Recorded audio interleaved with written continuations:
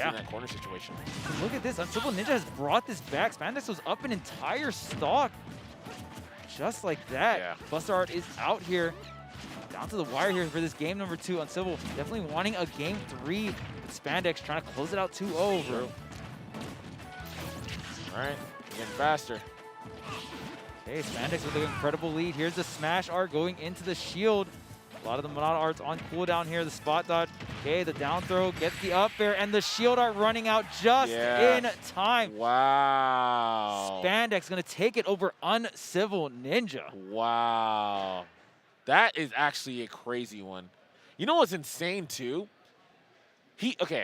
So definitely he was waiting for this matchup, right? Like he definitely did at least some kind of research. I think one of the biggest things I saw right in that situation is we actually saw Uncivil try to wait for the Monado art change into the Smash Monado art. For those of you who are unaware, when they do go into that change, there is a moment of invincibility, and from that they can, you know, pretty much essentially just punish it, right? Because they're just free to do whatever they want afterwards.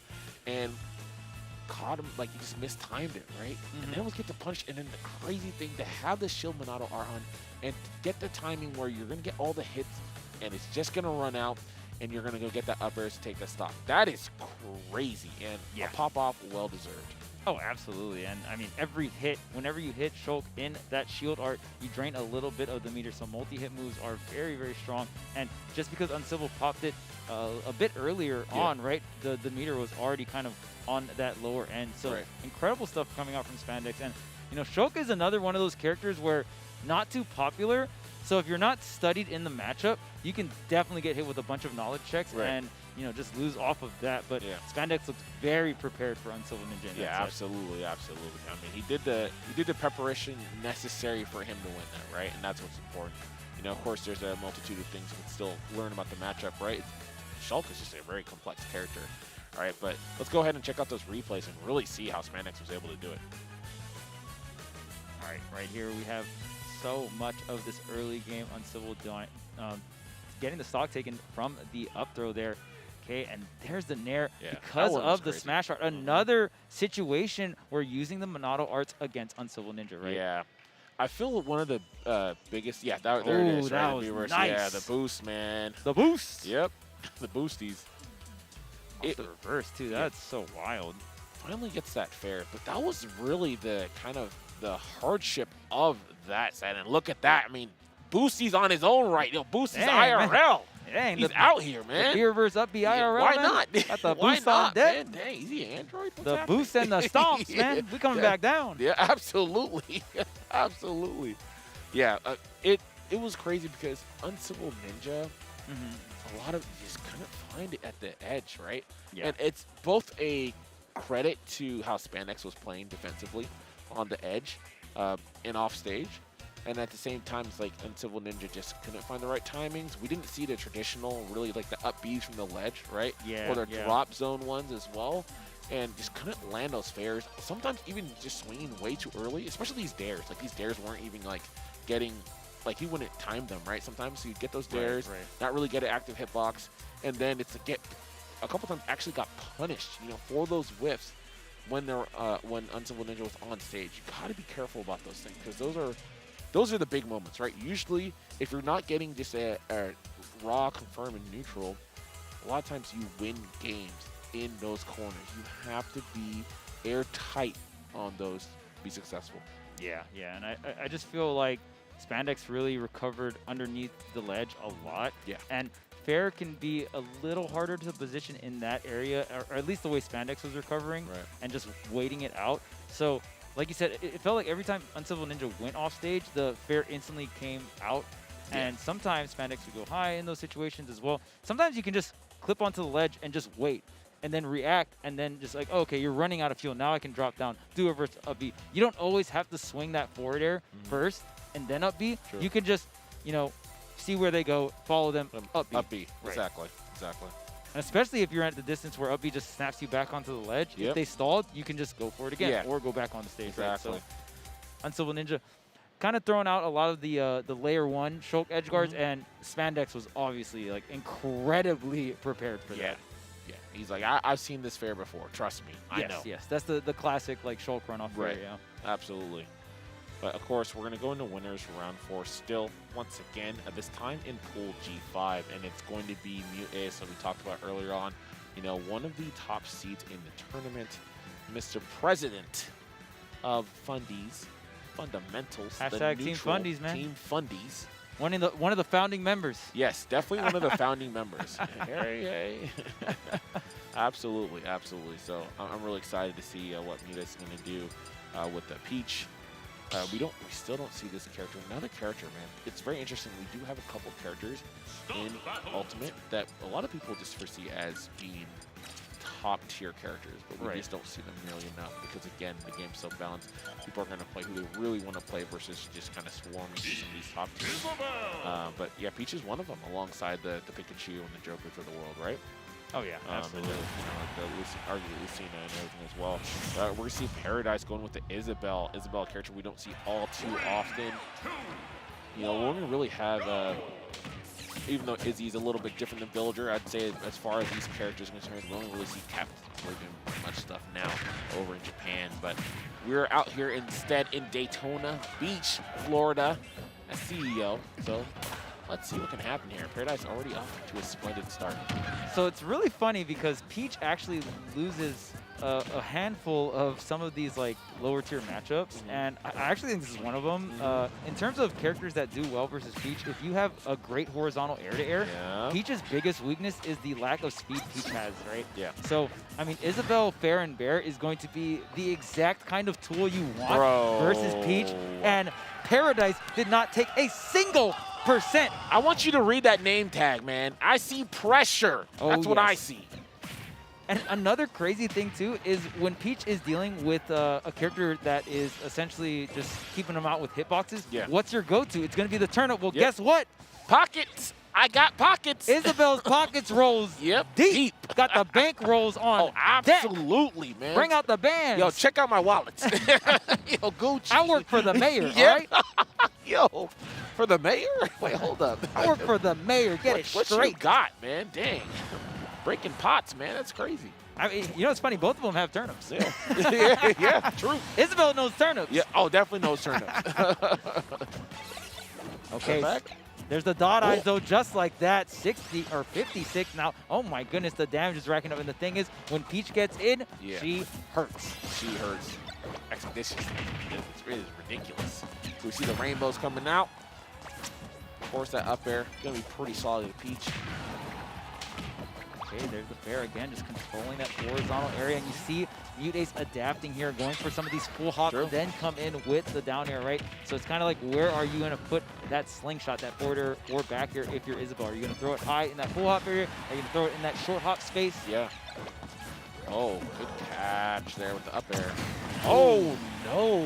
Trying to get a psyche there. Paradise kind of gambling it on that. There's the up smash. The stop sign, not going to be enough. And Mute Ace got the parries on deck. And right now, Mute Ace is finding his way in.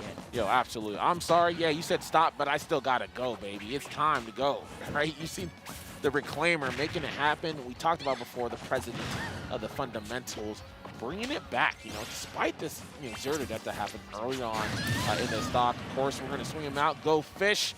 We're going to go to one stock apiece. Yeah, and I mean, Isabelle going to be very powerful with that the hit grab. Yep. It is a grab, but it you know, grab. it can't grab shield. That would be a little. Yeah. Calm down, Isabelle. That would be wild. I know you work for the mayor. Right, but you can't get everything. That fishing rod ain't that stuff. Yeah, we're going to tax that. Sorry. Yeah, Tom Nook was like, oh, hold up. Yeah, wait a minute. You don't get my fishing rod. Yeah. That stays in the shed. Of course, that's going to make Isabelle's recovery mix-ups a bit more potent as well. You can have that side beat to the ledge as well, just the balloons. Okay, here's the nair pressure. I mean, the corner pressure coming out from Peach, so good. And right now, 140% here on Paradise. Has the rage, but the crown to the face, and it's going to be enough here. Mute Ace being down an entire stock to start things off, dug deep, found the approaches, found his ways in, and was able to bring it back. Pretty convincing manner as well coming towards that last stock. No, absolutely. I mean, Peach is about the kingdom. I don't care about no mayor. Like, what is that? What is you work for the mayor of a town? Yeah. That's cute. Yeah, that's great. You know, Have fun in my am? domain. Yeah. You know who I am? You're in my kingdom. That's who I am. Have you heard of the Mushroom Kingdom? I'm the princess of the Mushroom Kingdom. Absolutely. Don't ever forget it. All right, so coming into this game number 2, Paradise. Start off really strong here, but got to be able to control that Peach. If Peach gets in on you, like we said, it hurts. Especially, I feel like Mutace was able to bring it back, especially with the dot eyes on that second stock. Did quite a bit of damage. I mean, 2 hits of the dot eyes did, I believe, around 50%, right? Yeah. So you got to have those pockets on deck. We talked about the pockets earlier, and depending on which turnip gets pulled, you might want to start bringing out those pockets. Oh, absolutely, man. You got to reach out, man. Put that one in the wallet. Or C, all right? I love it. Hit him with the cheerleader, the broom. Got to do the chores, of course. There's the down air into the forward air. Oh, man. Not enough for the KO. There's the first pocket, and when you do have something pocketed, you can't. Isabel's pockets don't roll that deep. Yeah. You can't pocket multiple. Yeah. But you got something. Yeah, and I like that. I mean, just immediately taking out the turnip and just throwing it just so you have access to pocket another. Yeah. Wow, the pressure with those bears. Ooh, wow. The down air into the immediate grab here. Tries to get the up air, and the nair just stopping the combo. Paradise not too calculated on that follow-up. I mean, Peach having enough time to throw out the nair. Yeah, and like most importantly, too, not calculated on that DI. Unfortunately, gonna lose the stock all the way across the stage, right? Just very hardship. Okay, sets up the Lloyd by roll. That's one thing. Oh, whoa, the forward smash. The poppers, we celebrating. Wow. Yoink. Oh, you thought you were going to grab the ledge? No, I'm grabbing you. The fishing rod. Oh, the stop sign in the wrong direction, though. Yeah, my boy Toad really hit her with a headbutt. That's crazy. Get out of the way. Yeah.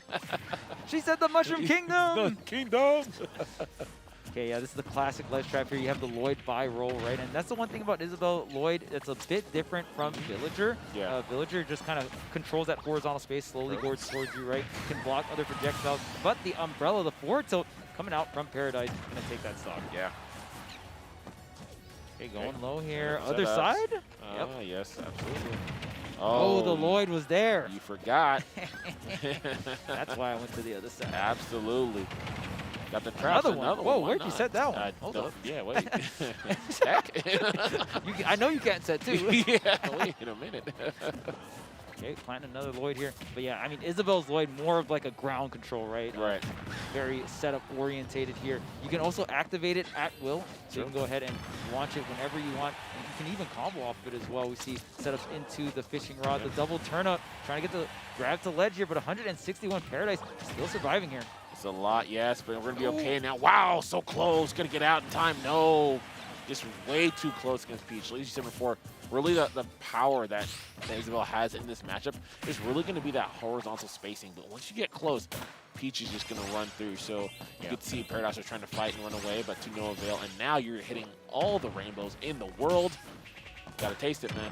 Yeah, one thing that I will say Mutace is doing a fantastic job is not only creating these scramble situations, but playing out the scramble situations really well. What's the mix? Going high, and Mutace recovers. There was no resources, just the parasol. Wait a minute, man. Put that on the NBA, man. Cross up of the century, bro. What?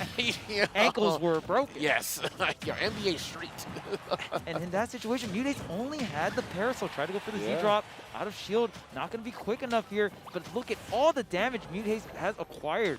And I love that. The jump from ledge into the double jump, which can also footstool. Yeah. Grab tech here. Oh, the parry. There's the up tilt. 157% Mutace is getting so much value off the second stock. Damn, this is so good. This is going to be really hard here for Paradise to mount a comeback. Although we did see Paradise go ahead before, right? Yeah, got that really that 0 to KO, right? So we'll see. 177%. Yeah, there is the hit grab. Go ahead and shield and all right. Well, here's my real grab. Yep. I got the fish net. Yeah. Or the bug net, the bug net. Absolutely. But I mean, you can hit the Lloyd. Yes, you Smack can. up. Wait a minute. Throw's not going to be enough. 160% though on to Paradise. Corner pressure here. There's the dash attack startup. Oh my gosh, the pressure. And whoa, the boots.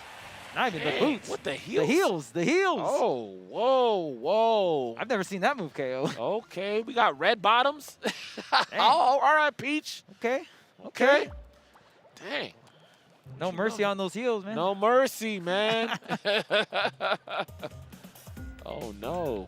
Yeah, great stuff coming out from Mute Ace. Going to go ahead and take that 2-0 over Paradise. But I got to say, Paradise made him work for it. Yeah. For sure. Yeah. It was not free. Oh, absolutely That's not. for sure. Yeah, yeah. And I mean, you saw Mute Ace kind of struggling in certain matchup-orientated things. And then Paradise just playing certain situations just really, really well. Yeah. Right? So incredible stuff. But I got to give it up to Mute Ace. The ability to create the scramble situations. And then when you watch back on the replays that we're about to do on those specific scramble situations, Mute Ace just played them out so well. Yeah, no, absolutely. And this was kind of the big one, right? We saw out of the gate, you know, that instant pressure. Of course, pressure creates diamonds, and you can see Mute Ace coming through despite all of that, right? On that stock, able to swing. That's one of the funniest moves to me, man.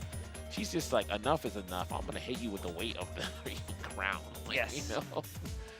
Get smacked up by the royalty. Yep, that is royalty.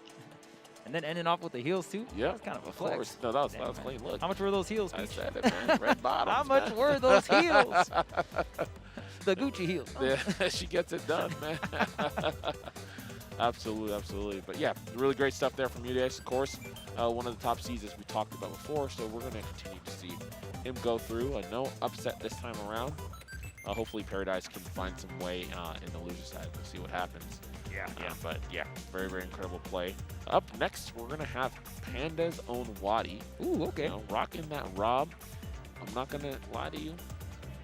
I would hope to see the Mewtwo. I actually really loved what he's been able to do with Mewtwo for some time. He's been playing a couple of characters, right? Yeah, I think this tournament he said, oh, okay, it looks like he went Rob for his pools. Yeah. Okay. We're getting serious out here. Oh, we're getting serious. We're getting man. serious We're out getting here. very I still serious. believe Wadi's best character is his Rob. Sure. What he's been known for ever since, since the Brawl days, right? Yep. So, incredible player here, going 2-0 in both of his first sets here. So, coming up here on the, probably like the semis or the finals of his pools. Yeah. So far, been pretty solid in the head-to-heads. Round four, yeah. And of course, round 4 is happening. And we're going to go up against Wing. Now, Wing is going to be rocking out with the Byleth. Also does play Yoshi, so we'll see if that character actually comes out here to play. I do think Byleth is a pretty solid character going up against a character like Rob. Of course, you got those big sweeping hitboxes. When you can kind of challenge kind of gyro and some zoning and stuff like that with those arrows, you know, you get one, and then you essentially just get yourself an advantage state because they hit so hard. Right. But should I say that? I guess we are getting to switch to the Yoshi this time around. Looks like he's going to try to go for the big combo game. We've seen some Yoshis time again. We know we got Poltergeist here doing it big too. Let's see if we can have another one. We're going to go into game 1 here in Pokemon Stadium. Yeah, I don't know what Yoshi color is your favorite. My personal favorite is the dark blue Yoshi. Yeah. There's a lot of good Yoshi colors. There's a lot of good Yoshi colors. But Wadi going to be pretty versed in this matchup in terms of, there's so many Yoshis in that New York area, right? True. In the Long Island area. So, obviously Wadi in the MDBA. So a ton of regionals. You're going to have a lot of matchup experience here. And Rob is having a lot of things that can really put a thorn in Yoshi's side, right? That neutral air takes up so much of the air. And really, what you want versus Yoshi or Wario is air control, right? True. Like, yeah, these air-to-air characters, right? Like, if you have a tool that can really battle them, then it's going to be a hard thing for them to do because that's really, you said, they're going to be their bread and butter. And we're going to see Wadi looking pretty solid here at only 24%. Goes for a bear in the corner side. Not going to get a stock yet, but going to get a great chase on the platform. Another opportunity in this juggle situation. Let's see it. Go down low. Side B, more harms. See you later. Yeah, and the ground pound there, not going to go to the ledge. I'm assuming Wing wanted to go to the ledge there, but sometimes when you're really, really high up in the air, it's hard to calculate right exactly where you're going to land. Of course, Wadi going to be ready with the optimal punish. The rotor arms will go ahead and take the stock. Both these characters extremely heavy, but those rotor arms are just so powerful. Yeah, that move is just ridiculous. Does it all. Does it all.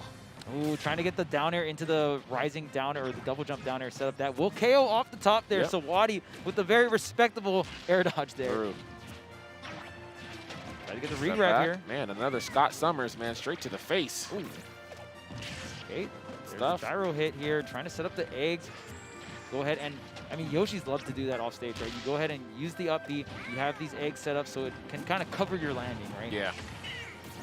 Look at this Wadi tacking on so much damage and getting all these whip punishes. Every time Wing thinks Wadi is going to come in, engage, and interact, nah, man, Yep. I'm still here, though.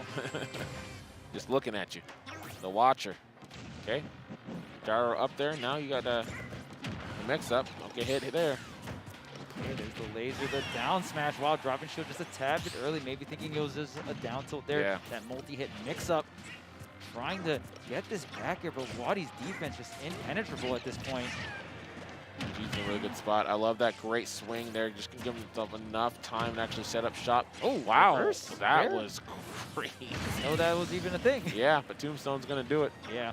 Does not matter here for Wadi whether you get sent off stage or on stage with that border. Gonna pick it up with the grab. Of course, Rob having many KO options off of the grab. You can go for the berry into the read off of the berry, or just go ahead and go for the Old Faithful, the up throw. Old Faithful, man. Just up throw. Just enough. Gonna chase. Down tilt, of course. Chase him out. Trying to boost to go high. Was looking for that high double jump there from Yoshi. Oh. No pressure, not gonna get it. Wow. Almost got the setup with that back here with the platform tech, or maybe like a platform situation, but Wadi just gonna go ahead, directional air dodge away from that situation, and wow. Hit him with the back air there. Zomba's not the only one with those. Not at all, not at all. Yeah, and that was definitely a classic situation. Someone's like, oh my gosh, they're all the way down there. This is everything. I can do it. But of course, there's no need to take that risk, especially with Wadi being at like, what, 153%. Yeah. And because of that, you're gonna get the reversal. Wadi's gonna get the bear, and he's gonna fly his way into a game 2, up 1-0 right now over Wing. I'm curious if we're going to continue to see the Yoshi. Looks like that's going to be the case. Dang, Wadi's like, yo, he's going into content creator mode. Hold up, Wadi. Hold up, Are Wadi. we making content? I was going to say, the banjo. that's the character he said he was going to try. Yeah. The crowd, he's gonna, hey. Come on, man. You got the 3-song, man. You can go banjo. Come on, Dude, man. I love that a couple people have been saying, you know what, now I'm playing banjo. I got to do it for banjo, right? We're seeing a research. Remember, everyone was annoyed that this character existed. And then it's like, people recognize, no way, this character's incredible. This character is, it's fun to play. And a lot of people are like, I just wish the character could be up to snuff. Yeah. Over time, people are learning the nuances. You know, all these things take time, right? A lot of times we have knee-jerk reactions. We don't realize what a lot of some of these characters are capable of. So I'm really excited to see this character do some things, man. And look at that, already getting some damage. Young Banjo. Yeah, Banjo's such an interesting character. We don't see too much of it in the current meta like you're talking about, but I do think quite a bit underrated character. There's a lot of tech as well with this character. Trying to get the down here tilt here, and Wadi kind of at that crossroads too. It's been a while since I've seen the Wadi Rob actually, so I was quite surprised. I mean, Wadi obviously a player that has been doing a lot of content as of late, and we've been seeing things like Ice Climbers and stuff in tournament as well. So, you know, after that first game with Rob, I agree though. We can dip into the content creation. Do content. You know what I'm saying? We can do content. Let's see the banjo, man. Yeah, good gentleman there. Coming down from there. Of course, those who don't know, Kazooie is pretty much all disjoint, right? Yeah. So that character is a sword, essentially. You have to respect those hitboxes. Nair, of course, can be dragged down into setups, especially when you tie it into the down throw.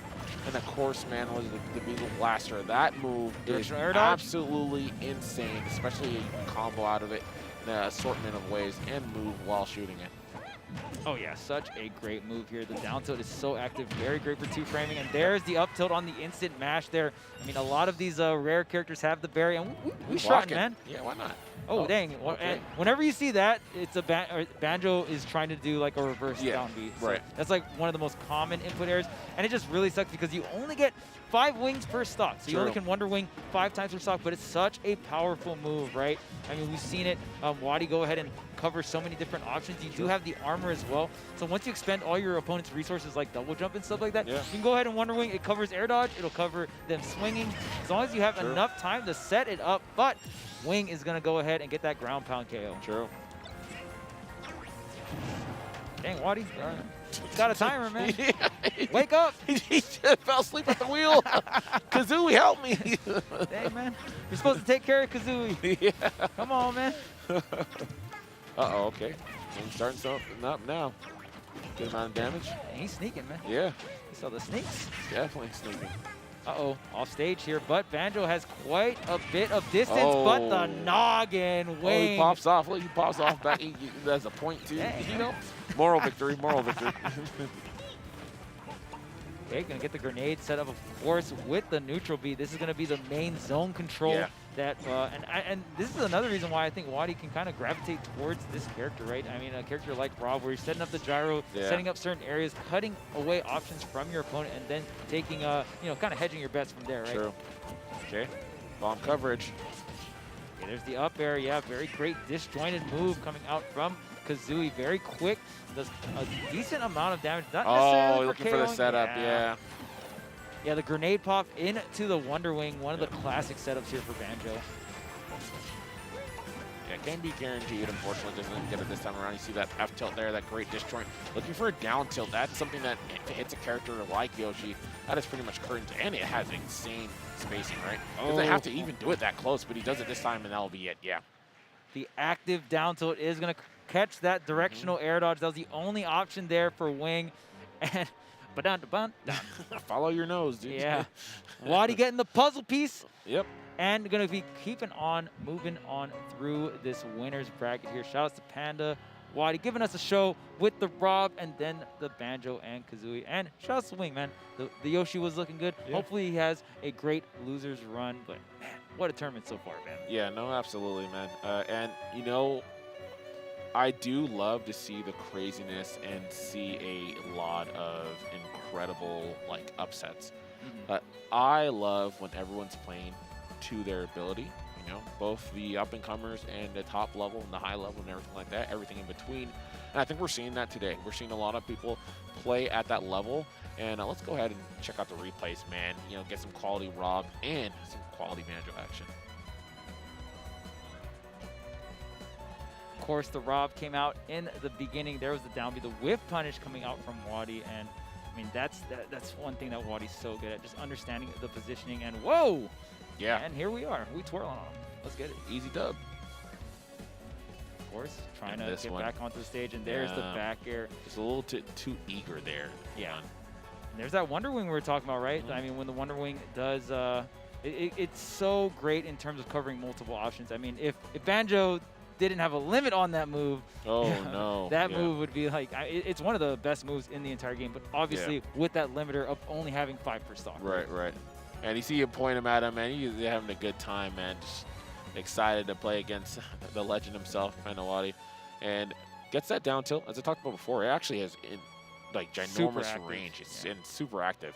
He didn't even need to do it that close in some of those situations, but gets it nonetheless.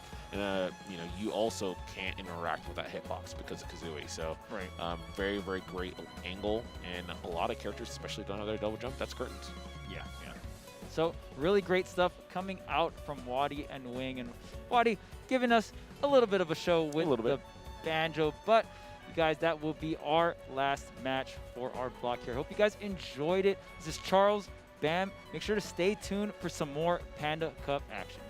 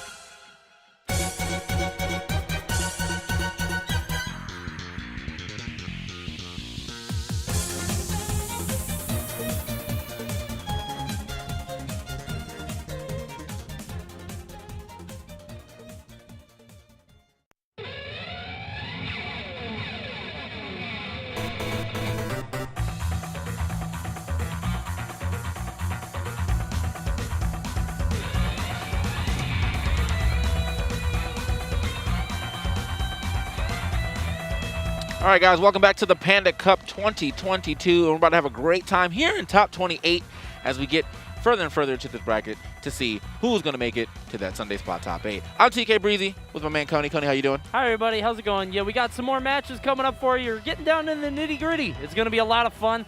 Pools are fun, but, you know, kind of 2-0s, and you kind of know how some of the matches are going to go. This is where the real CEO begins. And we're going to start it off with a bang with DeBuzz against Paracane. DeBuzz is somebody we saw a lot here today. Third seed of the whole tournament, saw him get a couple dubs earlier. And he's been doing this thing, and I want to see if he does it here. He told me how he does it. I'll let you know if I see it.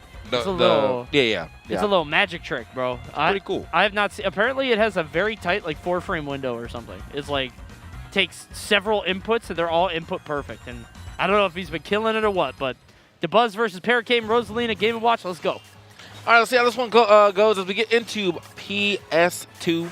Well, I don't even think, can we say they make the best games? They still make the best. They make the best. Anyway, it's undeniable. It's really undeniable. So Paracane, though, you know, it's interesting to see another like Game & Watch because you don't really get to see too many Game & Watches that are not like Meister. So it's just interesting to see another Game & Watch, see how they decide to play in relation to Meister. I mean, I think that's most people's exposure to Game & Watch, and it's a lot of up Bs and down airs from Meister. So does this guy play a little different, or does he do the same thing? We'll find out. But here on the other side of things, DeBuzz is kind of really the only Rosalina doing it as well. So yeah, you're not going to have any experience against Rosalina. Meanwhile, on the other side, it's like Game & Watch historically could just kind of do his own thing. Obviously, he's going to go for the down throw neutral airs and get up a lot of damage that way. But in terms of what he can do that's different, Meister's very good at, you know, spacing out his smash attacks, kind of forcing you out of that shield. We'll see if Paracane has that up his sleeve. Right now is in the lead, but DeBuzz just kind of sits under that platform, and he's in his house. He's happy.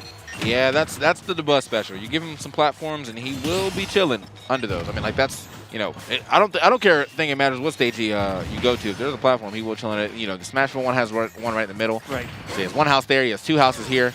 If he goes to Lilat, he's got 3 houses. That man is, you know. He's diversifying. Yeah, diversifying his bonds for sure. Assets. All kind of assets, bro. It's crazy. All right, now man. Has the Luma out. Yeah, nice grab like that. Forward throw off stage. A little bit of a lead here, definitely developing for DeBuzz. I like, yeah, you cannot get past that. It's super rough. I've seen everybody get hit by that. There's literally no way around it. They're always like, yeah, I just roll through. No. Okay. Rolling can't work. I mean, you can hit the Luma. Sometimes you can get up and do that. But sometimes a lot of people, what they'll do is they'll get up and they'll immediately want to do something like that. They'll be like, oh, I got out. Let me get a hit. No, DeBuzz is ready for it. Yeah, I feel like, I mean, probably the best thing that you can do from that situation is just hitting Luma away. If you can, like, you know, drop off, double jump something. Yeah. Game & Watch up air, I feel like I was going to say Game & Watch back air if he can do the bucket reverse and then, you know, jump back on stage and back air. But I don't know if he actually gets enough elevation for that. Either way, that just seems like a really hard setup to deal with for a lot of characters in this game. And, well, he definitely succumbed to it as he is now down a stock. Still trying to deal with DeBuzz. One of the more defensive players we have in our community. And, well, I mean, yeah, he definitely, defense wins championships when it comes to DeBuzz. That's all I'm saying. He is the wall. The crazy thing is it hasn't won him the big one. I mean, we talked about DeBuzz as one of the perennial favorites at any tournament. Like we talked about, he's 3rd seed here, but consistently getting 2nd over the course of a bunch of different events to players like Leo, Tweak. Last week, getting 2nd to T. Just feels like he's always there, but can't quite pull it out. So we'll see if CEO is this weekend, but he's got to get past Paracane first. Excellent forward tilt there. Good response, but he's still down quite a bit. Yeah, I feel like that. Oh, wow. Wow. I love seeing that. I love that so much. Yeah. But I think that was also like one of the things that, you know, for a long time DeBuzz, I feel like when people were talking about, you know, the best in the game and stuff, he was always left out the conversation on accident because, you know, he hasn't really won anything, but he has always been in like a bunch of top 8s, but it seems like people just kind of forgot that. And so like they would be talking about people who have won things at a time, but, you know, DeBuzz is like, I feel like DeBuzz is almost always in the top 4 more than the top 8. So. He's in the conversation for sure. I feel like a lot of the other players will go, like, they'll win stuff, but they'll drop out of the top 8. They'll get 13th, get, you know, 17th at certain events, but DeBuzz is, like, very rarely outside of that. Top 8. Yeah, he's the gatekeeper. Right now, Paracane looking quite gate-kept, as it's just difficult to approach. I mean, Game & Watch's options feel very light here. He's kind of a stubby character, has to get in, but with that Luma in the way and Rosalina standing behind him, I don't know. That was moving too, bro. He be dashing. I mean, just dash back beats a lot of what Game & Watch can do. You can overshoot with like a dash attack like that. Excellent run-up grab, but even still, as you try to set up your situation, the Luma's going to knock you. I do like that, Game & Watch, his kit hasn't really changed much throughout the years, but they have given him more expression. So, I love that. Yeah, the face when he drops the hammer now is like, all right, that's wonderful. Yeah, the tilt attack, like he now has facial expressions. That's excellent. Okay. Brought him to life. For sure. I mean, still 2D, still, yeah. But a little expression now, a little emotion on these attacks. See, 119 to 98. We're going to need to see something big here. Yeah, the throw is not going to do it. Tries to drop the bomb on the Luma. Luma is gone. Right choice. Oh, no. Well, get out of here. That last one. Oh. Evasive maneuvers right there. Yeah. Just trying to, I don't know, spot clean the dress or something. I don't know. Got some wrinkles. 137 to Buzz. Oh, what is he doing? It's so scary under the platform. You know that up smash is coming. It is, but he can chain it. Like, he can hit the Luma. Like, the Luma hits, and then he does the slide up smash. It's crazy. Okay. So it was the same thing, but the Luma didn't hit. It probably works better against tall characters because Game Watch is so tiny. He did it on a Shulk earlier. Hey, well, that put it in position right there. We had get out of here. I like that get up attack. Okay, we don't see that often. Wait a minute. You know what? Something Meister never goes for, but I bet Paracane will. Get that grab. Get that grab. Get that grab or that neutral air. Either part. Give her the hands. Put the hands on it. Okay, so yeah, I mean, like this. It's always funny because this is like a game that's even based off of RNG. Whoa! Okay, got snuck up on. Why do you get 2 up smashes? That's crazy. That doesn't seem fair. Woo! We were all thinking it though. Oh, yeah. I'm pretty sure he was thinking it too. He's like, man, if I hit 1 neutral air right now. You know, it's crazy. We didn't even say what it was. Yep. Like, people in the chat that probably never seen this before, they're like, what are they talking about? He's like super losing. I was like, yeah, you don't know. You don't actually. So Game & Watch has a 1 in 9 chance. I'll be the spoil sport. Game & Watch has a 1 in 9 chance to hit somebody with a hammer, and it's an instant KO. Well, not instant. It doesn't, KO anywhere, but most places. A lot of places, and she's a relatively light character in this game, so it probably would if he hit like the whole neutral air to 9. The whole combo, yeah. And with the rage that he had too, yeah, she was probably gone. Bro, we gotta stop going to small battlefield against the Buzz. It's his house. It's just he lives in a box. Look at this. Probably because he's used to living in New York, right? Isn't rent insane over there? This is his studio. But yeah, I feel right at home with this. Yeah, this is nice. It's like I'm back online. Who needs a dinner back table? In the lab. I don't need a dinner table. Oh no! I'll just eat in my bed. Oh, Paracane with a weird air dodge. That's so unfortunate. And yet here we are. Yeah, hasn't been touched yet. Oh gosh, this is brutal. The Buzz not one to show pity either. He is stone-faced. Yeah, but I mean, why would he show pity? Like I'm just trying to get some W's. Actually, yeah, using the least amount of mental energy as possible is the play here because, you want to move on to the next round and, conserve your energy for the future. If you just play this normally and slowly and calmly, probably the best way. You don't need to go crazy. He's doing a really good job. Like, he is definitely, taking a little damage here on this first stock, but think about the fact that it is a stock between them, and he does have the percent lead regardless. Uh-oh. Big charge right there from Luma. I feel like I can hear that's just charging it up. Why Luma's so strong? I feel like, so Paracane had the idea earlier. He get up. Okay, there we go. I like that too. I like that a lot. Good stuff, Paracane. Yeah, but he get up attack the first one a while ago, and like even though he didn't get the punish on the Buzz, he also got Luma out the way, so he didn't take any damage. So like that's the real thing. Like you reset neutral basically. I don't know if I've ever seen Luma get KO'd off the top. Like that at least, yeah. Jeez. All right, well, they're gone. Yeah, I feel like get-up attack is probably risky, though, because I feel like it's also inconsistent. Like, some get-up attacks might not hit it, but who knows.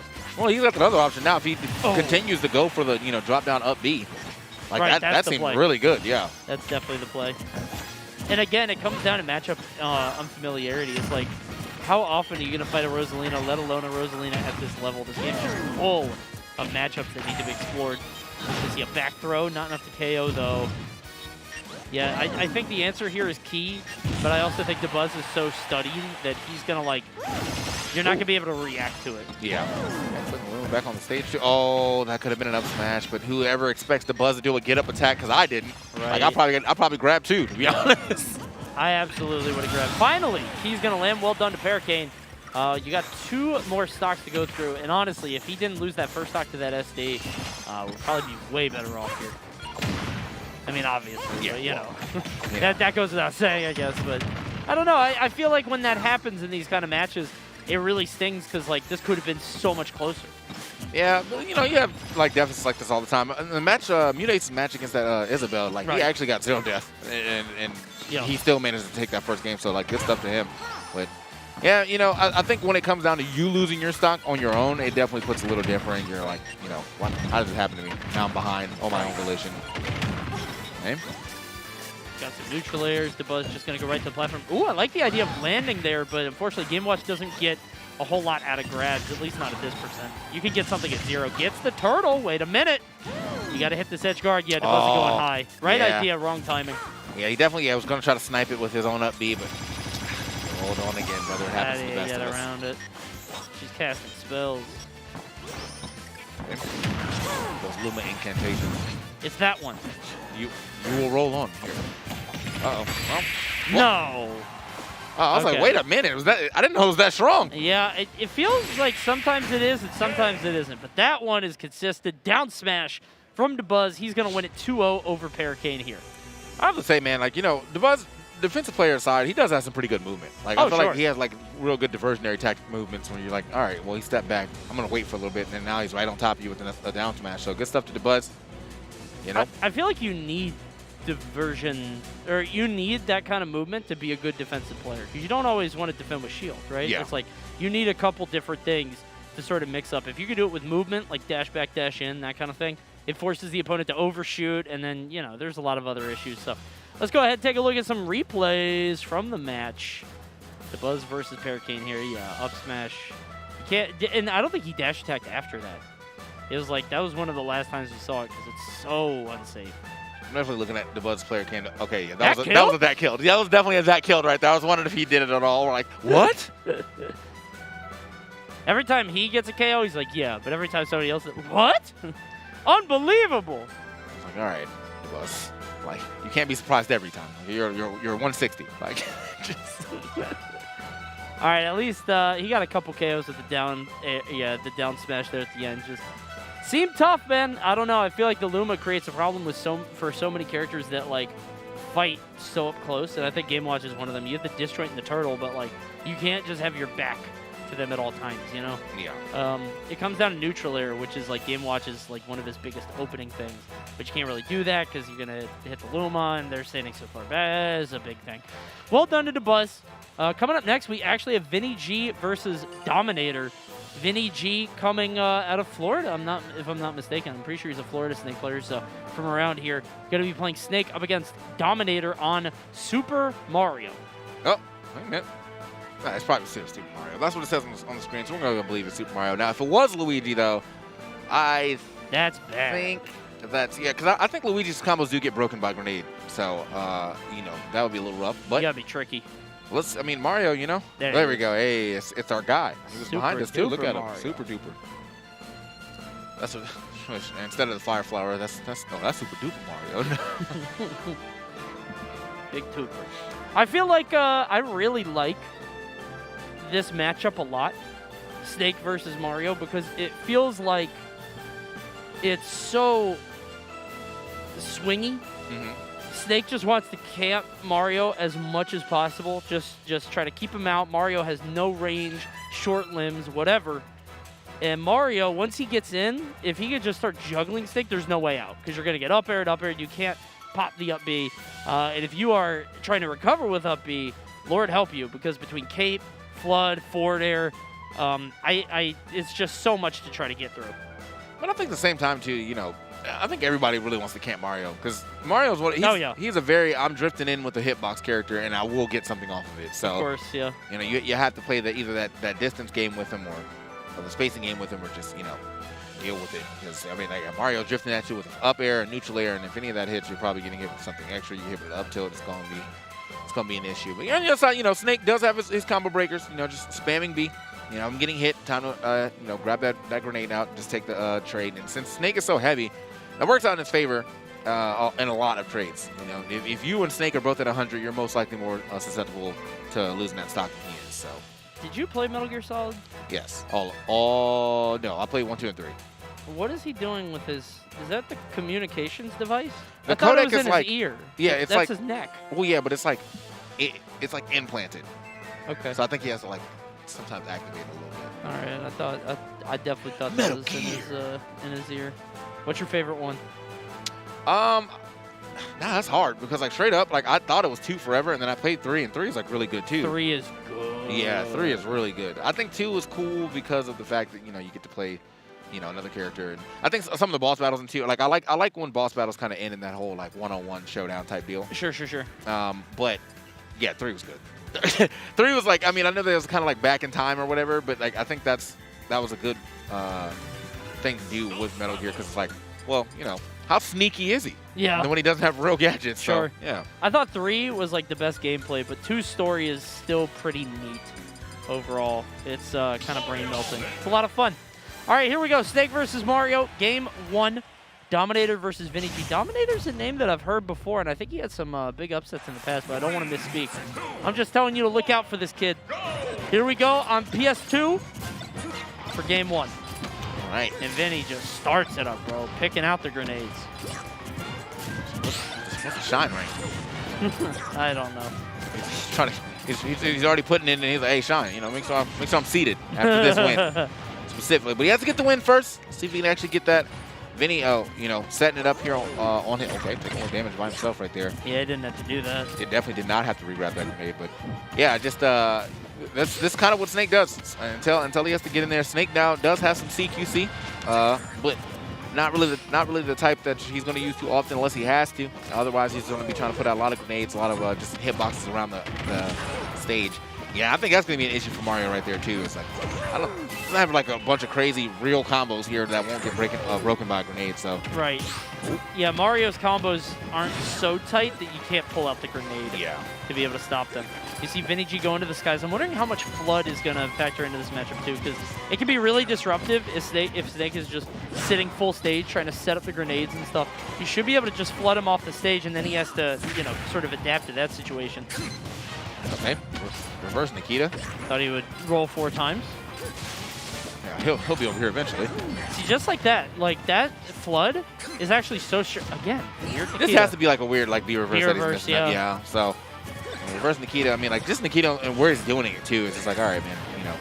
This is probably what he's actually going for is like a B reverse. Oh, way up into the skies though. Big up B. I thought an up B actually would have KO'd there from Dominator, but doesn't let it go. Down air will do it. Yeah, once stocks get a little moldy, left out a little bit too long, that down air is guaranteed to get the KO. Right. Look at the way he's sitting at the ledge. Oh my goodness. Wait, Oop. back throw. Oh dear. Uh-oh. This is where things get hairy. Yeah, he's just gonna up B immediately. Definitely take that high. Yeah, that's the Snake classic. If you can force Snake to recover low, then like it's probably really bad for him. Right. But yeah, more often than not, if you throw him up high, they're just gonna, go all the way to the top and then start reversing the way back down while dropping a bunch of projectiles. So, yeah, a little tidbit for you guys in the Snake matchup. Force him to go low. Happy to help. Yep. There you go. Now you're all gonna beat Snake. Yeah, easily. The other option is to be around since Brawl, because we all figured out how to beat him up back then. B30. There's a back throw there. Just chilling at the ledge. I feel like Dominator is spending so much time on the sides. He's not really scared of Vinny over there. Probably, like, I feel like it's the threat of, like, a back throw or to get them off stage is fine. I don't think he's going to get KO'd from a forward tilt. If you're going to get KO'd, it's from up tilt, which, like, stage positioning doesn't even matter. So it's probably not a bad idea to just have your back to the ledge like that. Just shoot fireballs. I feel like I would, yeah. I mean, like, that's definitely true because it seems like, Vinny's not, okay, Vinny finally getting out. Vinny's not really trying to get in there, but this is one thing I would like to see Vinny do more is put, that C4 on the platform and, like, let it actually sit there for a bit. Because more often than not, he's just been kind of throwing it out. People forget about C4 all the time. Yeah. Uh-oh. It's a cape. It's a cape. He's low. Oh, I thought he was going to go and cape it. No capes. Going to go to the ledge again. Has the C4 there to cover. Nice forward tilt. Does so much damage.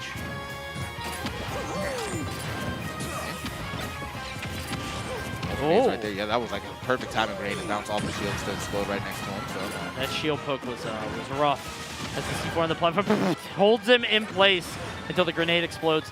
going high, but I like the fact that Dominator is not committing. Like, he's not full committing. Because a lot of Marios might just go for the up B, right? Because you're that high anyway, but is taking a second. Doesn't want to force anything.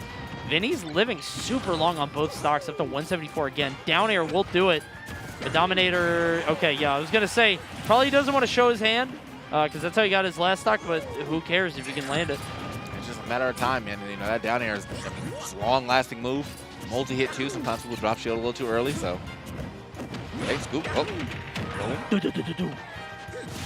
Actually, sent him way far away, to be honest. Yeah, there's no combo there. I don't know if it scales, like, more with rage.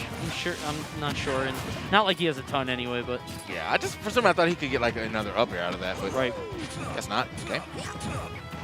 A lot of aerials, but nothing really landing. Nikita is out, gets around it. I think that's like my when you get the super quick pivot grab, that's always like my favorite. Like, oh, it feels so good. Yeah. Pivot grabs in general are like the best thing they added, bro. It feels so good to get that. See the grenades coming out. Vinny kind of locking down, battening down the hatches here. Trying to do everything he can to just camp Mario out, which is the correct play. Trying to make sure Dominator can't get his hands on him. Man, actually, Dominator's getting quite a... Oh, okay. This is 47. tough. And Dominator's getting actually quite a bit of like glancing blows right here. I saw like 2 or 3 different off the up airs alone. Hey, this game's starting to escape him. Yeah, Vinny G. This is starting to fall through his fingers. 5% difference. Dominator grabbing in the wrong direction. This is where panic starts to set in. Oh, did he jump? No, he has jump. I was wondering that too. All right, has forward tilt. Can't get the grab. Maybe overestimating it. Double roll through. That's the do-si-do, bro. When you roll through your opponent, they roll through you. Oh, yeah, man. Up tilt. Dominator shaking his head, looking so frustrated. That's the long game, man. Yeah. Snake plays long game. And I feel there was definitely, you could see the nerves, because there was a couple times where I don't think he took the quickest option that he could have taken. Like, he wants the up airs, right? But he wants the up airs for the combos. There's definitely times where Vinny G was standing behind him, like, after already whiffing something, and he could have just dropped a back air or neutral air either. Right. And just kind of like, all right, let me just rack up a little bit of damage here. Maybe even force a tech chase situation. And no, he really just wanted those up airs. So, you know, Vinny G capitalized off that. And just the do-si-dos were happening too, the rolls. Yeah, I feel like, oh, yep, there he is. That's him, that right there. Solid Snake. I see him. Yep. Thank you. Thanks. He is on screen. I actually forgot. I mean, if without you, big Snake fan. Would have definitely forgot that was Snake on the screen. We love Vinny G. Game 2, Dominator versus Vinny G. What's the stage? Surely Battlefield was banned. All right, yeah, back to PS2. Nothing crazy staying on this stage. And good luck, Dominator, because again, like you were saying, I think it's a bit of nerves when you realize the game is starting to get away from you. It's a bit of, you know, Snake just kind of wears you down over time. I've lost a lot of games like that, you know. It'll be like almost like a 3 stock and I lose 1 stock. I'm like, all right, you know. Then I like play kind of sloppy on the 2nd stock and I'm like, wait, I could actually lose this now. Yeah. And then you lose this. And then you lose it. Vinny blowing himself up on the side. Oh, I like that neutral air. Not up air, so it actually didn't hit the grenade. Sacrificed the combo, but it's a lot safer. Yeah, I think at a lower percentage, that neutral air would have led into that extra up air that he was looking for. Oh, I thought he was going to keep going. Yeah. Okay. Out of there. Okay. The back air action. I like how Vinny threatens the back air. Like, he jumps into you with the grenade. He never actually does it because it's a terrible idea, but he's always like, huh? Huh? I might. When the first one comes out, though, it's KOing. I know it. Sure. Because that joint's kind of strong. Okay, dash attack, cross up. Tricky. What a sneaky man. Man. Yep. Goosh. That always feels good, too, when you get like the parry into the immediate like KO option. Yes. You're gone. Your best KO option, too. Yeah. Like, not even like a random one. It's like, yeah, this is the move you should have been looking for. And he's starting to go crazy. He's going to have to go low. Oh, no, he just explodes and stuff. I thought he was, I didn't see the C4. But is able to survive. Dominator has not gotten KOs.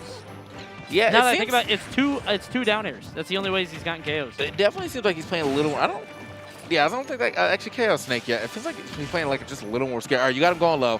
We going out here? No, we're not. No one ever wants to go out there. There we go. Finally. Seal it, though. Took a long time. Yes, it did. So, and again, you know, as Coney said, it was just 2 down airs that hit earlier, and Mario has KO options. Right. You know? That up smash is super nice. All of the smashes are nice for actual KOs. And down smash is super quick, and F smash is super strong. So just, he definitely has the options, but. And apparently Flood. That almost sent him to the sky. Yeah, I feel like Dominator needs to be a little bit more aggressive, assertive, whatever you like. He doesn't have a jump here. He's going to have to up B, and he gets away with it. Okay, hold on. What are we doing off that? Gets up air. That was actually a well-spaced up. Wow, at that. That was gorgeous, yeah. Not going to be enough to get the KO because he couldn't keep jumping, but he gets that one. Okay. No. You believe. But I'll take it, though, because, you're forced an air dodge. And I love the forward smash. Oh, tries to follow him up there. Dominator starting to believe. Dominator got himself all the way back to the. Oh, yeah, he's winning now. Okay. I thought it was going to be an up tilt, run up tilt. He air dodge, so he's going to have a little lag on the ground. Yeah. Doesn't matter. Everybody gets hit by that at least once. Grenade to the mortar. So I think I have timing. You don't. That's too many explosions. Yeah, it's like Sephiroth, the blast. It's like, oh, I'm fine. You're not fine. Big down air there from Dominator. One stock apiece. Trying desperately to find his way back into this match. It's weird because, like, in these openings, Dominator does, like, 70, 80, maybe even 90. But he just doesn't get them very often. And then actually getting the KO eludes him so much. Ah, right. Wait a minute. That's what you were talking about the C4 on the platform. They spent so much time on the left, you forgot about the right. Yeah, definitely does that quite a bit. Back here. Yeah, all Vinny has to do here is take a couple more grenade trades. Like, just keep plucking grenades, let Dominator hit them both, and then end it with an up tilt. Oh, dear. The C4 putting him in a bad spot. Uh-oh. Not bad enough, though. No, not yet. I mean, Snake is just so heavy. And for what? He's like 5'7". How is he so heavy? He's so thin, There's too. no way he's 5'7". He's 5'7". That's the lore. Where did you see that? The official Metal Gear Solid wiki. I don't know. He's like 5'7" or 5'8". He's not a huge guy. He's well, spoiler. He's a clone, bro. Come on. So you can't be tall? No. I haven't even I put how tall, and they gave me Tom Cruise for. He's 5'7". Just in case you didn't know. Anyway, I would love to see him, Tom Cruise, portray Solid Snake. That'd be nice. Look at this. Dominator cannot get in. Snake is 6 foot. Anyway, that's actually fact. You looked up Big Boss. Look at the wall of projectiles here. No! Oh, no! Oh! What an explosive finish! Unbelievable! Up smash into the grenade. Oh man. Well, that's a W right there for sure. That's a way to end a match. What time was that at the end? That felt like that went a long time. That felt like a long match, bro. Yeah, well, we got to get the replay. We'll get the replay in a little bit. But that definitely was somewhat of a long match. Yeah. I was just, he felt locked out at the end. Like, Dominator could not get in. Yeah, Smashville. Yeah, this seems right because you put that C4 on the platform and Mario has to contend with it and, like, think about it the entire match. It's not just when he's on one or the other side. Now, this is definitely a good counter pick for Vinny G, assuming that he does actually keep that C4 on that middle platform. C4 does cover top and bottom of the platform, so you put it right in the middle. You got a lot of space covered, and well, I mean that's the middle of the stage. You know, you're locking somebody out just like that. Yeah. 85 to 50. Get the back air. Can't really chain it. You would think that this would be bad for Snake because he's smaller and Mario can like chase him down, but no, he can fight kind of up close. Oh, tries to get the catch but can't do it. Gets the neutral air though. We're recovering low. Dominator. Oh no! Yahoo! Big back throw. Hit it with the old tri-state twist every time. I can't believe he did. He's not even from there. He's not even. Yeah, he just stole that. Appropriation. Crazy he got that though. I did not know what he was going for when he went for that when he ran behind it. But well done. 74%. Woohoo! Right. This Mario, man, look, that first game that he lost was definitely on him like being nervous in the last segment of the. Oh, okay. Right. Somehow Snake not getting that dash attack, but yeah. Oh, you got. Ah, man, that's tough. That was up there forever. Oh, okay, yeah, trying to catch a jump, I guess. He tried to do him dirty right there. Wait a minute. Oh, okay. He's like, I'm gonna do the combo anyway. It's not gonna KO, but I'm getting the forward air. He hasn't gotten it yet this set, and he's just like, can I still do it? Okay, I still got it. Yeah. Double up air and a forward air, just doing a little bit of extra damage. Dominator spending a lot of time in the air, trying to find their way down against Vinny G, but doesn't want to swing at anything if he can't get the hit. Okay. Oh, I like the idea. Oh, he's so scary. He shimmied on him. He's so scary. What is Mario going to do next? All right, that C4 is... That's where it should be. It's troublesome, let's say. Oh. Almost off the top right there with that up air. I actually thought up air would KO. Man, Yeah, there second you time, go. yep. Perfect spacing, too, right the way at the top. Dominator, again, with a pretty big lead. And let's not forget, like, Vinny is living a long time. There he got KO'd at, like, 170. So his stock economy is good. It's just Mario's hitting you a bunch. C4 and the mortar and the grenade and another grenade and the mortar. Okay, step back on me real quick. Wait a minute. Oh, oop. Up throw. Yeah, just getting that. Yeah, just get the free damage. Quick 35. They're trying to find their way in. Has to be more mindful of the grenades. I feel like Dominator's getting hit by grenades popping a lot. Also doing the standard like Mario Luigi character, like the roll in. He's just rolling in from ledge constantly. That's an easy up tilt for Vinny. Man. If he can catch it, but not happening. Yeah, he just wasn't looking the right way right there. That should have been the stock for sure. Oh! Vinny, that was your time. Yeah. That was the up tilt time. Yeah, I didn't know if he had time for it, but just up for the jab instead. Gonna get that. Nikita's coming back. Did he hit the ground? Yeah, he didn't hit the ground, so he doesn't have a jump here. Super Mario, bro. Yeah. Oh my! Super Duper Mario! Yahoo! Let's go. Bro, I've never like Normal get up. What an option. To Normal forward get up to smash. F smash. Like, yeah, you gotta go. Dominator #1. Let's go. With Super Mario. And you know, he probably feels so good about it because that first game. I can't tell what he's doing, but it looks like he's about to start doing a Fortnite dance. Like, he got to the middle. I thought for a good second, oh, wait. He's excited. Da, da, da, da. Yeah, okay. Yeah, okay. So you can see what happened there in the first game. He got nervous. He got a little scared, right? He wasn't sure if he could put it together in the final stock. And then to be able to pull it out at the end, you know, that's admirable. Yeah. Well done. He actually steeled his resolve, looked good. And I think he's a very young player. So the fact that he was able to do that is very impressive. Yeah, I mean, look, you know, in this game, I feel like the closer you are to 16, the better. Right. You know, like, there's a lot of good, almost all the people that we've had that are like, or all the like legends at some point in time had started around that area of like being notable at like 16, you know. So Sparko's now currently on that same, you know, route. He's currently 16. I know he's taking a little break, which is good. You know, I like to see someone, you know, care about their mental health. But that man has been slapping some events. But unfortunately not this one, but we do have some replays from the last match that we just saw between Dominator and Vinny G. Speaking of slapping, wait till you see these replays, bro. This is all over the place. 174 on Vinny. Thinking 174 on the first one, too. Just a lucky number. There's the up tilt there. Vinny with the standard stuff. Double up tilt for the 2 KOs. Dominator, look at that. He gets hit, shaking his head, looking frustrated, realizing his mistake there. He corrected it in a big way. Big up tilt there from Vinny again. And just a lot of weird aerials from Dominator. Just these errant hits.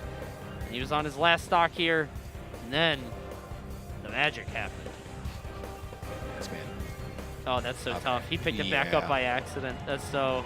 Look at him. Yeah, yeah. But even so, man, I'm surprised. I'm surprised that the up tilt didn't hit just all. Right, yeah. So, got him until a game 3, and Vinny G, you know, just wasn't able to seal it here. But man, What a move!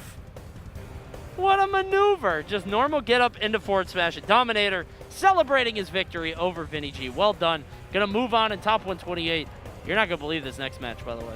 yeah. I don't know how we got there so quickly. I don't know how we're here so fast. I don't know what happened. Our next game, Zomba versus Aaron. However, what? We are in best of 5 territory now. Oh, okay, yeah, best of 5. Now best it makes of a 5. little more sense. Just a little bit. Sure, but it's You know? top 64. I'm surprised these guys are meeting this high. Oh, yeah. So Zomba just getting sponsored by Space Station Gaming. good for him. Let's go Zamba. Another young prodigy that we talked about. You know, we were talking about young players that came up big. Meanwhile, on the other side is Aaron, picked up under the team Moist Esports. Going to be playing, it says Diddy Kong, but Aaron has a couple different characters up his sleeve, including Yucky Sora. Yeah, but he also, you know, he has his own Rob, and I'm pretty sure he probably will play Diddy Kong because he doesn't want to deal with, like, I don't think any Rob You don't want to deal with the Ditto. Yeah. Right, yeah.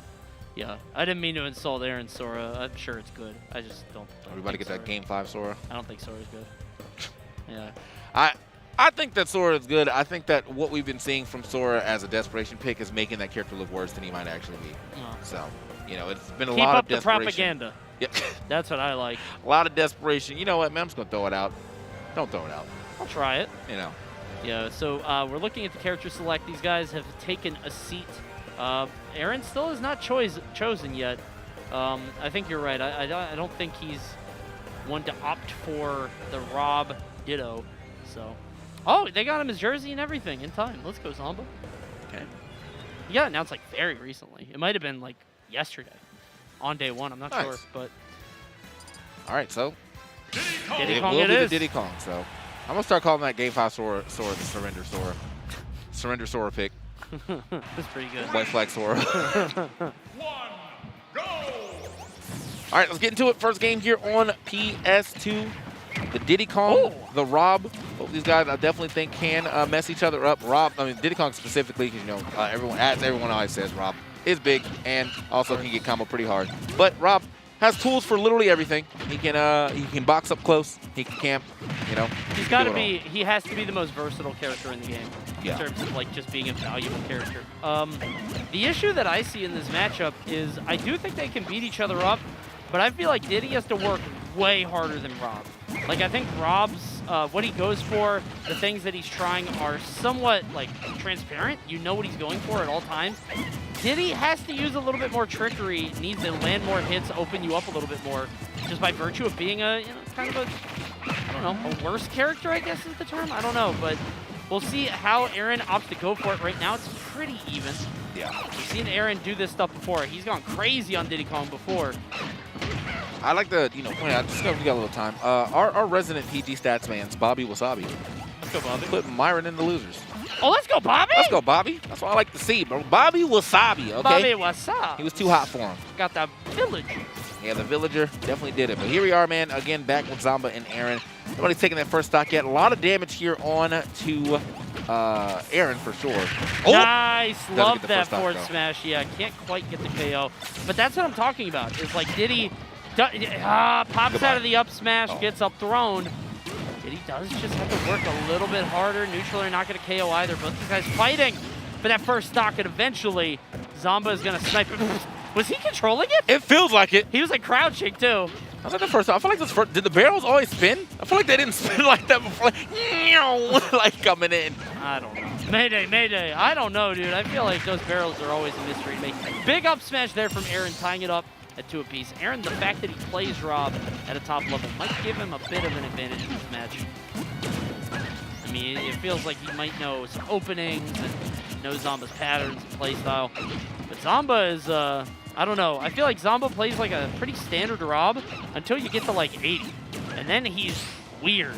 Like, he'll just go for rotor arm. He'll just go for back air. Like, he just kind of goes crazy when it comes to KO stuff.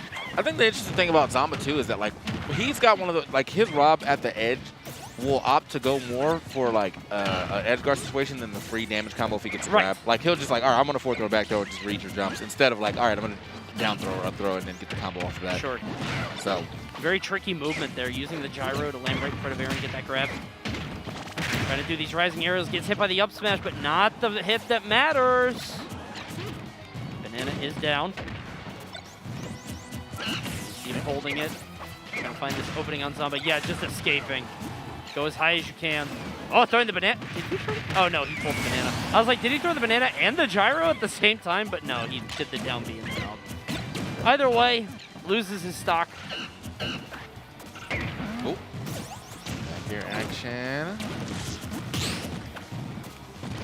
Get rid of that gyro, but even still, I mean, like Diddy, I don't know. I just remember that period where Diddy was able to get so many free stocks with banana drop into down air. I don't think I've seen that in such a long time. And how do you get stocks otherwise, right? I mean, he got a forward smash on Zomba pretty close to the left side, and it didn't KO at like 120. Up smash might, but he might pop out too. Wait, that should do it. No, okay, not even. Okay. That's actually kind of surprised. That's very sad. I mean, I know he's heavy, but I didn't think he was going to be that heavy. Like, I didn't think he was that heavy either. I was positive that was it. But. Oh, missing the grab at the last second, but does get down smash for his troubles. Still can't get the stock just yet. 162. He's got to get it sooner than later, man. This rage definitely does hurt. Oh, up till it's going to find it again. Yeah, but if Rob's living a 170 every time, you've got some troubles. 102 here, has the gyro, not letting it go, trying to incorporate it into his game, but can't get anything out of it. Big shield there. And Zomba, this is when Zomba's at his scariest, because Zomba will just swing out of nowhere. I was like, depending on if he tries to go for the down. No, but decides to go for the back throw and set. Yep. What back onto the stage real quick. And it's, yeah, no, I mean, this is the issue with Aaron right now. He's at such a higher percentage. Every time he gets hit, he's getting blasted off the stage. So, oh, goodbye. Yeah. Oh, no. Yeah, didn't cover You had it. Had the right setup, but did not cover it. But you're right. It's like every single little hit that hits him, he doesn't get to be center stage. He doesn't get to be in the middle. Finally, the neutral air is going to KO. Zomba winning game 1. Yeah, big thumbs up. Yeah, thanks. Thumbs up for the camera. He saw it right there. He's like, on my cam. Thumbs up. Didn't even look at the right game. For y'all, yep. Yeah, I don't know what Aaron does here, because I just feel like Diddy's harder. I feel like Diddy, Rob can shut down a lot of the stuff that Diddy does just straight up. He's so heavy that he's not going to get KO'd for a while. I don't know. Seems tough. Definitely seems tough, and honestly, man, as you said, yeah, we could see he was super struggling to get those stocks. 143 off a down tilt up smash, still not getting the KO. I mean, you said he had a, Sora. True. It is still possible. True. Just that, when I was watching him practice, we'll speak on the side though, it was definitely the Diddy Kong. So I have to just kind of like double down on this, play a little better here in this matchup. But Zomba, no slouch. Sure. Even if you are playing better, he might just up the ante as well. It is a best of 5, so, Aaron has a lot of time here to sort of adapt. And I do think that he's very good at adapting, but I think that a lot of the sets that I see Aaron win, he, like, comes out on fire. Yeah. Like, I see Aaron just going insane in the first 3 games sometimes. This one, he is in the lead, has the banana. Zomba very afraid, as he rightly should be, of Diddy horizontally all the way at the ledge. That's the only way he can really KO you. Yeah, I think he realized the up smash wouldn't kill just yet. Although it might have. He's at 143. He was at 143 after the hit before, but... Hey. Oh, man. Had the right idea, but the wrong timing.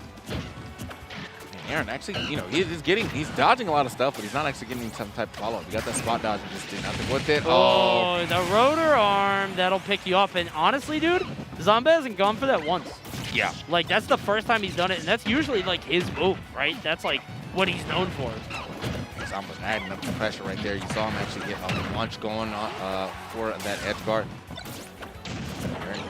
Okay. Let's get the banana hit. Oh, got the triple on that one. Good stuff. Does find the back air as well for the KO.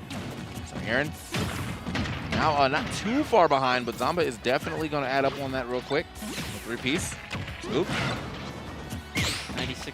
Oh, tries to land with the up air, but no. Man, I thought he was just going to up smash right there. I don't know if that would have KO'd, but it felt like from this percentage, it should have. Right.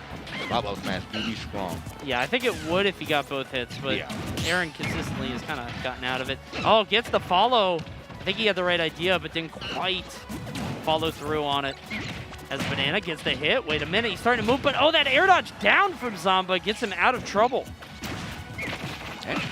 Side B right there, getting one off the stage so he can go ahead and grab his banana. Wait a minute. Aaron kind of turn it up right now. He's looking good. Oh, no tech means you're going to bounce, and that's an easy down smash. Just gave it to Zomba there with no tech. Zomba's going to react to that consistently. Hit the down tilt, but can't follow up. Just these weird execution issues from Aaron. It feels like he's getting the hit, but not the follow-up. Yeah. And that's what I'm talking about. I think Diddy is just very difficult to play at a top level, and Rob feels like like this. Like, you want to get the claps, you can get the up smash. You have to follow through on the roll, Still doesn't. to get that, and it still doesn't KO. Yeah, this is what I'm talking about. He had to read Zomba rolling away and get the up smash, and it still doesn't KO. The next one, though, for sure, right? Well, now it's stale, so I don't know. Okay, goes for the back air instead. Definitely had a chance to possibly drop a smash here off that air dodge, but yeah, back air does find it right there. Sheesh Kong. Man. The back air. Oh no. Okay, I thought he air dodged and went too low. Thought Zomba was gonna get down there with him, but Zomba hasn't done anything off stage, which is kind of uncharacteristic. He got that one rotor arm at the start of this, but usually he'll go a little bit deeper or try to force something. Just really prioritizing the ledge. Oh, he's not. Okay, I was gonna say, oh, but close. Okay. Get back out of there. Oh, wait a minute. Boom. Uh-huh. He's gonna land his stuff. He follows through, gets the roll through. Well done, Aaron. This is looking good for Aaron right now. He might be able to bring this one all the way back from the... Oh! Well, the banana still got the trip behind him. Aaron kind of moving right now. Aaron's kind of grooving on him. Has the banana in his hand, going to try to get the catch. It realizes the Zombair is coming and hits the forward smash. Expertly played there at the end. I'm actually a little surprised that Zomba tried to drop that back air on him. I'm not. It's Zomba. Yeah, but he had the banana in hand, brother. Like, yeah. That move is definitely good because it spaces you pretty hard. So, like, even if it is kind of like when you land, you're usually far away. Not from the banana, though. Is that Dr. Bailey? Where? Riding around on me. Oh, yeah. He's on a Segway? Yeah. Yeah. He's been on that all weekend. He loves it, bro. My man is moving. I mean, he's got to It actually is. Yeah, he's got to get around quickly. That's good stuff. There he is, guest star Jabali. The reason this all happening. Hey, we see you on that Segway on the camera. We got to see on the camera. That was fun. That was fun. He's zooming, bro. That's good stuff. Big ups to Jabali for hosting CEO and for, CEO being the host, the first stop on the inaugural Panda Cup. Yes, sir. First ever licensed Super Smash Bros. Tournament circuit. Stop battle. All right. So. 1-1. Dude, Aaron came alive in the last game. Definitely. Yeah, like the last minute was like, that was all Aaron's energy right there. So hopefully he can keep that up on the next game as we go into game 3. Can Aaron get this up? It's definitely be a pretty big upset for him, Oh, yeah. Aaron, is a good player. Obviously, he made it to a couple summit, or made it to summit, did pretty decent there. But, when we think about Zomba, like, Dude Kid kind of showed up out of nowhere and started popping off. And, well, not out of nowhere, but he definitely started popping off like in a very short period of time. It's like, all right, we know who Zomba is now. Right. Aaron is an immense tournament threat, but it feels like his stock is always ebbing and flowing. Like, he's always, like, going up and down, and, he can have a hot tournament or he can have a cold one, but him at his peak is just, he's an excellent player. And we saw shades of it in the last stock there, and we're seeing it here as well. We can just keep this up. Oh, good throw, but good catch by Zomba. Okay. And actually, while we're talking about that, Zomba has shown inconsistency issues as well. So, we'll have to see if he's able to pull it together. Can sometimes be known to get frustrated, and what character is as frustrating as Diddy Kong? Yeah, this Diddy Kong definitely coming alive right now in the second and third game now. Has not really taken too much damage on this first stock. Has been getting pretty much everything going for him. Zomba has been trying to do more with the banana. You look at the player cam, he's been trying to catch the banana and it has not been working. He's been shaking his head a lot because of that. Up smash not going to take the stock yet. Take it way out of there, though. I'm out. Aaron throwing these aerials. Zomba is really pushing on Aaron's shield in these supremely unsafe ways. Like, we're consistently seeing him just really try to land with these aerials or get these tilts, and Aaron is just getting some free damage. This is lockdown. Wow, what the? Oh, I thought that was going to be an up air instead, but another back air almost taking it as well. He was so high up, though, it just seemed like the up air might have been the better option. Good DI to live that and still getting away from the neutral air as well. Jukes, I'm out. Like, man's got it all. He actually just big dip, kind of scratching at Rob's eyes there. And it might hurt your fingers. 157 here. Finally, the forward air not going to KO. Very he close. Wants this right now, though, because, he's got the rage on deck. It's going to make it just a little easier to get that KO. Back air not going to be enough either yet on the right side, but... Yeah, up tilt will do it now. Up tilt should be able to do it. For sure. There it is. There you go. You're welcome. Slap. Yeah, Zomba really falling behind here, and I have no idea what happened. This just got really bad for him out of nowhere. You got a 3-stock chant in the crowd. Aaron having the crowd buff, too. He doesn't even have headphones in, so he hears all of this. His Florida brethren pulling for him. Late hitter neutral air, not going to get that stock either. Banana is in hand of Zamba. Immediately trades it back. And yeah, he is just taking damage right now. Zamba getting absolutely washed on this third game. And like I said, we know Zamba to get annoyed. We know him to roll his eyes, get frustrated. What the? Blast off! Man, must have watched that new Buzz movie, man. I'm out here. He's inspired. All right, dropping the banana. Oh, yeah. Wait a minute. Okay, I was like, you always got to watch out for the barrels, man. You never know when they're coming down. Yeah, Zamba, unfortunately, at 119. Don't know how he's going to... Did he just... No, he's not. Wait, it's not but close. over. Yeah, I mean, it's not over. But it's not over. Okay, now it's over. Okay, it's low. Wait, hold on now. No, sorry, it's over. It's over. You I was going to say it's just going to keep going unless he goes to ledge, but yeah. 148 here. Up tilt will do it at a certain point from Aaron. You know, if they were both on last stocks, I would absolutely see Zamba with the potential of taking this. But the fact that Aaron is another stock in reserve makes me feel like he is not long for this game. Couldn't get all the way. I wonder if up smash would have reached because, you know, Diddy does jump a little bit. So. Yeah. Oh, no. Goodbye. Wow. Big up tilt. And despite how helpless this looked the first game, the momentum has utterly shifted. It has just totally been turned on its head. This is absolutely different. Yeah, because, I mean, Zamba looked very good in that first game. And although Aaron kind of showed some shades of life in that first game and the second game, to be honest, the second game, he's taken the momentum from, like, literally the last minute and just applied it all through the third game. So now, 2-1. Aaron, are we going back to... Nope, we're actually going to small battlefield this time around, but, you know, still got the double platform layout. I just don't know where this came from because it seemed like Zamba was so firmly in control, but Aaron is just sort of moving on him. It feels like Zamba isn't being as disciplined with his shield, and he's also just kind of throwing out a lot of attacks on Aaron's shield like that neutral air, and it's going to add to so much all at once.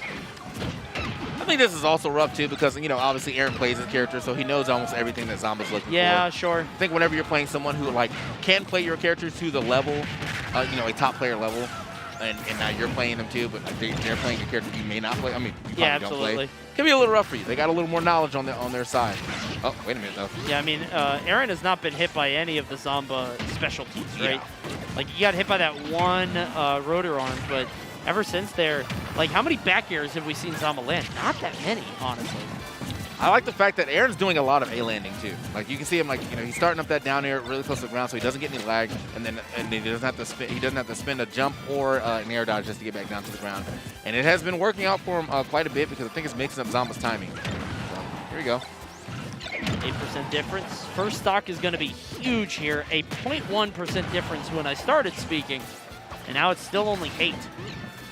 Oh.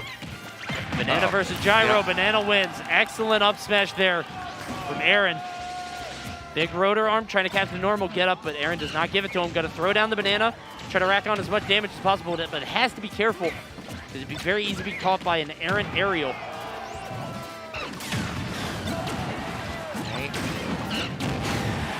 Doing some flips. Well done, Zamba, taking that stock off.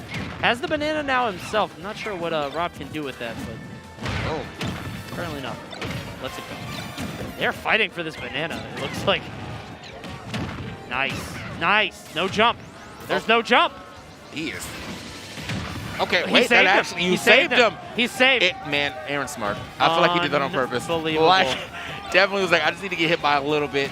Zamba, not kind of overestimating that Diddy recovery, decides to go out there, and now Aaron is living on that same stock still when Zamba could have had a pretty hard lead right now if he just stayed on stage. That's insane. Yeah, Zamba, I don't think he realized that Aaron could not have made it back. Burned all of his resources and still hit him.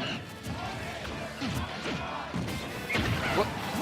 I hear the Pledge of Allegiance. I hear the Pledge of Allegiance going on in the crowd. That's got to be, maybe this is Pledge of Aaron or something. No, I didn't hear every word. So. Listen, I went to last year's CEO and they started chanting the ABCs. So. Well, they'll do anything here. Yeah, that's just Florida. Yeah, I think the Star Spangled Banner one year. I don't know. I hope that's not DMCA. 157 on Aaron.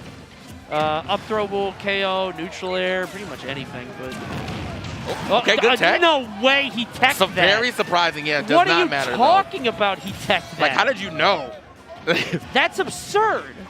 So Aaron, though, is going to be behind now. He was at 181. It would have been nice if he was able to find that down tilt up smash, but now he's got to work a little harder for this stock. We've seen how many times Zamba has lived, an up smash around this percentage. But yeah, I think the issue is like up tilt would have get. Oh, he got him. He's dead. He got him. Yep, that's the Zamba. Wow, okay, all right, guys. Right. There's a lot of booing. He's like 17, bro. Come on, be nice. I did it. Anyway, no. Anyway, so game 5 between Zamba here and Aaron's Diddy Kong, most likely, unless. No, it's Diddy. The Diddy's cooking. The Diddy's cooking now. Oh, wait. Now I realize what you're saying. Unless. Yeah, wait a minute. If Aaron decides to FF, if he wants to surrender.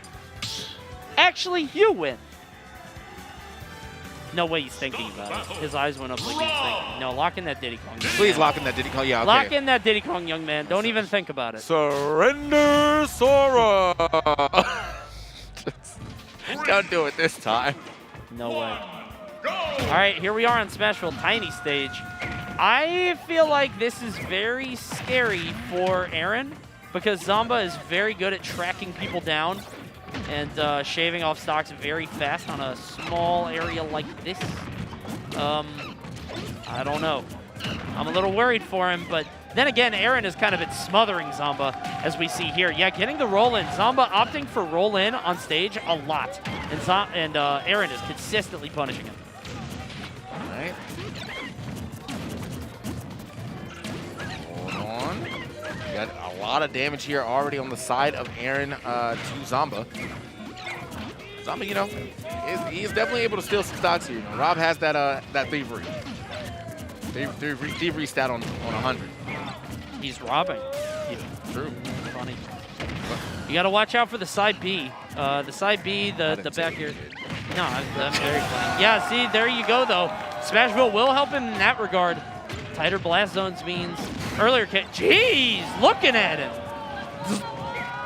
Big forward smash. I think that KO'd Aaron at like 90, which again, I'm saying Rob just has a bit of an easier time in those situations. But Aaron has found a way to piece all his moves together, force Zamba into bad spots. We're going high on this recovery, and he got away with it. Yeah, well, looked good for him, man, because that was looking a little scary for a second. However, this game's starting to escape Aaron right now. Zamba all over him. Oh! I can't believe he got that. A lot of roll-ins on both sides, like on landings and on tech and stuff. 25. Scared to go to the ledge, throws out the banana. Zamba's going to catch, goes for the back air, going to go through. And another roll-in from Zamba. I think Aaron tried to cover it, but slightly off. Almost losing that stock right there. Good DI from Aaron to make sure he preserve it. Not close enough. He's not close enough. No. Yeah. Good call, good call. Has the banana. Oh, yeah, Zamba. Zamba's got to watch that, man. Zamba keeps going for that very close laser. He's going to consistently punish him. He should still die. Yeah, I was like, he should still lose the stock right there, but he wasn't going to land on the platform. Either way, big tombstone pile driver right there to go ahead and get that stock. 85%. That is, a lot. Not a lot for Diddy, at least against the Rob. So, yeah, 85 is not crazy. You see the banana swinging the momentum a bit. You got an up throw up there. What? On the platform, Florida, the hoo-ha? In Florida? And on the platform at that, man. It's going to get him an earlier KO. Wait a minute, though. He is. Oh, he's getting rocked from side to side. Air dodge just through. I love that air dodge from Aaron. That's one thing I definitely noticed, too, here from the side of Zamba is that, like, Aaron has been trying to slide off this platform on the side slide instead of dropping through, and Zamba has been putting, like, a gyro at the bottom where he is going to land every time. So that's been working out in his favor. Good turnaround. Oh, I love that. I love that from Zamba pushing him into the ledge. Has the gyro up, going to go through, but he has to re-grab. Going to hit the banana. Zamba trying to control that center under that platform. Is getting very heated as the set goes on. Oh, the banana! Oh, it saved him. The RNG dropped it. Okay. Banana still actually got him back onto the stage. This is a intense game 5. Oh, wait! He's dead! Oh, okay. He got the air dodge through to make sure he didn't die. The first one, that would have been an issue, but it doesn't work now. It does! Aaron takes it from behind with the up smash. Gotta give it up to him. Incredible up smash there. The counter pick coming in huge. He got 2 KOs with that, with the smaller blast zones. As the ceiling came down, Aaron was able to find KOs earlier, and that is just masterful use of a counter pick. We got a CFL chant in the crowd. Look at all the cams. Look at all the production on him. Zomba, unfortunately, will drop the losers. And remember, guys, it's early. Yeah. Like, that's top 64. Yeah, So, wow. Oh, man. Wow, at that. I mean, what a way to come back, because I was for sure Zomba, like, he had it in the bag. He was pretty much putting Aaron off stage the entire time near the end. He was catching Aaron as he was trying to leave that platform, which, yes, it was his stage. It was his counter pick. I'm sure he wanted good uses of that platform, but I mean, Zomba was doing a good job of realizing that he wanted that and covering the way that Aaron wanted to get off said platform. However, don't think he was prepared for that. I mean, that up throw banana up smash, you know? Right. It's so strong, and the fact that it was able to cover on the platform and get the KO there, I mean, like, as we saw in the earlier matches, PS2 is so big that it's so difficult for Aaron to be able to get the KO at reasonable percents. Meanwhile, Zomba, I mean, because Rob is so versatile, you've got back air, you've got up throw when stocks get super late, and there's a lot of different ways to get the KOs. We're going to watch a couple right now with the replays. Let's go ahead and kick it over to that. Game 1 on PS2 looked like it was all Zomba. I mean, it just top to bottom. You can see this full stock advantage almost. Finally, Aaron was able to get it with the up tilt. We saw the up tilt KO a few times, but at the end of the day, I mean, yeah, that neutral air finished it off. Yeah, man, wow, what a set, dude. A lot of fun to watch. That was insane, man. I mean, like, you know, just the adjustments on both sides. I mean, Zomba definitely ran away with that first game pretty hard. Aaron ran away with the third game, I think, pretty hard. And yeah, I mean, it was definitely a nail biter on both sides. Yeah, I can't believe he was able to pull that one out, because that looked so decisive after the first game. But Aaron is doing a great job there. Zomba, unfortunately, gonna drop down to losers, despite, you know, he had a great performance here, and you have to imagine he's gonna have a hell of a run all the way back up. Yeah. If he ends up making it to top 8 on the loser side of things, yeah, it's gonna be a run. So anybody has to run into him on that side, good luck, man. Right. Good luck. Yeah. It was going to be hard either way, though. You know, Aaron kind of pulling up, too. Small battlefield looked pretty good for Aaron here, but at the end of the day, he got hit by that side B, that rotor arm. Finally trying to Mario Kart DI it, but unfortunately did not pan out for him. And there it was, 2 times. 2 times he got that up smash under the platform. And the fact that he got KO'd at 95 and still ended up winning is absurd. Yeah, man, that's early.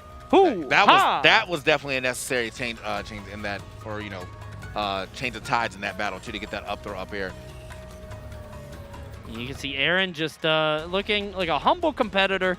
You know, didn't pop off, didn't do anything crazy, just sort of nodded his head, took it in stride. Well done to Aaron taking it over Zomba, which I'm pretty sure that's got to be an upset. I mean, yeah, that's a big upset, bro. We'll see what the PG side says. Yeah, I'm not sure how big of an upset. Upset factor 5. 5? Yeah.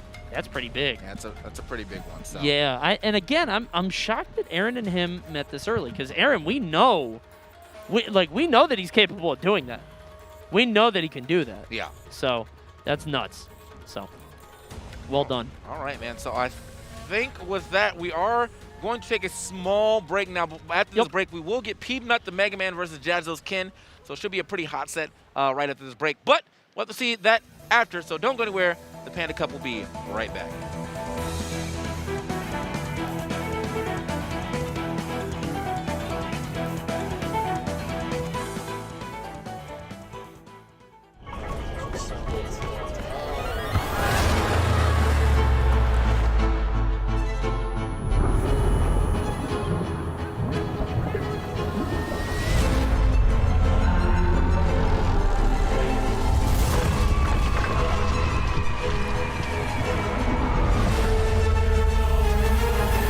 Pizza's here.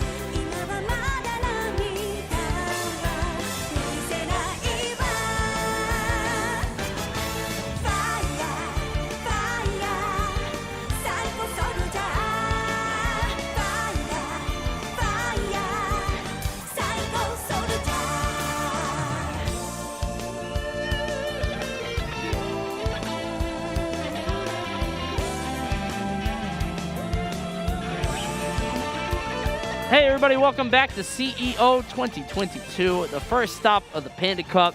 We are smack dab in the middle of the top 64, and we got some more matches coming up for you. The first match, top 64, that we had was Aaron versus Zomba, and that one was a nail-biter, to say the least. And hopefully we'll have more matches like that coming up. We're in the middle of best of 5 now, which means that the matches are going to get pretty high level, yeah. I think, even more so as the event goes on. Yeah, man. So up next, as I said before the break, we do have Peanut coming in from South Carolina, I think, for sure. Mega Man. And then Jazzo, either Atlanta or here. He's a Kim player. The Kim players all stick together. I feel like if they were all here, they'd all be, well, they're probably all at the front stage right now if there is any other Kim players. Sure. I talked to him yesterday. He says that he is the, even though Light exists, okay, he is the CEO of parries. Okay. He said his parry game go that crazy, so. Okay. He's on the grand stage. We do get to see it. Yeah, I'll be the judge of that. Parrying Mega Man. Oh, we got a hug to start off. I like that. Parrying Mega Man jab doesn't count. That's too easy. That doesn't count. You can't go doosh, doosh, doosh. I don't count that. Meanwhile, young Peebs on the other side. Peebnut, one of the top Mega Man players. He's the only Mega Man player I was now. gonna say, not many of them left, man. It was, it's just like him and Kameme, and you know, or was it? Yeah, Kameme, Kamamushi into Kameme. Yeah. Yeah, and then He stopped. Plup did it for a bit, but yeah. He might still be doing it now too, to be honest. Mars has got a pretty good Mega Man. You've Mars used got him good before. everything. Jeez, 58. Yeah, well, not off. Just he hit him on the right side too. Karate Man's strong. Hiya! Karate Man definitely doing some work. Hiya! Okay, gets the Tatsu. Oh, I like the leaf shield idea. Oh, he's tricky. It looks very funny when he throws it backwards, like it's between his legs. Okay, good start right here. Definitely for Jazzo. Oh, don't jump. Okay, he knows better. He knows better. Don't jump. We've all died to it at least once. Oh, he just rides the wind. Just chills in there. Oh, I like the follow through. Had the right idea, but not quite the right timing. Oh, tries to get the Shoryu, but doesn't land. Okay. So I'd like to note, chat, we've seen no parries. But anyway. Not a single parry Not a thus single far. parry on either side. He was like flickering shield too for a second. He's looking for it for sure. This probably has conditioned these parries. Oh, okay. Yeah, does the spinaroonie in the wrong direction. Trying to find this opening on Peebnut. Peebnut kind of hopping around. The up tilt is the threat. Yeah, you can see Peebnut getting a little bit too cute. Got too close to the fire. There we go, though. Z-drop into the back air. Well done. Tries to put the crash bomb on him, but no. Okay, big damage right there. Or big blocks right there into. Okay. The noise is so do-do-do-do-do.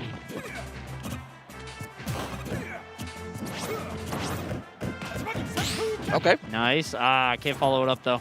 Yeah, it's a little rough. Look, man, this man is stuck in the sky. That tornado, definitely one of those moves that I feel like it doesn't seem like it should be as strong as it is, but it is. Right.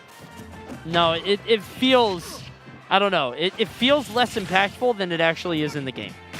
For whatever reason. He's got another one. Oh, trying to chase him all the way to the top. Yeah, not jumping won't save you there. He just tracked you all the way to the top of the stage. Well done by Peebnut, getting the stock from Jazzo. Little rough to, what can you do when you're all the way at the top? Right. Not jumping, not doing anything. You already lost your air dodge. It's over. Okay. Oh, Peebnut trying to find the opening. Oh, Got a couple, I guess. You can see Peebnut, forcing jump. He's like standing in that horizontal distance. He's under the platform shooting lemons, the jabs. And it feels like Jazzo has to jump in to try to stop something. He's got to figure out. Yeah, we're getting out. Yeah, to get this stock sooner than later. Now, the thing is, though, Ken definitely loves some rage. So even if he get the stock right now, two Ken combos and the third one into a Shoryuken might actually finish the game. So. Right. Oh, okay. Close. 103 here. CEO Perry's back in the mid. Oh, Jesus. He said, let me show you the real Shoryuken. That's a real Shoryu, bro. The smash Shoryu, at least. He's like, I was here before y'all. Man, getting that up tilt, getting the stock, winning game one of this Capcom battle. Not sure if either of these two play anybody else. I don't think so. All I can think of is, I feel like I've seen a lot of Ken and Kazuya lately, bro. Or not Ken, Ryu. A lot of Ryu and Kazuya lately. I feel like Ken has not been quite as notable in a lot of ways, and I don't know. Feels like stuff isn't stringing together like it used to. It's having a tough time. Peanut kind of using that. Feel like it was hard for him to land anything to get the actual KO. Like, he was able to get the strings together, get a lot of damage that way, but not close enough to get a Shoryu or anything. Yeah, I mean, you're still playing this, you know, this Shoto versus a zoner. Someone, right. Honestly, a zoner plus someone with pretty good multi-hits. So, but he is doing a way better job here in the second game. Okay. I feel like Jazzo, he's becoming the CEO of parries for sure, but he's parry, like, it's a lot of multi-hits. So yeah, VP, you know. VP. Yeah, you get hit, you parry the first part of the leaf shield, but the second part doesn't come through anyway, so no hard to do that. The VP of parries, yeah. Gets the back air, can't quite finish it out, trying to assault the shield with up airs. AC Peanut playing a very defensive game. I think this is, you know, obviously this is the right play against this kind of character. He's kind of playing middle distance, throwing out the projectiles if Jazzo's ever above him, trying to get him with an up air. Oh, that's crazy that you can do that. Stringing together that combo all the way to the right and getting the up tilt. Yeah, Jazzo, I mean, he has definitely got him in kill percentage. Just has to find the actual KO, hit. That's made the airs out through that. Good timing right there, actually. Okay. Should be it, maybe? Yeah. Yeah, no question. No rage this time. Big Shoryu there. Well done by Jazzo. Ooh, follow through on the roll. Has to watch that roll habit. Rolling in from ledge when somebody's coming back is a habit that exists even at high level. ACP is not just throwing out that flame sword. Stuck on these platforms yet again. I mean, now one good king combo. He's back in. There it is. Now he's parrying. Wait a minute. Oh, it's like if he got the actual trip, he's back in it. Bro is parrying. 70%. Oh, he didn't get the stage. Oh, DI mix up. Yeah, wait a minute. Right, so he's right back into this and almost getting it with the roundhouse, but not enough for the stock just yet. Gorgeous stuff there. See Peanut again trying to keep his distance. He's at his best when he's playing at this mid-range and trying to force Jazzo to do something, whether it's roll in, whether it's jump in, whatever it is. Covering the ledge with the Z-drop. Oh, tries to get him. Oh, man. He has, I think it's honestly this character because he's definitely getting the parries, but it's just, you know, he's not being able to act fast. Oh, no. He's gone? Nah, he's almost. Had to time that a little harder. Wow, at that! That's actually a 1-2. Yeah. He hit him with one arm and then the other one. Yep, the hard knuckle to the hard uppercut, so. Oh, yeah, that's a double. No, not 3. You're silly. 3 damage, though. Definitely trying to end it all. Yeah, for sure. No reason not to go for it, but... Oh, you can see him with the leaf shield. I hate that leaf shield. Definitely one of my, like, you know... Oh, my goodness! Top 3 annoying boosts in this game. What? He ducked the metal blade and then grabbed it anyway. Like, he went under it and he still picked it up. Peanut is moving fast, kind of dancing on Jazzo there, if I'm being honest, on that last stock. Just followed him all over the stage, used a ton of different projectiles, every move in his kit, and Jazzo couldn't keep up. Yeah, man, Jazzo, I mean, I feel like he's just not, to me right now, it feels like he's not throwing enough buttons, just kind of like, because I think that Ken has a wonderful nair to just kind of glide through the air with, but it seems like he wants to really play his defensive game, and it's a little hard to do against Mega Man. He's got so many hitboxes out of all time, so even if you are getting a parry, like, I feel like the next hitbox is just going to hit you anyway. Dude is attacking. This Mega Man go crazy, though. Yeah, I love watching Peanut. I love watching good Mega Man because it's such a rare thing to see, you know? Yeah. And Peanut constantly a threat at these things, particularly, you know, in the top 64, top 32s of majors. Have to imagine that Mega Man just sort of has difficulty at the higher ends of matchups, you know, between Pyramithra, characters that probably give him a lot of trouble. It may get tough as you go up in the bracket, but definitely seems fine against Ken. His character just seems to play that middle distance and force Ken to try to make their way through this constant barrage of explosions and projectiles. Don't know if Jazzo has the answer. He's getting one more shot here as we go to game 3. All right, let's get into the game. And we move. Okay. Flash him one more time. Let's move into game 3 for Peanut Jazzo. Decided to swap the scenery just a little bit, but will it actually help? Okay. Down smash punish right there.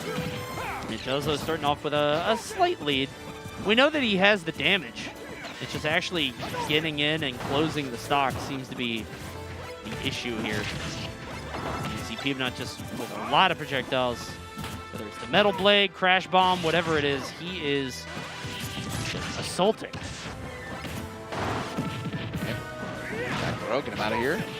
Takes the extra damage to others, Hadouken, but fully in the position to actually take it with a combo to show you just yet. Maybe one combo and then the next combo to show you if he's able to find it. I feel like Peanut shouldn't be able to get away with that, but maybe I'm wrong. Maybe that up air on block is actually like not as minus as it seems. Yeah. You know what I mean? Like it looks like that. Damn. Oh, huge hard knuckle there. Yeah, that up air seems like it should be able to be like shieldable and then be able to get hit. So I'm not sure. There's a little bit of lockdown in it, though. You know? Yeah. I mean, you're stuck for a little bit. Yeah. Get the back air. Oh, into the forward smash. Wait a minute. There's no way out. He's going to have to keep using the oh, yeah. Once you're stuck into repeated Tatsus, there's no way out. And Peanut using that to great effect just constantly with the back airs, disrupting. It's so disjointed, too. Hey, doesn't even get stock even with that, man. It's just Peanut has definitely been dancing on Javelin for the rest of this set. Although hasn't really been able to get that defense that he's known for to really work. I'm sure you can actually not going to connect either. Looks like a pretty good DI out from Peanut to avoid it. He's fishing now. Oh, this should be it. Yeah. Finally, okay. Third short U is going to do the trick. But how do you take off two stocks, especially when you've been trailing this whole time? Peanut just did so much damage on the shield with the tornado. Jeez. That's out of there super quick. Okay. Nice smash. Yep. Gets the Hadouken as well for the extra, just in case he misses or hits the tech. Hard knuckle. You got to be so careful. Peanut is so good at this offstage game. He's consistently punished Yazo trying to get to the ledge or really trying to make any type of movement toward the stage. Might actually be able to, run this into at least the stock if he can get back down to the ground. He's got some pretty good damage here onto Peanut, but Peanut, on the other side of things, does have the good damage plus the percent lead or the stock lead. Again, he doesn't have to do anything. He's just chilling under the platform. Has the horizontal projectiles. Yeah, you see the way he's jumping. He's just chilling. Even if he does fish for an up tilt, it doesn't matter, because if you lose your stock, who cares? You have another one. Yeah. Peanut just has all the cards here. Everything shifted on that back air. Oh, wow, that up smash. Oh, man, looked like he was actually trying to go for, potentially a shield break, to be honest, but he didn't go for the input instead. Oh! Shield poke looks insane. Yeah. Like, it's consistently just knocking Jazo out of shield. 164 here. You got to figure this is a foregone conclusion. His back throw going to do it. Sends him flying. Not enough yet, though. Uh-oh. Okay, blasted! Actually, really good timing, though, to at least avoid the Crash Bomber, but yeah, no. I think he wasn't completely sure, so used that roll on to get a little more invincibility and roll directly into that charge shot. F smash. Jazo, yeah, not really able to get that defense going here on this, but I don't really think that was him. I think it's more so just the matchup probably makes it really hard for you to get, that defense going for you. Seeing that, a lot of multi-hits, a lot of, tick hits from afar as well, so yeah. Yeah, I don't know what you do. It feels like Ken is just operating in that middle space, just getting knocked anytime he tries to go in, and Peanut just, even when you try to shield it, he's going to land on you with the up air, he's going to land on you with Metal Blade, back here too, and as soon as you were off stage, I mean, that's a couple Metal Blade, or the back airs over and over and over. There's really no way around that if you're Ken, just the recovery is lacking. Yeah, so with that being said, we probably are going to get to these replays relatively soon, but that's going to be a nice little 3-0 right there from Peanut. So let's go ahead and check out these replays real quick to see exactly how that action went down in this set. Now, Jazo, did have a pretty decent start here in the first game, but unfortunately, as the set just went on, I mean, Peanut just got closer and closer to closing them out. And I think this is one of those matchups, too, that, it just starts to wear on you. You have to deal with, a lot dealing with Mega Man, and that's, 3 games straight that you have to deal with the same stuff, Yeah, it's draining. And on top of that, it's like they can learn your approaches and how you like to get in on them and then sort of adapt to that style. Meanwhile, it's very difficult to continually come up with new ways to get in on a character like this, right? Yeah. You got to have a lot of tricks in your bag. But no tricks here just a treat of a hug. I don't know how I was going to think that. You tried it. Big hug You tried there it. from those guys. Clearly, a lot of respect shared between Jazzo and Peanut. But Peanut is going to advance on to top 64. Meanwhile, we got another match coming up for you guys. It is Zeta versus ZD. Now, if you didn't know, ZD's from MDVA, our homeland. ZD, actually, his flight got canceled here. Okay. And he didn't think he was going to make it. And then he bought a $300 flight and said, nothing will stop me from competing this weekend. All right. And And he's here still he here is. in winners. Yeah. One of the last Foxes to still be doing that. I know he has a, he has a, if he really wants to, could still go for the Luigi. Sure. Also has the Wolf. Yeah. I actually forgot about Dominator. Oh, wait a minute. We got something in the crowd. This is Dominator versus Yanni, game 5. In a minute. Oh, wait. Oh, Yeah, jeez. give me that. Let's go ahead and shift over so I can see the gameplay, bro. Can I see that game? Can I see a little gameplay? That's, yeah. It looked like he that's- was slightly moving. Oh, wait. This is I see somebody's really high. All right, Dominator. All right, this is as good as we're gonna get, guys. We'll be able to tell. We'll be able to tell by the pop-off, perhaps. All right, here we go. So I'm seeing 105. Yeah. So Dominator 1 stock, Yanni 2 stocks. Okay. 101 to 0. Yes, the Dominator slightly trailing. So here we go. Oh, trying to forward smash. Oh, look at that. Dominator trying to defeat Yanni. This would be a big, this would be kind of a huge upset, right? Yeah, but I mean, look at the damage that Yanni has done to him. I'm pretty Yeah, sure he probably 96. has Diamond as well. Yeah, you have to imagine this is probably going to be done soon. All right, here we go. Oh, you can see, yeah, he got rid of the crafting table. You see the triple forward tilt. Oh, there we GGs, go. yeah. Diamond, Yanni popping off. Oh, look at, oh, no. Oh, no. Yanni had enough, bro. In front of his dad? In front of Dominator's dad, bro? Well, Yeesh. Wow. wow, son, what did you say to him? Like, just, Hey, apologize. Why is he so mad? Apologize. Say you're sorry and mean it. Well done to Yanni defeating Dominator. That's tough. That's tough. Going to game 5 with Yanni, that sounds exhausting, Yeah. especially as Mario, but he's able to pull it out. Good stuff to Yanni. Advancing on, I feel like that means that Dominator probably dropping down at, like, I don't know, pretty low, right? Because I mean, Dominator beat Vinny, right. which means that he had to have lost probably his next opponent because Yanni was in losers. So that's, okay. He's yeah. probably like 65th, you know? Yeah, Something like that. maybe 40, something like 40, that. you know, 49th, something like that. Yeah. Either But way, seemed like a good Mario. Yeah. You know, thought he would make it pretty far. but game 5, man. Was game So, 5. yeah, Was game 5. Definitely got a couple W's somewhere in that set. So. Yeah. But that means that Yanni will be moving on to get a chance to play some more people. But that's either here or there. We are going to be moving over to the Snake versus Fox match, Zeta versus ZD. This one, I feel like it is pretty interesting because you do have Reflector, but it's not that big of a deal with the way that Snake's projectiles work. And then on top of that, you got this combo game that can sometimes get broken up. Like everyone knows Fox Force combos. You get one up tilt or one up air. You're probably going to get like 6 more.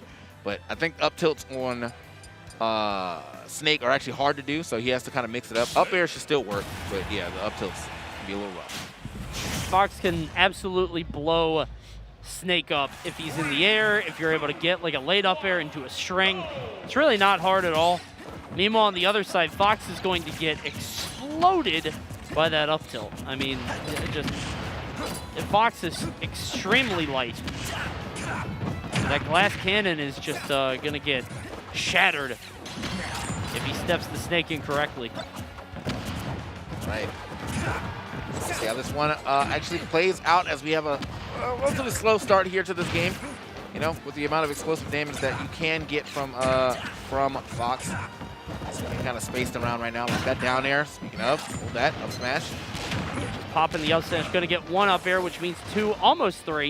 You see Zeta pop the Cypher. Oh, almost, man. That was actually a really good idea, though, from ZD. Use the platform for extra elevation.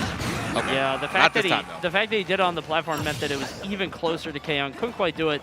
And the second one absolutely will. Puts the C4 on him. Yeah, you can see ZD immediately, as soon as he got the C4 on him, he tried to stay close to Zeta, just so he wouldn't be able to blow it up. But does take a little bit of damage, not too much. And land these forward airs. Oh, there's no jump. Yeah. Sean? Oh, no! Doesn't even need it. Okay.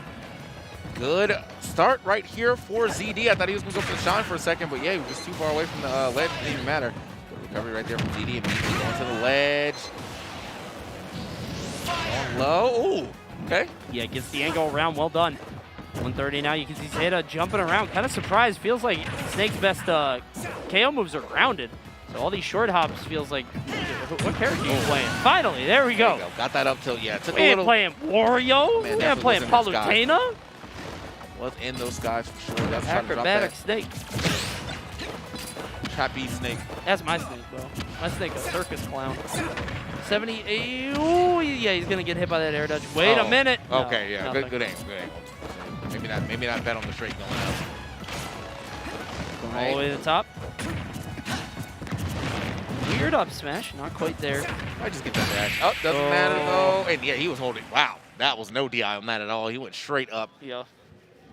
Feels like ZD didn't have to work very hard for those kills. I mean, like, one of them was obviously, you know, an SD from Zeta, but the other two just kind of landed in his lap. I mean, he got the double up smash. I feel like Zeta has to play a little bit more defensive, a lot more grounded. Might not be as used to fighting somebody who can kind of overwhelm him the way that Fox does. Yeah, I mean, he definitely got overwhelmed. However, at the same time, you know, you got to think about the fact that it was somewhat of an SD in there. You know, going for that air dodge instead of being again, but it is what it is. So into the second game, over here to small battlefield. Trying to axe kick. You can see here 58 to 63. Very even thus far. Shooting the grenade as well. Yeah, there's a lot campier here from Zeta. As he should. Yeah, this is the right play. Just try to use a lot more projectiles. Chill out, relax. Force Fox to earn like every build-in, every interaction. Back on the stage here, ZD. Oh! Oh! To get away from the time does not, though. I feel like I'm surprised Zeta didn't just pop that up air. Yeah. Because that could have been, you know, I feel like he had time to react to that. No up tilt. Beautiful. Good up tilt there from Zeta, evening it right back up. Hold up. Hey, look. Ooh. They got air tricks, dodge. bro. I see air dodge to, like, you know, ground tech. I never seen air dodge to wall tech. Yeah, that's kind of crazy. Need that extra elevation real quick. Yoop. Oh, down air. Wait a minute. Yeah, well, he's got to go high. Gets disrupted. Oh, that could have been more from ZD. Yeah, we got a neutral air. Big air dodge back, but it just means more damage. 13 on the jab. Ah, you got to be careful. You got to overshoot that. So, like, even if they do shield it, you can go behind them. Yeah. But if you just end up right in front of them. Ugh. Hello? He believed in it all. I mean, ZD has been using a lot of Firefox, though, so, you know.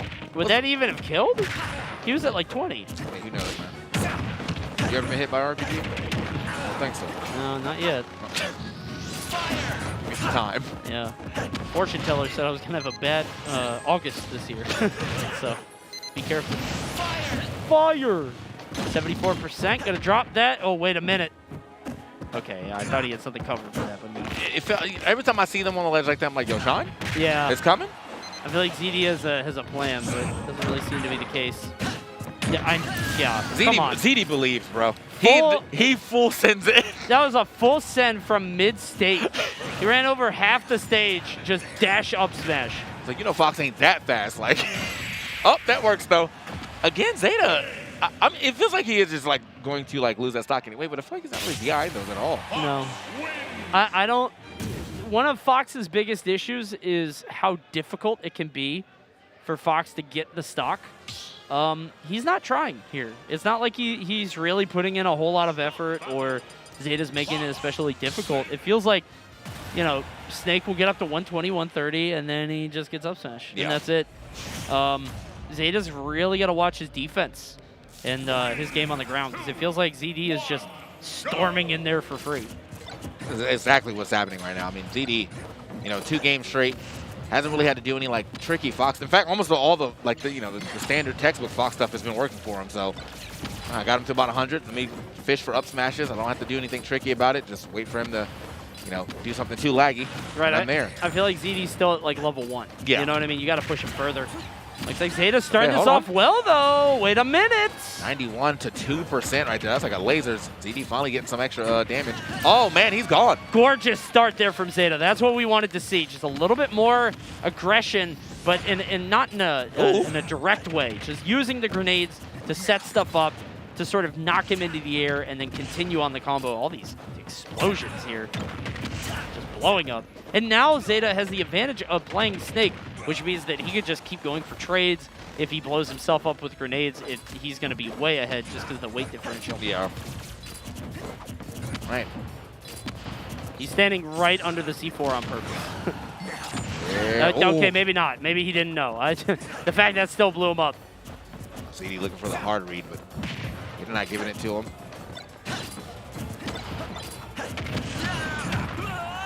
Yeah, ZD, I mean, this third game, definitely not the same ZD that we saw in those first 2. He's still looking for a little late on the option, unfortunately. Does take the F tilt. Does not lose that stock yet, but yeah, he's locked down. This is what I was talking about, by the way. Man. Just like Zeta is way more locked down. He's making ZD really try to fight for this KO. And because of that, Zeta could just play around it. Like, even if he does get KO'd eventually, he's got such a humongous lead now. yeah, that was a little bit. That was a little bit. I mean, look at this, man. 1 whole stock left here for ZD while he's a whole stock behind Zeta right now. So, see if he can get back into it. Good 67% already to start it up. Zeta, though, don't lose that momentum that you had. You were definitely flustering and frustrating ZD in those first 2 stocks. He's got to keep the momentum up. Gets the forward tilt, has him off stage. I don't like that down smash. He's gone for that a few times. It's not hit him, and actually it's ended up with him getting punished. I mean, ZD's able to just land on the stage with an aerial. ZD does have some good damage. I'm not sure if the up smash will kill him immediately right now. No, good DI for sure. The second one, if he does end up getting another one, should be able to do it regardless of the DI. And, okay, dash attack back air works out. 62% on ZD after a very hard first 2 stocks. And he's been able to keep this game relatively close. 60% right there is like 2 Fox combos. Or if he's able to find him some up airs. Could just be 1. I mean, like, normally if you see this with most other Snake-Fox matchups, you would say that Snake is, like, heavily favored here. But with how the rest of the set has gone, ZD can absolutely make this back up if he starts playing like he did in the first 2 matches. That said, I think Zeta has turned something on and is looking like a totally different player. Oh, man. I forgot what that was, too. Oh, okay. Wow, I thought ZD was running in. I did. I thought ZD was going to start storming in and just get slammed by that. Yeah, he's got, okay. Oh, yeah. Answer for the answer. ZD, yes. Got to watch out, though. He did get the damage up. I mean, Snake is adding up as well, but he's already in. Kill percentage of the up tilt. Yep, there it is. So gorgeous. Like, runs up and does it. Yeah, that's the Zeta we wanted to see, man. This is the Zeta that's made it this far. Was looking very shaky games 1 and 2, but that's exactly what you want to see later on in a bracket, Snake versus Fox. It's now 2-1 ZD's favor, but Zeta has come alive. Right. The game plan is the same. You just try to keep Fox out, try to rack up as much side damage as you can with grenades. I mean, like, each grenade, let's not forget, does enough damage that it's like a tenth of Fox's stock. That's a big deal. All right. So moving into this 4th game now. ZD, definitely had a rough third here, but it's gonna be great for Zeta, man. The first part of that that 3rd game, Zeta was definitely all over. Got a bunch of the Snake stuff going for him. A lot of residual damage just by grenades being in the right places. All the explosions being put on. Okay. Breaks out of that though in time. However, way up there. Gonna chase him to the top. Gonna pop that up B. Try to save there as much as possible. Throwing the grenade. Oh, wow. Is that it? Oh. Wait, he hit it. You got it. Wait a minute. What's the play? No, count. It's a little hard. Yeah, it's like what unless do you you're doing like a reverse forward air. Like. Yeah, good luck. He's very difficult. And again, this is extremely even still. I mean, there is a 27% differential, but I mean, Fox is so much lighter. And of course, I mean, you got to think about rage too. As Snake gets stronger. Yep, not even a tech or anything. Just stands there with a grenade. Ah, there we go. I do notice that like ZD does have like and you don't get anything off this obviously, but like sometimes you just kind of put him in a different position. There's no grabs coming out from ZD. Like he doesn't do that. It's all attacks. And I guess obviously Fox doesn't get like a grab combo, but sometimes with the amount of time that there we go, got a grab. With the amount of time that Snake is in shield because of grenades, like prime time grab hours. Oh, no question. Yeah. I mean, Snake is one of the best characters you can grab in the game. That's sort of how you get rid of him in a lot of ways. A lot of the best characters that function against Snake are because you grab him, you throw him off stage, keep him off there. Oh my goodness, Barbarian slice for that forward air. But you're right, that's a really good point. It feels like ZD just doesn't opt for grabs at all. Man. There's an up air, trying to send it. Yeah, that's a roll in. Oh, good stuff by ZD. Covering the roll-in option and putting himself one stock away from advancing. And actually going to go ahead and push him up and out of there a little early on the drop down, so he can use that grab armor for the grenade himself. Out of there. Okay. Oh, yeah, she actually started up a forward air. It's like, yeah, I'm getting down with conviction. Right. You're letting me down. Yeah, now ZD's fine with taking these trades. He doesn't care how much damage he takes because he's going to perish soon anyway. Takes the firefight. Oh, a little bounce for him. Yup. A little bit of a bounce on that one. Yeah, this is what we were talking about before. How is it that Zeta's having trouble getting the KO? Oh, no. Oh, it doesn't. Yeah. That's fine, though. Again, that's good for ZD. Grenade. Take the extra. Okay. Yeah, no. Yeah, he gets the bounce. No tech. Again, Zeta definitely showed us something in that third game, but it was not quite enough. Couldn't sustain it. Couldn't keep it up.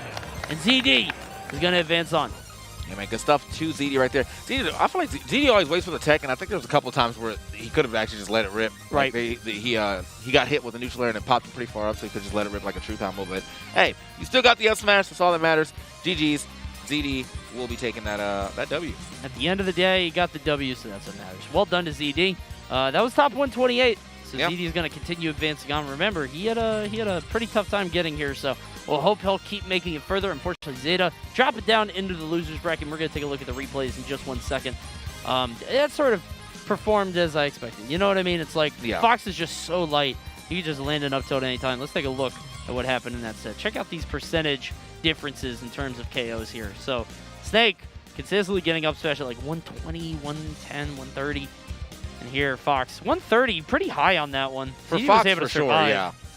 Because Fox is, 120, not a heavy character by any means, on any stretch of the word. But yeah, a lot of these stocks taken around that same area, the 120, got that up air and it ended at 120. But yeah, pretty much everything is in that 120, 140 range. Oh, it's like ZD. dead on. Yeah. And remember, he didn't have to work for it hard. It felt like every time Snake hit 120, he just did it. He just sent up smash and it killed. Yeah, it was like, there wasn't a lot of confirms. And like he was literally just dropping them raw, and like it worked out. And even a couple times we were like, all right, bro, that's, right. Look, a little overzealous, but you've been hitting so many of them, why not? Yeah, big up smash there. It seemed like Zeta might have been able to pull some stuff out there at the end, getting some stocks off of ZD quickly, but ZD got that read on the roll-in, and then there's a bounce here, and as soon as he landed on the ground, that's a free up smash for ZD. Feeling himself, man. I mean, he took a big risk. Yeah. Coming here after his flight got canceled, bought another one. So, it's great to see that happen. Well done to ZD, and he'll keep moving on. Yeah, man. So big shout-outs to him as he gets a chance to keep playing. I'm probably in the top 4, top 32. Go looking for the top 32 area. We do have some more matches for you on the outside of a break. It is going to be TSM Tweak versus Pro Tips Overlade. And that's going to be interesting because both of them play Sephiroth, but I don't know if we're actually going to get a Sephiroth Ditto. And then after that, you do have Omarts versus Riku. But that will be, obviously, after a small break and a capture swap. Guys, it's been Panda Cup. I know we've been having a great time, but do not go anywhere. We got more great Smash action on the other side. We'll be right back.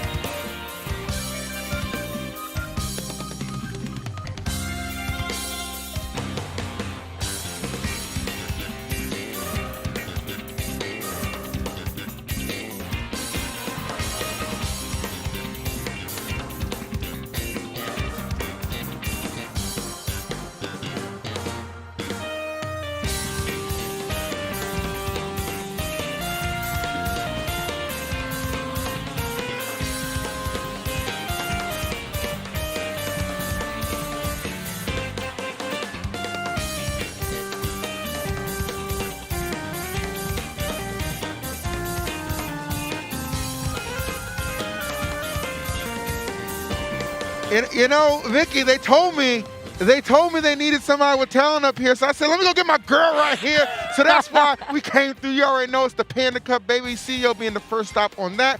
I'm feeling really good. We've had a lot of good matches. A couple of upsets as well if you guys have been keeping up, which I know you have. But I'm EE. This is Vicky. Girl, talk to me. How are we feeling today? I'm feeling great right now. I love the way that the crowd has been going absolutely crazy. We've been getting such great upsets. The last time I was up here was to open up the day with Coney. I blinked, and then all the other upsets started happening right afterwards. It's absolutely and it makes all the sense because now we are approaching top 128. This is the territory where all the craziness happens. Vicky, the only thing I know that's crazy is the fact that you are sitting on this booster seat. And we are finally of the same height. It's wonderful. It's beautiful. I'm out of here. I love it, but maybe not as surprising as some of these upsets. Let's take a look here.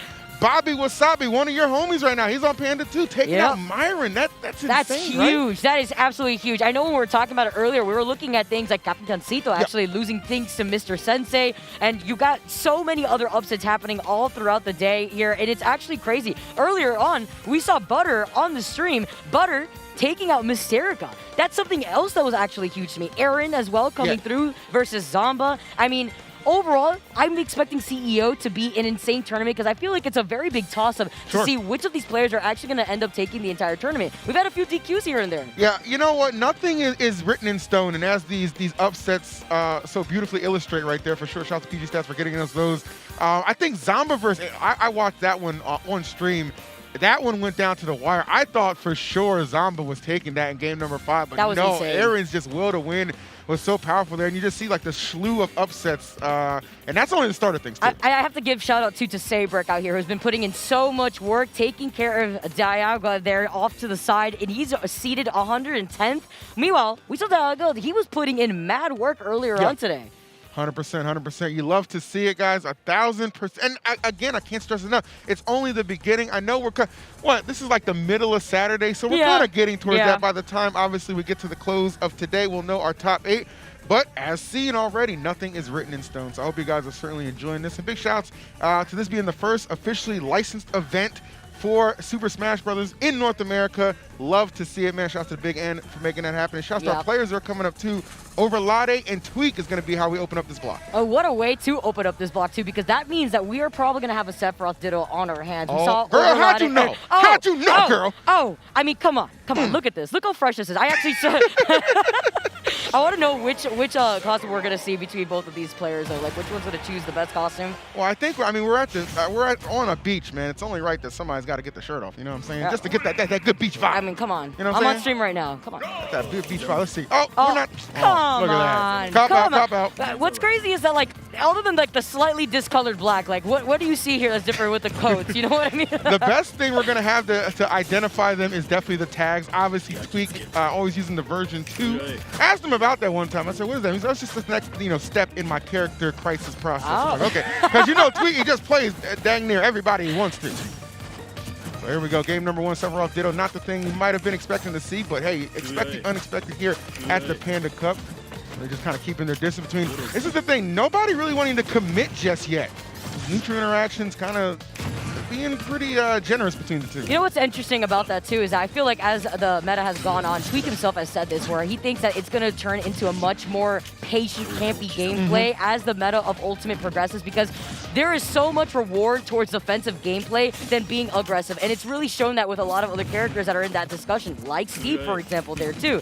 So now taking a look at what we have on board with the double Sephiroth, this is actually a Ditto that I have yet to be able to cast, and this is awesome to see the difference in that playstyle, because looking back on the way that Tweak played at MoCon, for example, he was very bait and punish. He didn't overcommit until there was that opportunity like you see right here. Very true. I mean, that's just kind of like his forte as of late, right? It tends to serve him pretty well, and you see right there, just able to land that closing blow, get the first knock off, and this is a tremendous lead for him. You're going to see a little bit more of a slower pace matchup in this one just because both of these guys are pretty methodical, and that's how you can play Sephiroth at the highest of levels, but you definitely got to appreciate what each one's going for. Tweak going with the low recovery, going to make it back just safe and sound, and still kind of really dictating how this is going. I mean, he's definitely dominating on the stage and off, too, as you can see, that Nair combination getting the job done.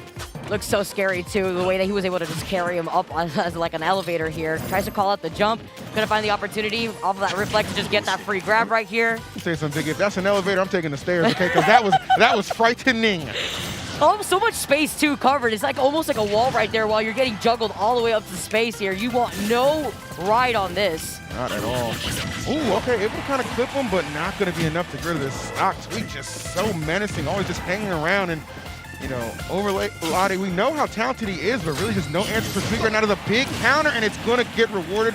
Has definitely thrown that up more than a few times. Finally, though, able to catch Tweak off guard when he needed it most. Overlade is also a veteran and a coach himself, so he's seen a lot of Tweak overall in his career. He's been playing some Brawl, right? Exactly, yeah, he is a veteran. Like, he is quite literally molded within the scene, so he understands what's at stake here, but also the way that he needs to try to contend to Tweak here, too. 100%. Nice. He's not getting called off guard that time. Maybe showed that hand a few too many times. Tweak just being patient, going to finish it off with the dash attack, and now a full stock lead. This first game looking really solid. Something to note, too, is that Overlord really does like to play by the ledge, but is that really going to work in your favor against a player like Tweak here? You can see the patience as he just waits out on the recovery, too. Tries to hold on to roll distance, just try to cover Lade here. Yeah, one thing about Tweak, I mean, you know, this kid, he's played against, you know, we talk about this veteran presence. He's played against the best of the best, and he's beaten them, too. So there's really no kind of style that you can throw at him, I feel like, that's going to actively just catch him off guard. He's been doing this for a very long time. And we mentioned Overlade being around since Brawl. Well, Tweak, too. Obviously, he was only like 12 or 13 when he started competing in that. So yeah, he's definitely a young buck for sure. But yeah, man, he's definitely put in his time as well. See the domination right now continuing, but that is a big catch right there. Left the ground one too many times, and Lottie going to make him play. So not only a 65% deficit, not too bad. Plenty of time on the clock to make up. Not at all, especially with that swoop up. It covers so much of that platform length in general. Love the way he's playing patiently, but here comes Tweak with those double uppers to try to cover in case he wanted to DI into the stage. Love the patience on the ledge get up there, too, to utilize the invincibility to negate right through that hitbox, too. Definitely. All right, we are coming down to the closing moments. This is where Tweak gets a lot of mileage, getting you pinned down. And yeah, that's going to do it. That's what I'm saying. Like, anytime he's got you pinned towards that ledge in those precarious situations, it can be tough because you might get back, but you're going to get taxed so much percent in a lot of those interactions for sure. And in that case, just obviously a little too high to survive that back air. Good closing blow and a good opening bout for Tweak.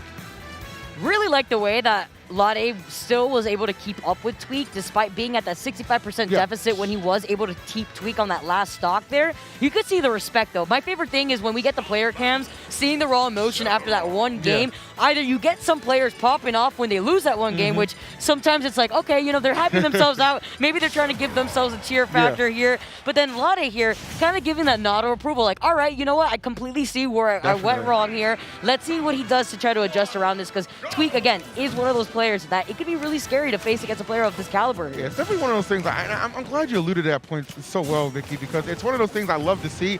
Because the show of respect, you know, you can approach a competitive game one of two ways, right?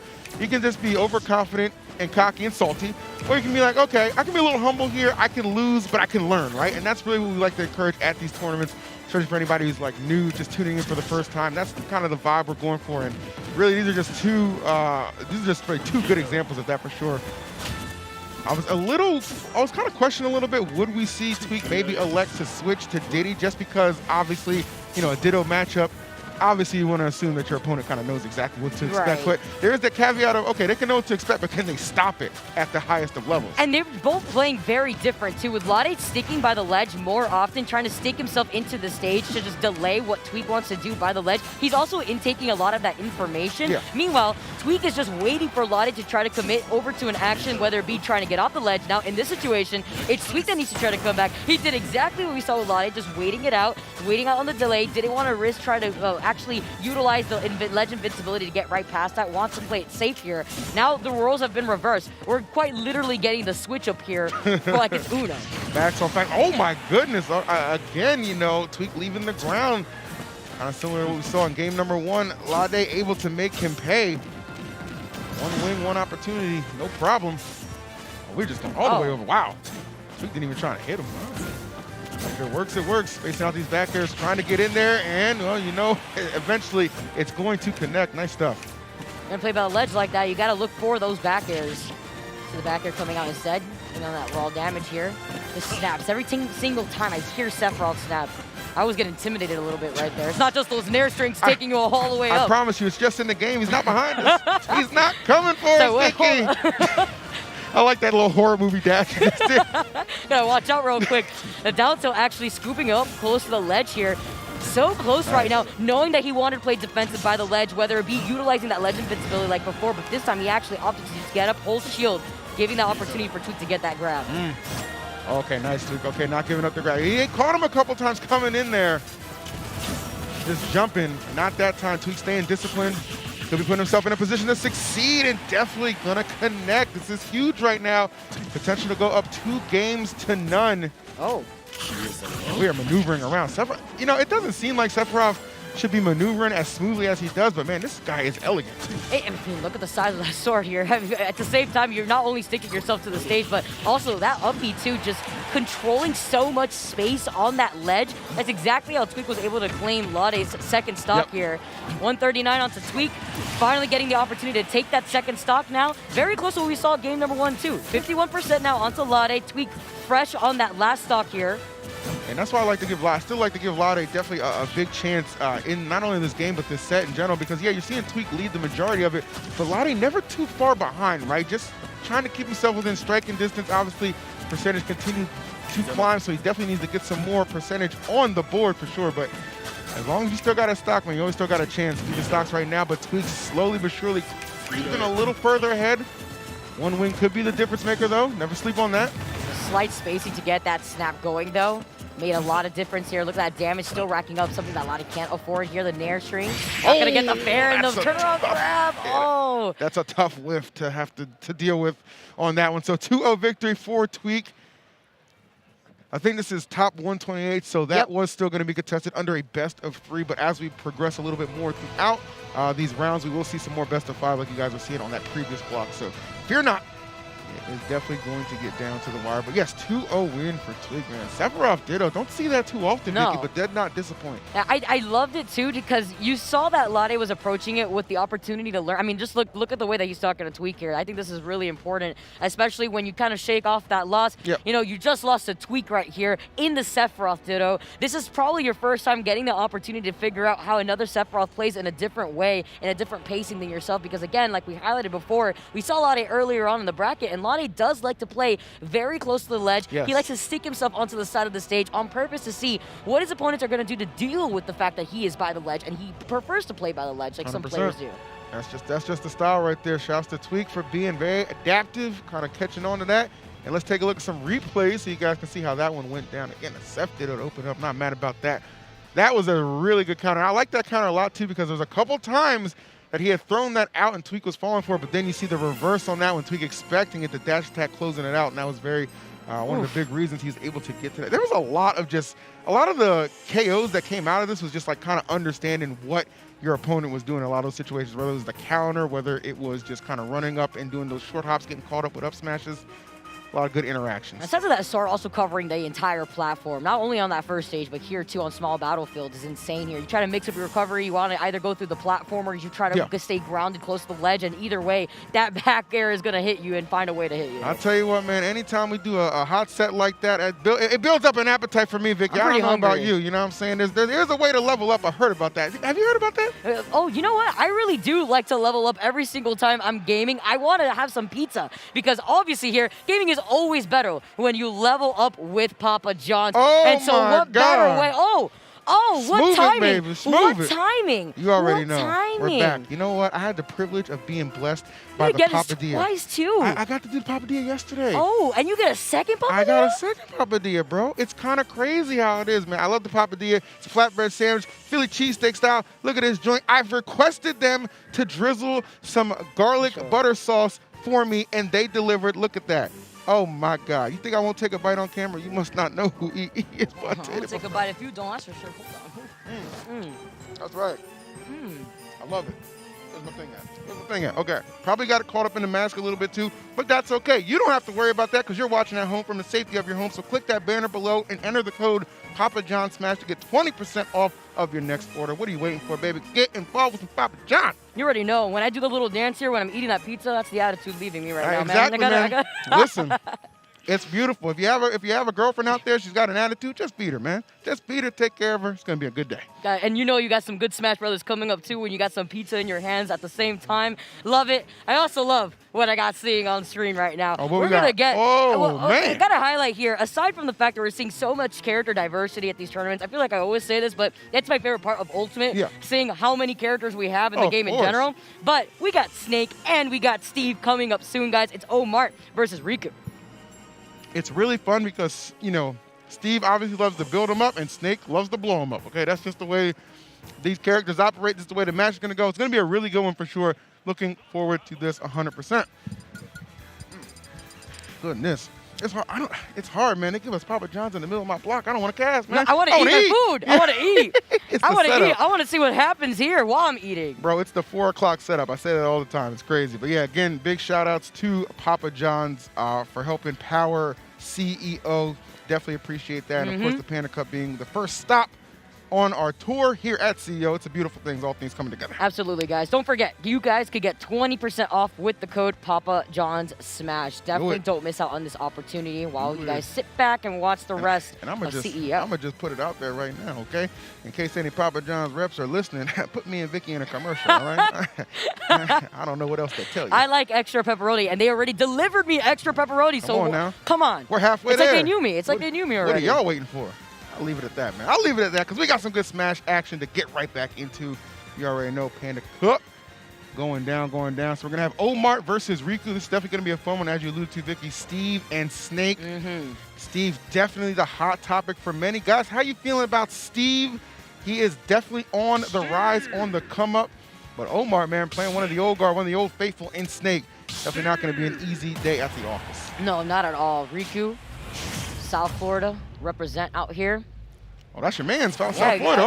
Okay. South Florida's got a lot of Steves on the come up too. Actually. You know, we got to highlight Jake obviously here too. So it's really nice to see how but all these players have been able to progress and try to elevate within the Steve meta in general. I know, of course, it is a hot topic to say.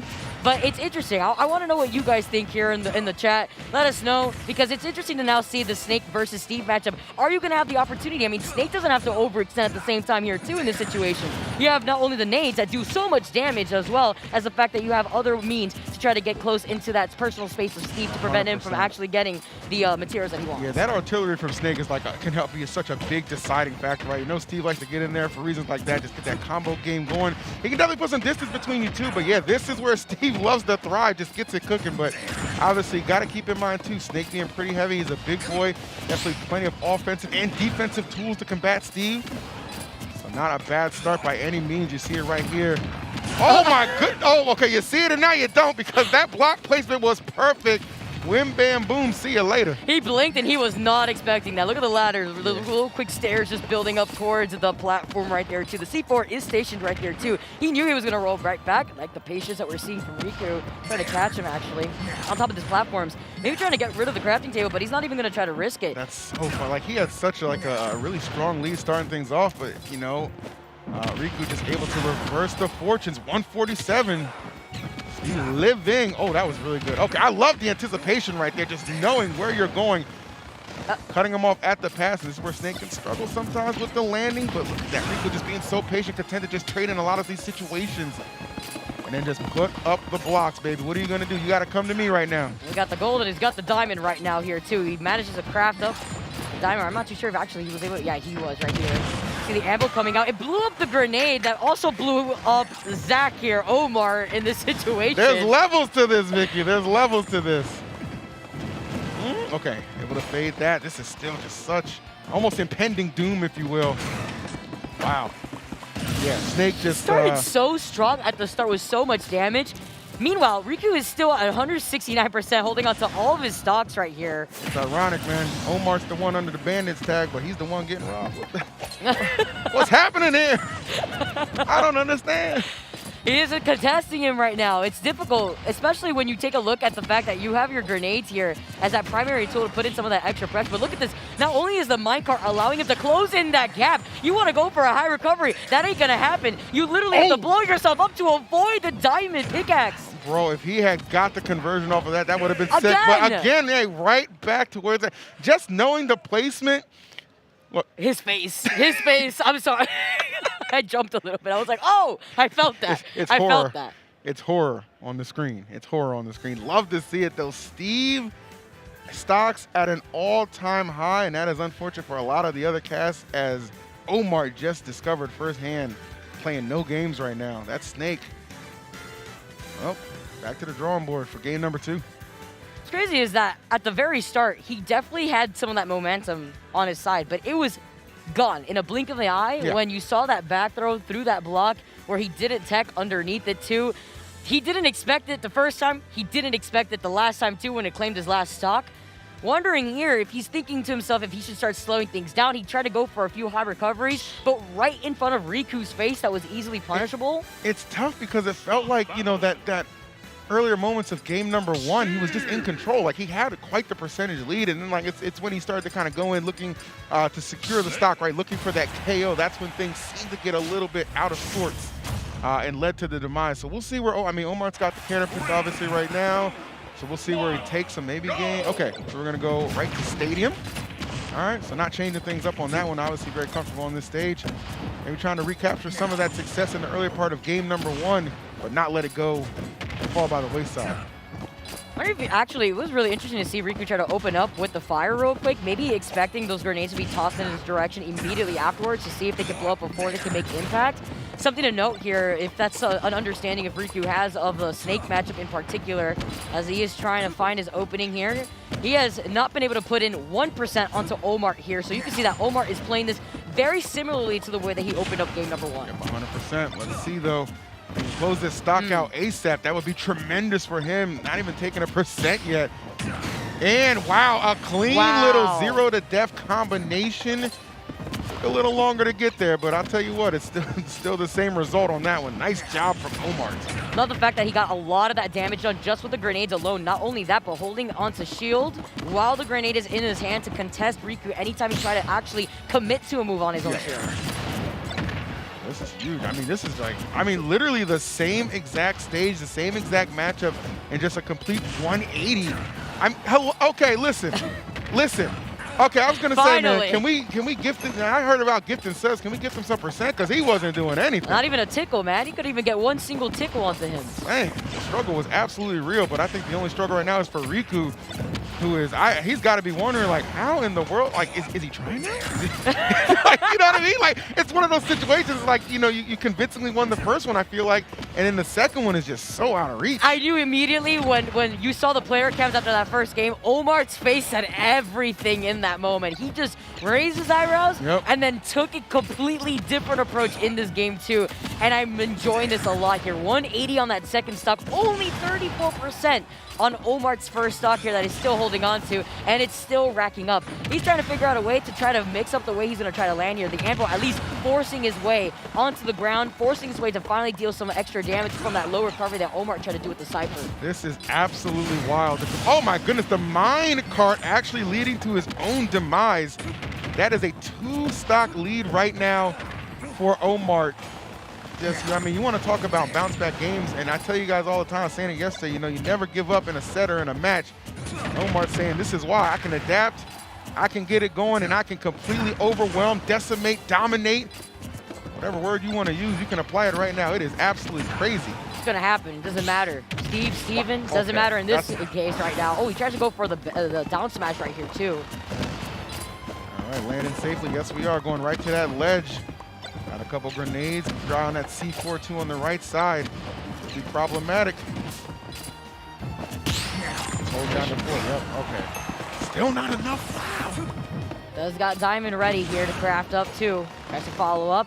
Not going to do it. I love the high recovery with the Cypher, though, close to the blast zone. The minecart actually keeping him at bay. Gives enough time here for Riku to actually craft up that Diamond pickaxe. Man, this is just straight up tough. Okay.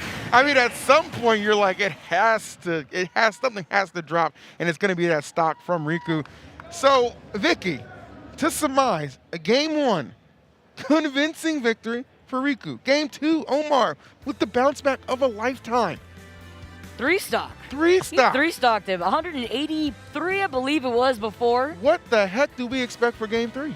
I'm wondering now where we're going to be going, honestly. I just feel like at that point, Riku did not have a single opportunity to close in that gap, not even just damage output, period. He didn't even put in damage until midway through when he was already past, what, 100% on that second stock? It's just crazy. I mean, you know, you look at how that first game unfolded, nobody would have predicted game 2 to go that way. Not myself, not the chat, not production. I mean, heck, I would argue not even Omar didn't see that coming. He delivered it. But I'll tell you what, no complaints about that because we are going to a game number 3. The action not disappointing. We're finally going to change up the scenery just a little bit here with Town and City. It's a little bit more extra room here for Riku to work with if he needs to get the materials that he was lacking in that last game. Maybe that is the approach that he's trying to look for here. But again, a lot of that damage that we saw earlier on in game number 2 that really helped that momentum for Omar was those grenades stacking a lot of damage while he was holding shield.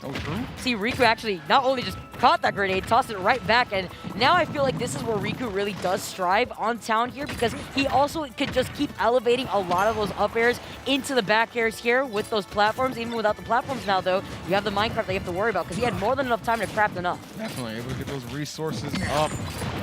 So complete control of the stage going in his favor right now. You see Omar just trying to throw the grenades out there. Slowly creep his way in, looking for those openings to present themselves. The way those grenades just get stuck on the block there too in the little corners, they're not going anywhere. Yeah, they're not going to go anywhere. At least not where you want them to. Not even to bounce off or ricochet off those blocks. They're just stuck there in place. That actually could be a makeshift shield that Riku could utilize there too. 100%. I mean, Steve is so good in a lot of aspects, but I think one thing is like his ability to just kind of manipulate the stage, right? Like, you know, he crafts, of course, but he is literally customizing it to his own wheelhouse. So you got to be careful on that. Up air was huge, not enough to take it out. The shield gonna survive that anvil attempt.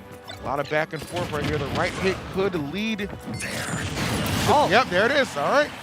There's so much going on, too, because, like, even with your blocks out there as well, obviously Snake with all that artillery, you have to keep your eye on so many things. So one split-second miss of anything, including the C4, yeah, it can often spell disaster. And it could catch you off guard there. You manage to get that stock, too, but at the same time, you have to imagine, he's so close to the crafting table, I feel like it's so easy to miss, and also that C4 on that bottom platform here on Town will be able to scoop you up from right underneath it. But talking about scooping up, if anything, it's Riku that's scooping up Omar. He's trying to chase him down, expecting him to actually go beyond that right platform, but it was Omar that actually mixed things up and actually retreated to that side. Goes for that high recovery. I'm scared, though. You're stuck in the minecart. You get caught by that fair, the diamond pickaxe, something that you definitely don't want to be in the line of sight of. 100%. Already know. Just trying to line it up, using a lot of this resources to get that Minecraft, to get him through.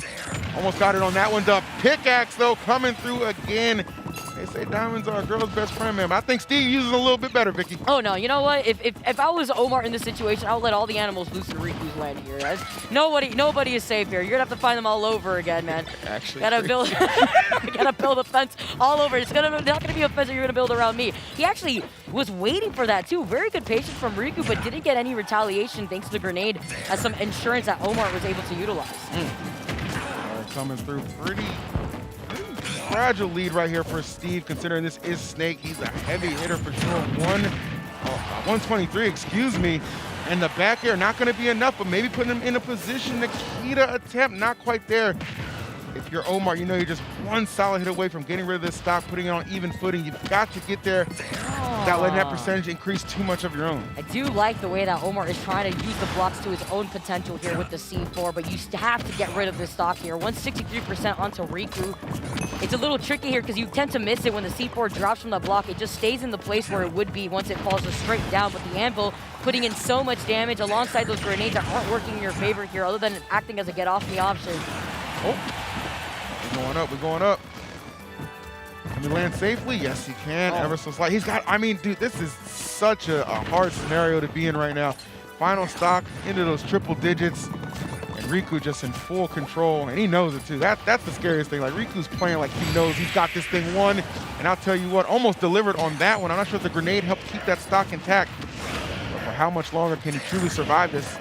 Seems like Omar's just playing defense right now, right? Like, he's not able to really get any offense going consistently. At this point, he's at 164. He's on his last stock. He knows already what's at stake. You got the grab, and where you're going to go get for the alley-oop all the way up to the heavens at that point there, too. Unfortunate there, because we definitely saw a literal 3-stock come out from Omar in that game, too. But it was that extra space that really helped out Riku on Silent City. That had to be one of the most wild back-and-forth seesaw matches or sets I've ever seen. 2 stock into 3 stock into 2 stock. It's just like going into game 3, you couldn't really predict the winner. Oh. Showing off the Pokemon. Was that a surfing Pikachu? Yeah, that was a surfing Pikachu. What the heck? And then did he do the Pikachu face afterwards? He did. Wow. Okay. Okay. Wow, that's a rare card. That's pretty cool. I like that. I mean, no, I like the raw emotion behind it, too. I mean, you Yep. weren't even playing Pikachu out here, but okay, you know what? Got to represent Hey, somehow. a collector's a collector, okay? Yeah, Collects sure. You gotta cards flex. in person and stocks in the game. You got to be careful sometimes out here. Somebody will see that and they'll be like, hey, wait a minute. You know? Sometimes you want to get your hands on something like that, too, especially when you see who they play. It's like, hold on. You're not actually a Pikachu man. Give me that. You know what I mean? Let's take a look at some replays from that absolutely nutty set, you guys. Again, this is game number 1. Riku, boom, using that block to his advantage. And that'll come back again towards the end of this set as well, because that would be a common theme in this one. Yeah, and that was something that didn't persist going on to the other 2 games. I mean, Riku didn't even have the opportunity game number 2, but 2 times right there at the very end where he didn't tech, unfortunately, but also could catch you a little bit off guard with the positioning of where that trajectory is from Definitely. the back throw. 100%. This definitely caught everybody off guard. A 3 stock was looming and blooming for the homie Omar. Absolutely just delivered on all cylinders. Boom. When I saw this, I was just like, okay. And then, like, yeah, Riku's like, huh. So that happened. you know? He got hit with a lot of C4s did. and grenade, specifically in that game too, which I feel like was a difference maker here on town. It wasn't as often. He was trying with the grenades more, even with the little tricky C4 placements on top of the blocks that once the blocks were broken, they were going to fall straight down and try to contest Riku. Definitely. But Riku was already on the other side of the stage, already doing something else, while a lot of that was happening. So that space that was bought was a little too late. Yeah, no doubt about it. I do think the stage change was definitely the key to victory there for Riku, so good stuff on him. It's hard sometimes. A lot of people get stubborn. They'll stay on that stadium, you know what I mean? Like, they'll try and make the run, but you know, take advantage of the fact that you do have some say in where you guys play, especially if you're rewarded with getting that first game. You know, It's a really big deal. nice. Yeah, and then, you know, that was top 128 too. And so, of course, best of 2 right there, going into best of 5 now. Yes, yes, As we yes. move on to top 64, guys. It's going to be a good time. We have more Snake action coming up on the stream. We got MVD coming up, and we got Wampi, the Palutena. Now, this is interesting to me because MVD, when he was still living in South Florida, catered heavily to growing the South Florida scene, specifically in the Miami area, close to where Arcade Odyssey was. And Wampi was one of those players that made it out a lot to Arcade Odyssey. Mute Ace was another one that really strived in the same environment too. So it's like, MVD had all these students and just helped them go all the way from the bottom all the way to the top. You see the likes of Mute Ace. D2DA was another one of his students there too. And Wampi, another one of those players that have played against MVD from back in the day. And now it's nice to see them both play against each other on screen. Absolutely love just the history lesson right there, and obviously love the camaraderie too. Like, one of those things for building like a really strong scene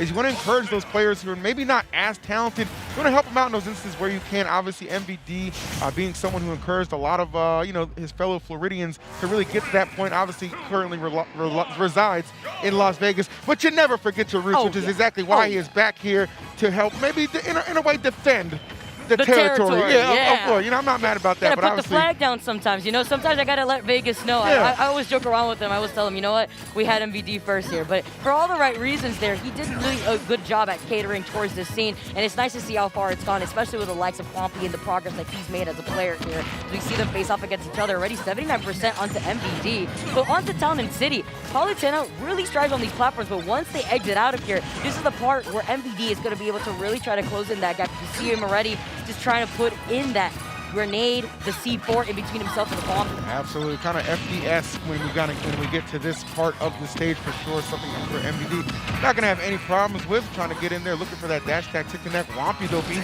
very evasive. To his credit, I know MVD very studied in this matchup. However, he's definitely going against some of the best Palus that certainly the scene has to offer, and beaten quite a few of them as well. So Wampi gonna have to kind of take it to his maybe old sensei in a way, and having no problems with that. That back there right on cue, that stock gonna fall. And this is a healthy lead for Wampi. Look at the way he's juggling these grenades. Like, he's the one part of the circus right now. And it's great because not only is he tossing them right back to MVD, but the timing to punish the grenade pools is what's really important, because if you don't get it right, not only does MVD just hold shield and let the grenade blow you up, like that's where he can go in for a follow-up. Not sure if he actually managed to stick him there with the C4. No, he actually dropped right below him. But it also is the opportunity to prevent you getting a lot of that grenade damage as the stanky leg comes out and claims that first stock off of Wampi. All right, there we go. Nicely done, MVD. one thing about Snake. Snake can play from behind pretty well. Like it's not one of those situations where you're just kind of getting overwhelmed. Obviously, he has the weight to stick around for a long time, and then a lot of those trades, they tend to benefit him, especially when you're closing that gap in percentages, as we're seeing MVD literally doing that as I'm talking about it. Excellent job thus far. And just like that, he is well back into this fight. That hitbox of the grenade really pulled him up when he was pretty far off to the left side of that platform right there. Explosion. You have to keep note of. Now Fast trying to come out here, ignores a grenade, blow up right in front of his face as he manages to not only teleport onto the stage, but gets that quick grab. All right, nice. He's putting that nade out there. Excellent coverage, making it a little bit easier to get back to the stage. And a part right now where I'm sure MVD may be looking for an up tilt. Space in between these grenades that we're seeing right now. The auto reticle too, to try to contest the fact that he wants to play off of this distance. Like you said, knowing that Snake can make this comeback, he could play really well at a disadvantage in general. That auto turnaround though, to be able to get that second jab. Beautiful here as immediately Wampy comes from the heaven platform, utilizes the invincibility to get that grab. All right, Wampy, nice. I like Wampy staying hella aggressive. And there we go. MVD getting a little antsy there, and Wampy going to make him pay. Very evenly matched contest we're seeing out of these two. Who really wants it more in this first game? That is the question that must be answered. Always with the grenade, man. Yeah, you want to have that grenade out there too. Obviously, those strong areas from Palu can be quite pesky and annoying for show. So being able to disrupt and interrupt, always a good thing. Snake benefiting heavily from that. A little scary seeing MVD shield there too. Another thing is with that high recovery on the Cypher, you want to try to contest Wampy. You saw that immediate back air attempt from MVD when he fast fell on that platform, because you don't want to get sniped by the Palutena up air when you are going for those high recoveries. Grenades out. Landing safely. Yeah, again, always just a grenade right there. MVD got to be careful now. Ooh, Wampy, he was just calling it like, you're not going to be defensive here. MVD was like, nah, bro, I'm just trying to get back to the stage. Don't play with me. Oh, he knew he was going to teleport mid-stage too. He had done that earlier on for that first stock. He still managed to get away with it though. Another high recovery. It's forcing Wampy to figure out where he wants to land with that C4 falling right next to him. Being able to be reversed out of that situation. MVD, just great presence of mind. Chase him to the left side and connect the up tilt. That was fantastic. You got to make those kind of call-outs, those kind of plays, have the reaction time to back them up in those critical situations. MVD delivering on that. Great effort from Wampy, though. He was spectacular. Just that last hit situation going to go the way of MVD on this one. Especially when you're jumping a lot, too. I feel like MVD is one of those players that capitalize off of just hiding his cards when the moment is right. He did get that Senki leg kill. I believe it was that first stock there onto Wampy. But at the very end, knew that he was jumping a lot. He definitely was trying to catch MVD a ton when those platforms were present. But in that moment, I don't believe the platforms were there. So naturally, when you want to jump around, there's only so many options you have since there were no platforms there. You're just trying to put some space, and MVD's like, okay, well, where's the best place you would find that space? Over here, I'll meet you there. That simple. And right now, we're going to meet on a small battlefield for game number 2. Wampy electing to take it here. Some more stationary platforms, so don't worry about not knowing where they are sometimes. What's good here in this situation is that Wampy could really take advantage of the up B platform cancel. Scary there with that forward smash here, trying to move him a little bit off to the side. Looking very similar when it comes to that damage output that we're seeing from Wampy, like we saw in game number 1 off the rip. Those double back airs. He's going all the way up, trying to see if he can still mix up a way to try to get past Wampy. These barrages of back airs that are just beating him on the way back. Yeah, 100%. I mean, MVD really good at just, delivering on those back airs. And sometimes you have to, right? You have to be aggressive. You can't just be giving up air dodges. That's going to just get you punished and tax more percent. MVD well aware of that as he has to go high in the sky right now. Yep, the platform cancels into the back air. I hear yelling in the back there too. The crowd's going absolute crazy right now as he tries to land another back air. That's what we've basically been seeing from Wampy here a lot. Imagine a bit stale here at this point, but at the same time, such a strong move. Tries to jump right into it, but again, he's like, all right, you're going to jump all around me. That's no problem. I got Rage in my favor, too. I love MVD's ability to just, like, have that rough, rocky start, but let's look at that. Just pulls ahead, and now the pressure begins, and he could truly dictate the pace on how this one goes. All right, grenades coming out still, though. Not shying away, running in there, trying to find some additional damage. Oh, that up tilt not going to get there. It can be very, very frustrating if you're Wampy. Wampy says, I want nothing to do with that C4 that is on that platform. Even if I hang out below it, I'm definitely going to get scooped up by the explosion. You can be worrying about that C4. You worry about the wrong thing, player. You worried about the wrong thing. That stock said, I'm taking it either way you want it, either way you slice it, but Wampy bouncing back right there. Still, though, he is down a considerable amount. Entire stock deficit he's facing. Going to really need to turn it up on his counter pick. See, he was avoiding the grenades earlier on, but he has to worry about not only those grenades, that Nikita, too, that C4 that he's been trying to jump around. And Nair's now coming out. See the plethora of grenades that MVD is releasing. Another attempt on that up tilt. Not going to be able to land here instead. Love the spot dodge on that platform. Definitely. Knew the opportunity that Juanpi wanted there. Nice, okay. He's trying to get that capitalization with the Nair. Not quite there, but still in firm control. Juanpi really needs to make this stock count. MVD, again, just, I mean, he's so good at just being seemingly elusive, but he's just right there with the hitboxes, just throwing them out there. Just every single time you try to jump in that space, that up tilt has been met with Juanpi again now this time. Reminding her, you know what? It's not going to happen. It looked like they're going to try to run it back all over again. Remember, this is best of 5 here, everybody. This is top 64 territory here at CEO 2022. Yes, indeed. First stop of the Panda Cup. Don't forget about that. First event officially licensed by Nintendo in North America for Super Smash Bros. That's why you know it's a big deal, especially when you get into this top 5 territory, as you're alluding to, Vicky. Very important for sure. Getting into the meat of this bracket, we're going to know our top 8 by the day's conclusion. I know we'll be back a little bit later on for some top 16 matches as well, so very much so looking forward to that. But we got to see who's going to make it to that point. MVD en route to definitely making a case for that. He's up 2-0 over Juanpi right now. Big game for Juanpi. Calls for the immediate run back. Let's see if he can make something out of it. Wanted to make the run back, and immediately off the rip, you saw MVD closing that gap. Expecting the auto reticle immediately from Juanpi, too, is a statement to be made here, as MVD feeling extremely confident, maybe turning the tides off of what we had seen as a close game in game number 1 between Juanpi to now looking at this. Finally taking some damage, 6% only into MVD. Meanwhile, Juanpi sitting at 74. These situations are pretty much tailored for MVD. You know, he gets in that comfort zone. He's very difficult to beat, especially when he's already up 2 games to none. So, not trying to count Juanpi out by any means. I'm just kind of alluding to how difficult it's going to be to mount this comeback. But obviously has shown a very good mastery over his character, but just it's a certain situation where he's trying to land next to MVD. He's getting punished every single time with up tilt, and that's resulting in stock loss. And it doesn't help that it's happening on these platforms too. That slight elevation can mean a lot. That matters a lot with up tilt that powerful. Yeah, that's and big. it would. He lost that stock at 107. It's still relatively early here if you're looking at Juanpi and the potential that Juanpi has when it comes to utilizing that rage here. But it's not working out. He knew he wanted to roll backwards. Did he get the stick right here? I don't think so. I don't see the C4 up to the side. Wondering here. It looked like he tried to go for it. Oh, wow. Okay. Well, dang. So, you know what's good about that? We didn't notice. He didn't notice. The only one who noticed, MVD. It looked like, I saw the animation, didn't see the C4 on the platform. The only thing that could have been was that it was stuck on Palu's dress. Vicky was just like, I know it's there, just show it to me. Yeah, he showed it all right. He showed it all right. That was a huge explosion, a huge lead. Juanpi, though, gets the up air to at least make it a little bit more reasonable, but it might be out of the realm of possibility to bring this one back. MVD, a head full of steam. And okay, MVD, you're going to get your highlights either way, bro. You ain't got to try and do them like that. You ain't got to do all that. Get that follow. That would have been so disgusting there, too. Nair into the up air, but the insurance from the grenades are too good. Looking better than my insurance policy out here, too. Got the Nair strings coming in the back. She said Geico gets no love around here. Got a turnaround grab, too. Oh, the immediate air dodge to actually reset real quick on the platform. Get the down tilt into the back air. That's what we want to see more, but is it too late now, EE? 122%. I think the stock here would be tremendous, right? We've seen terrific comebacks from a lot of these players all weekend.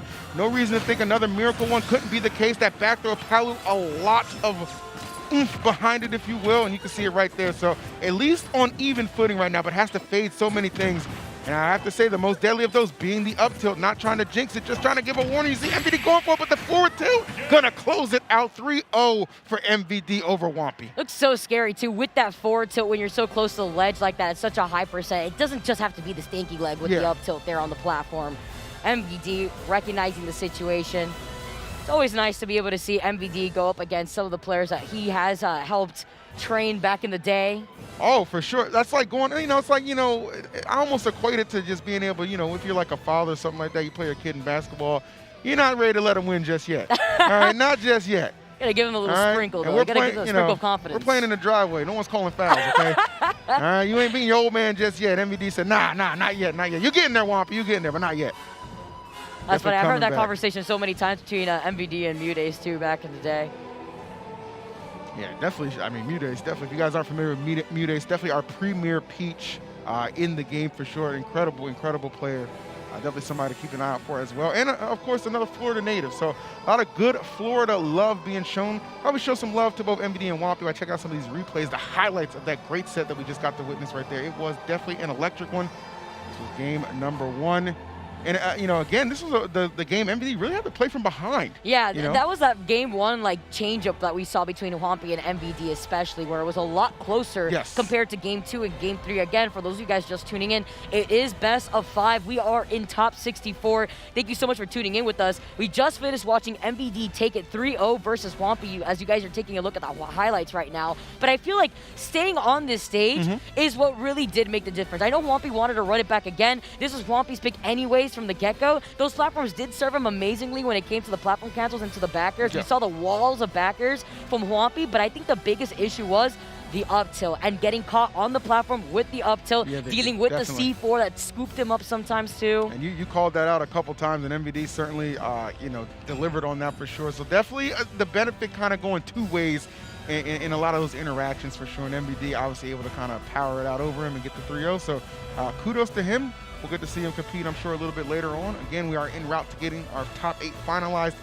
on this day, but still a long way to go. Again, we're only in top 64. We got top 32, top 16, so we got a long way to go for sure. But it's been a good ride so far, no doubt about that. I've been very much enjoying it, and I can't wait to see a lot more action. I hope you guys can't wait to see more action too, because right after this break, we got some more Smash Ultimate top 64 action right after this break.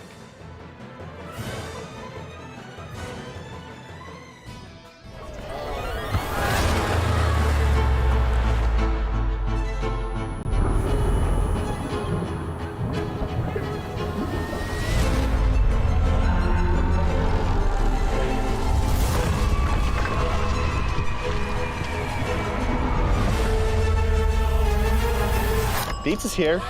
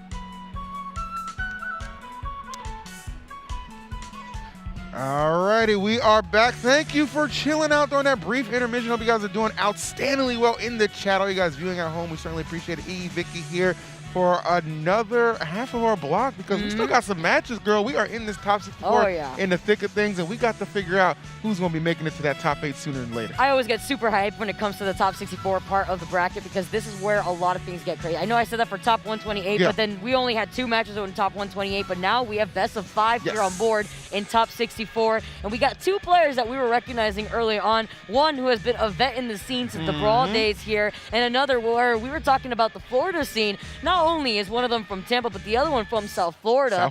We got Jake on the Steve. I know a lot of you guys are familiar with Jake. I saw, you know what's extra funny was that when I went to MomoCon and I was casting doubles earlier on in the day, now we get to take a look at Jake's run right now in the winners side of things.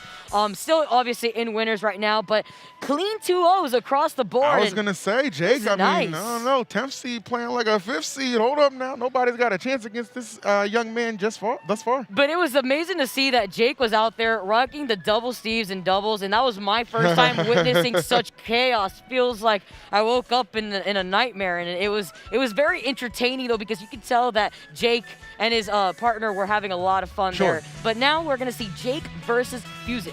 Talked about the veteran out here. Fusix has been a competitor in the Smash scene since the Brawl days, maybe even longer, honestly, but that was what I recognized Fusix for. Always specialized with the Sheik, even in Smash 4 too. So wouldn't be surprised if he's still rocking the Sheik going into Ultimate, and that's what it looks like. If some of you are new to the Smash Bros scene, let me tell you something. Character loyalty is a thing, and it doesn't just span one game, Vicky. As you alluded to, it can span multiple different titles. Brawl, Smash 4, Ultimate, Melee, it doesn't matter. If you are playing Smash and you're a character loyalist, you're probably playing, and you really have no excuse in Ultimate because they brought everybody back. See, you know what I mean? No cop-outs if your character is quote-unquote low tier. You got to show up right now. That's exactly what Fusix is going to attempt to do against Jake, somebody we've seen honestly enjoy a lot of success. Kind of one of those Steves that I feel like was definitely, one of the guys who got some eyes on this character. Obviously, we've seen some other Steves come into prominence for sure, man, but don't get it twisted. Jake is definitely one of the OGs with this character. So Fusix going to have his work cut out for him. Not doing a bad job at the start of things. Some great combinations. This is what she could do so well. I just feel like Fusix has practiced this matchup too, just preparing for this moment against Jake. And Fusix is a very good fundamental player overall. Jake now has been able to get on this come up while really perfecting the Steve meta, but not just that. I feel like he's been trying to get the hang of just playing a lot more fundies in general, which is something that Fusix really excels in. So that's why I was interested to see how this match is really going to play out, because I don't think Fusix is going to let Jake even have the time to breathe. He only took 32%. Yeah, I mean, Sheik obviously has the speed to really rush you down if those opportunities do present themselves, and you're seeing right there, Fusix just kind of putting that on display. Jake, surprisingly with little to no answers thus far. Obviously, the benefit of this is it's going to be a best of 5, as you alluded to, Vicky, so going to have some opportunities to really adapt as the set goes further, even as the game goes further, because it's far from over right now. That lightweight of Sheik could be one of the things that really opens up the door for Jake to be able to take advantage of and close out some stocks sooner rather than later. But right now, Fusix just playing so elusive. Yeah, not only with the rising there, but he drifted back to actually expect that grab to get out of that grab range. Yeah, you see the box coming up because you know exactly what Jake wants to do, and it's to get much more of those materials. He's only got gold, but he finally gets the diamond here. And, okay, we got the minecart going back and forth. We see that a few times when it comes to Jake being able to kind of save some time to get that diamond out and to get that diamond pickaxe, and the minecart, too, to take that stock from Fusix. I'll tell you what, as strong of a lead as it felt like, only about, 41% when Fusix was able, or when Fusix finally lost their stock to Jake. So that's, that's one of the things that, as a Sheik player, just like, man, I feel like I'm getting so many hits, but it's not accumulating as much damage as I want. So you have to be very smooth and methodical with your play. Jake, look at the combination strings. This is what Steve does so well. And just like that, back into the game. Fusix looking for ways to get in here. And he's charging up those needles, too. I really like that because just in case you can't find an done. opening. You're actually done. Oh, you're just actually done, and Vicky. he just did. He just caught your jump there. Batter, man, swinging. Oh, man. So strong. He died at, 95? I don't want to think about it. I mean, this is Sheik, too, that we're talking about at the same time, but... There's got to be rules and regulations.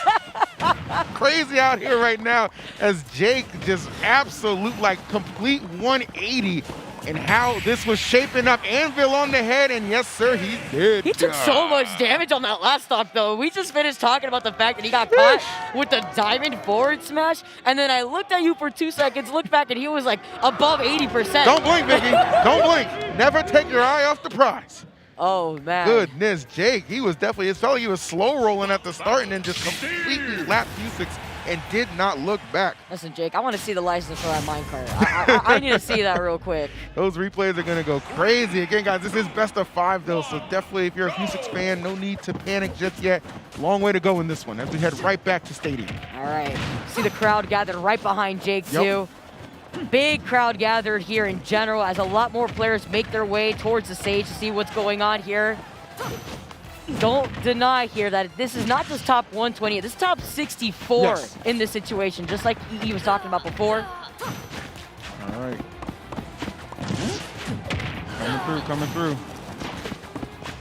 So Jake in that first game, very crucial right there, even from like, you know, just kind of coming from behind. So Fusix, now what have you got? Got to have the answers. Again, I said I was a little concerned about, you know, the wait for Sheik, you know, especially like, you know, those gold weapons, those diamond weapons from Steve. Those are hard hitting, Vicky. Like those really, like we see those annihilate, you know, stocks pretty early and pretty routinely on heavier characters than Sheik. So it's like a 1.3 times like knockback multiplier in general. It's so scary, and just seeing it really take care of Sheik like that. We know that Sheik's a light character. The blocks not going to act as a double-edged sword here, but that up smash, so quick to react to, and it looks always so awkward when Steve does that tech roll in, because it looks like he's still like onto the floor, like horizontally. It comes out just so fast too, like, oh my goodness. There's a lot of things that Fusix gonna have to overcome right now, already at 69%. Jake making it happen. This is what you got. Nice, gonna catch him with the vanish, but gets sent to the right side, gonna allow Jake time to recover off of that. Not losing the stock just yet. Oh, I like that nice little tech here, though. 150 still living. See him trying to contest with the fair just in case Fusix want to actually get a little bit further off stage here. Bouncing fish, but it was his own demise. Oh man, the backside of that down smash coming through. That is, that can be frustrating. There's no polite way to say it. That can be completely frustrating. So Fusix yet again in a tight situation right now. I know you wanted to get ahead of yourself there to try to get that bouncing fist, you know, KO there, but at the same time, you gave up stage control just to really commit to that at the same time. Yeah, it's just really just not a whole lot of room for it. Oh my God, yeah. The bouncing fish on the crafting table. I like the cheeky attempt, but when you're down like this, now Diamond's on board here. Now he's got the diamond tools ready. It's going to be so scary. He's still living 179. All his stocks. The Anvil is going to take care of Fusix. Yeah. See him, he's asking, yeah, you want to run it back again? That situation is funny as the crowd is, what happened? That situation is funny because essentially, like, Fusix is like, okay, well, I mean, I need to get up there and maybe I can connect an up air, just kind of scare you in an air dodge, and Jake's just like, no, I'm just going to put this Anvil out. And, you know, granted, around like 80 or 90s, you know, when that connected to seal the deal on that, but I mean, I've seen that take stocks at like 7. You know what I'm saying? So like a Sheik, you don't really want to be up there. You want to stay grounded. I know it's a little easier said than done in a lot of these situations, but it is that is the menace that you face when Steve is really getting going. And Jake, obviously one of the better ones in this venue for sure. And we have some talented Steves out here for sure. You know, we're talking about, you know, we saw Riku earlier, very impressive as well. Jake, Yanni, obviously on the losers bracket, but still in this event as far as I know. But I don't know, Jake might be the Steve to beat at this one. Yeah, I'm actually really excited to see how this goes, especially since we saw the change of pace from the very beginning in game number 1. Fusix was utilizing much more needles. I'm seeing that he's doing it now going into this game number 3. I mean, Jake is sitting at match point right now. The crowd is still getting louder and louder. I know Fusix has those headsets on, but that's the power-up that you sometimes need from the crowd currently, with Jake having a lot of supporters right behind him. Yeah, 100%. I mean, you know, that's some, you know, you have like multiple factors in and outside the game going against you. It can definitely be a tough road to get through. But a reverse 3-0, I mean, not the most common of things, but certainly not impossible. So we'll see. It all starts with one game. Fusix really going to need to make this one count. He's just putting some space, or as much as you really possibly can, against or between Sheik and Steve right now. I'll tell you what, it only takes a few hits, as we're seeing right there, to just make up that damage deficit. interesting. Actually try to use the forward smash to try to trick Fusix so that he can actually get right through the block, but he's going to do it again when he lands right on the ledge. I know, EE, you're at the edge of here saying, you know, of all things to get hit by, the last one you're going to get hit by is Sheik by the ledge like that. It's tough. It's tough. Fusix is thinking, okay, I'm having a pretty nice start to this one. I got about 45% on Steve unanswered, and, you know, 10 seconds later, you're at 74, a stock behind. It's just so much to contend with. Jake in a great position right now. Fusix nice, the good bouncing fish. Think we can push this advantage a little bit on the right side, but that minecart always so disruptive. There's so many, almost to an extent, I feel like Steve just has so many get out of jail free cards. At the anvil too, the anvil. And that was like completely grounded too, like. It just gives you that slight little boost up there too, that just perfectly spaces it in case Fusix wants to actually close in that gap with a fair or even a nair to try to go for a cross up. It actually avoids that up smash into his own up smash now, but that's the first stock that you were able to claim now in this potential last game. Yeah, you got a long way to go in this one if you're Fusix for sure. Jake obviously understanding that. Just trying to run him down a little bit. You gotta be so careful. I mean, you know, Fusix, there's really just no room for error essentially when you get in situations like this. You're trailing this far behind. And Jake understands that, and yeah, it's one more solid hit, and that's gonna be all she wrote. Okay. Going the distance here. And nice. I actually like that kind of content. Oh, that down air, very costly. Very costly.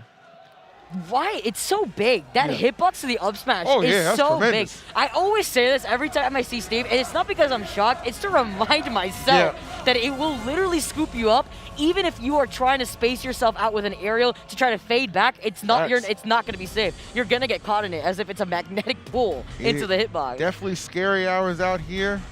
If you're going up against Jake, piloting that Steve to a perfect 3-0 right there over Fusix, an opponent who is far from an easy out for anybody. So kudos to Jake, definitely playing at a very elite level, demonstrating what Steve is very capable of. I know you all love that, so shouts to Steve, getting it done.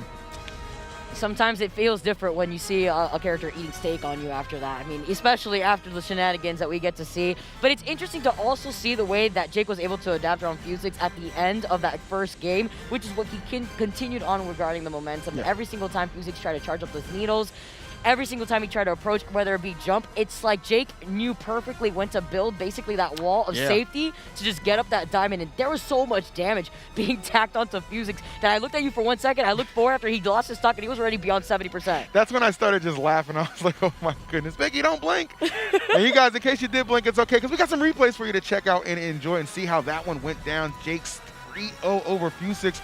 Started out really strong on this first game for Fusix, no doubt about that, but Jake would quickly assume control and not look back. And again, that anvil, like, you just get caught even a little bit off of the ground and just get sent hurling to the sky. So back we went to a stadium, but Vicky, it would be a similar result.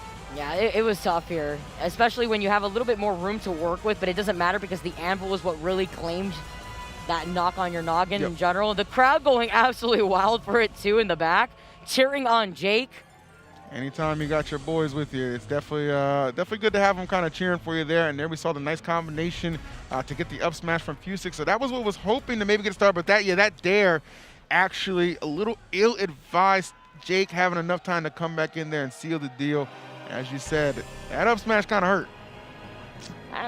It scoops you up so big. It's like that's a double scoop ice cream right there, man. It's too big. Speaking of ice cream, aren't we getting some ice cream? Oh, yeah. The homemade one, like the special craft. We deserve it. Especially after that, too. I mean, it's always a pleasure to see some crazy shenanigans come up, but you know what is also going to be fun? Yeah.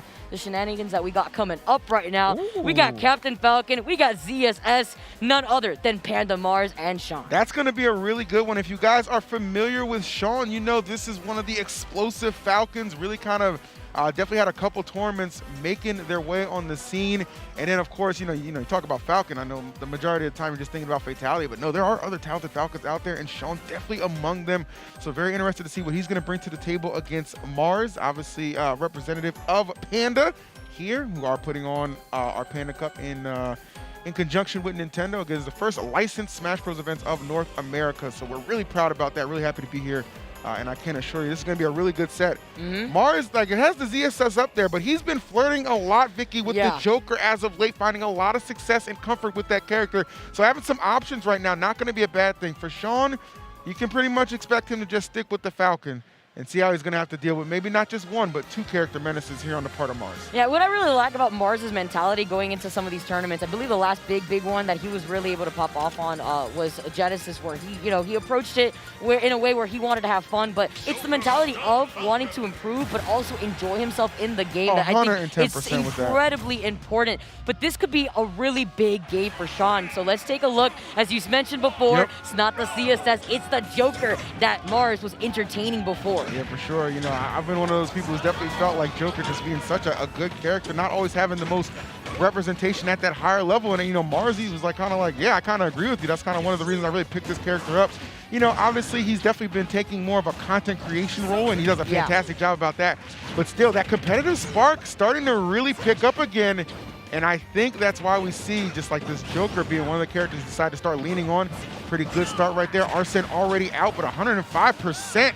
Being met by Sean, who's landing these back airs, looking for the finishing blow on that one, not able to connect with the pressure, something you cannot ignore. Now big brother Arsene is off the board, though. It's going to be important. 114 for Mars and jumping right into that Falcon kick. You see the opportunity that Sean wants to try to get the ledge jump into the back air, but the immediate reset to reposition on the stage has been Sean's priority here. Definitely. And I like that, too, because he's denying that space for Mars to play around to actually see if he can get another opportunity to build up that Arsene. Okay. For that back air, not quite able to find it. Back throw, just keep him off the stage. Oh my goodness, getting absolutely yeeted right there and deleted. That's gonna be a good catch from Mars. Started out a little bit rocky, but able to clean it up and get the first stock off. I got the rising up air now. Tries to get the back air here too. This is one thing Mars is gonna do really well. Just barely play out of Captain Falcon's comfort zone. Obviously able to find a back air right there, but a lot of these interactions you're gonna see Mars just, maybe able to make Sean whiff and then capitalize a lot off those seemingly safe opportunities. But I'll tell you what, Sean, when he gets in there, a lot of damage tends to follow. And we're seeing it right now, Vicky. Oh my goodness, on a warpath. He was waiting for that too. He ran back, saw the opportunity, and immediately reacted to that tech roll back. Love what I'm seeing right here. The single hit of gun, I feel like, is such a strong tool in Joker's arsenal that we need to really highlight way more as we see much more Jokers on the stream. I know Coney's had enough of the Joker buffet, but I'm absolutely living it for it right now, especially with the Arsene meter depleting. Get your fill, Coney. Get your fill, okay? Because we got plenty of them on the way. All right, able to actually do a really good job. That Arsene not being too impactful on that appearance from Mars. That's a really good sign for Sean. Just going to toss Mars all the way up. Trying to catch the landing. Nice, the up air. Good find. What do we got here for the punish? The dash attack, looking to seal it away, but not able to connect back air, though. We are moving right now. You want some high-octane gameplay, Vicky? Look no further. Oh, I was a little scared there, too, because Mars is not worried about getting the ledge invincibility. He's just been landing close to Sean in general, and Sean just trying to catch on that landing.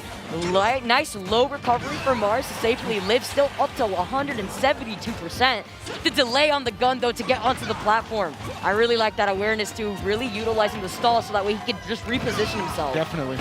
Oh, wow, what a treat. It's going to benefit Mars, and getting Arsene out of that, too. So let's see, Sean, maybe going to try and wait out some of these embers. No, just going to go in for the dash attack. We've seen that dash attack attempt a couple of times, not connect, but on that one, able to hit the mark. Big time action. This is only game number 1. Yeah, this is crazy. This is how you know it's getting really good right here. Best of 5, guys. Top 64 territory. It's only going to get better here. Mars with another stall with the gun to parry and to try to get more damage, but good on Sean to recognize that. Gets the spot dodge into the immediate punish. All right, 1. Nice. Excellent stuff. Okay, back and forth. Oh, okay. We're on that last stock. He said, I got to make my appearance grand right now. I'm here. I'm making a statement right now. Being as flashy as possible. It's not just Falcon here. Tries to get the cross up with that down air on the shield. Sean not giving that opportunity. Both these characters so bad. Oh, wow, the charge from Mars. That was so good. The empty hop. He's going to get the grab. No, he's putting out the barrage of backers himself. Arsene is out, though. Oh, he went real low for that one. I mean, I would say that Sean, in so many of those instances, is not shy about going on stage and just making Mars nervous coming back. That time resulting in a footstool. Intentional or not, Vicky, it was effective. So I see ya. And he's so darn good, I'm going to just say it was. You knew. Well, I feel like Sean has done that before in the past, though. And it's really great to see how, even though Mars has been going for these low recoveries, Sean at the very end there waited for that opportunity. Whether it was on purpose or not, he was still low enough for Sean to not just get that footstool, but to position himself to get a nice down air too, to try to clip him before the grapple actually reached that ledge. All right. Game number 1. It was a tight one. It went down to the wire for show. But if you're a Sean fan, you are eating good right now. He gets that first game and actually forces the switch to the ZSS.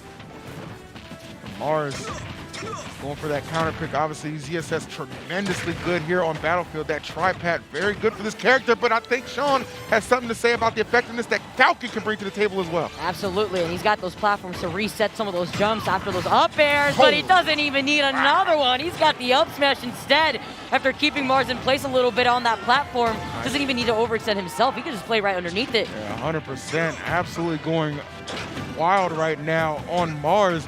And Mars usually so used to just kind of, being, the character with all the agility, running you down, that fast-paced action. But really on the receiving end right now from Sean, not shying away from taking the challenge. Nice avoidance there. Avoiding the paralyzer as well as getting onto the ledge while he DIs into the stage too to get the invincibility though. Oh, that was very interesting because you saw that Mars wanted to avoid the knee just in case, but that wasn't even what was on Sean's itinerary. Not at all. Okay, up.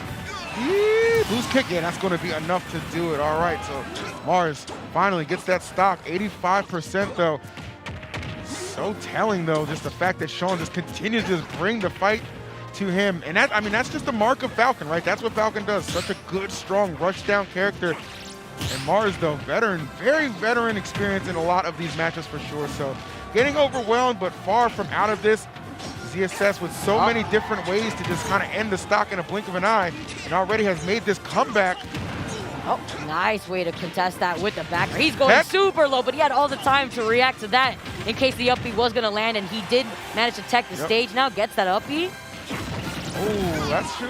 No, not quite. Not enough juice on that. Mars keeping up the pressure, catching another one of those air dodges. Wow. Sean just eager to get back to the stage, and Mars taking full advantage of that. Just like that, the tides, Vicky, have turned just a little bit. It's beautiful here. It doesn't matter how many platforms you have to try to mix up that landing. Mars is right there to catch you every single time. Yes, ma'am. Not just with these up airs, not just with these up smashes, but look at this now. Some of these nairs, too. He's trying to toss out some of these back airs to try to contest Sean, who wants to try to get right behind him here. It looks like now Sean's actually kind of struggling a little bit. Definitely. ZSS, too, talking about those comeback abilities, man. That nair gets it going. There can be some nasty things that follow. Ooh, we're calling for the finish, and it's going to be it. And look at just how that started and how it ended. Sean, dominating start, really imposing as well. Mars said, let me just slow it down a little bit. Let me just take a deep breath, and then just went on an absolute tear. Sean with no answers. And, what was great there is that not only was Mars swapping back to the ZSS, but this Battlefield that we're talking about here, too, where it feels extremely comfortable on. Definitely could tell right there. Basically the bone apple tea at the very end too to clean up that stock. That's really good. That's got to feel really good for Mars. Obviously Sean playing at a very elite level, but for Mars to make the switch to the true main right there with the ZSS, have that rough start. You didn't let any kind of doubt creep into his mind. Still understood. I'm still very much so in this game, and then finishes it not only with a win, but a 2 stock on top of that to queue up this game number 3. Now as we move on to Town and City though, let's see, continue on. You already see the amount of damage coming out from Mars, opening things up really aggressively. Complete different pace that we are seeing from Sean right now. He has slowed down a lot compared to what we saw in game number 1. Definitely. After what we had witnessed from game number 2 in that 2 stock here. All right, Sean not giving it to him. Nice, the combinations. Look at that, 4 up and the airs. reset on the platform. Ooh. He still got him. That leg kind of thick. That leg kind of thick, Vicky. Oh man, this man does not skip out on leg day for any reason. I'm telling you, good Lord. When it starts like that, you just tip your cap to him for sure. But Mars was in a similar situation in that last game. So mounting the comeback far from out of the realm of possibility. Look for these aerials that hit. Oh my goodness, Sean. Just going back and forth. Oh, get up attack. That was really good and well timed. That was really nicely timed too, because that you wanted to get that back there. And that up B though is going to be able to get that stock, but 40% onto Mars here. Did he switch to the other side before he initiated that? I think he did. Oh, no! No way. That's not. You're not getting that. You're not getting it. It looked good, though. It looked good. Oh, that was but so come much on now. damage, though. The crowd went crazy right there. Sean plays like he's trying to make the ESPN highlights. I'm just gonna tell you right now, okay? Says CEO's not enough. Oh, no, this is a Sean show now. Oh, wow. Nice clips him. Gets the good trade. And okay. Stun on him a little bit. The movement, obviously not an issue for Sean. Nor is this third game, which he is looking to just overpower Mars in. Had to roll back. Mars predicting that, though. Calling it out. Getting the follow-up. Sean is just an absolute... He is a treat to watch for sure. Both him and Mars. There we go. Charging it up. Oh, maybe expecting a roll or try to turn around to do it instead. Flip kick not going to hit by the ledge here instead. Bears are going to contest a nice little parry into the up Oh, that's B. big if he, oh, wow, that's huge if he got the stock, and he did. It's just so crazy. You just, I mean, you look at just, you know, it seems like Sean should just be running away with this.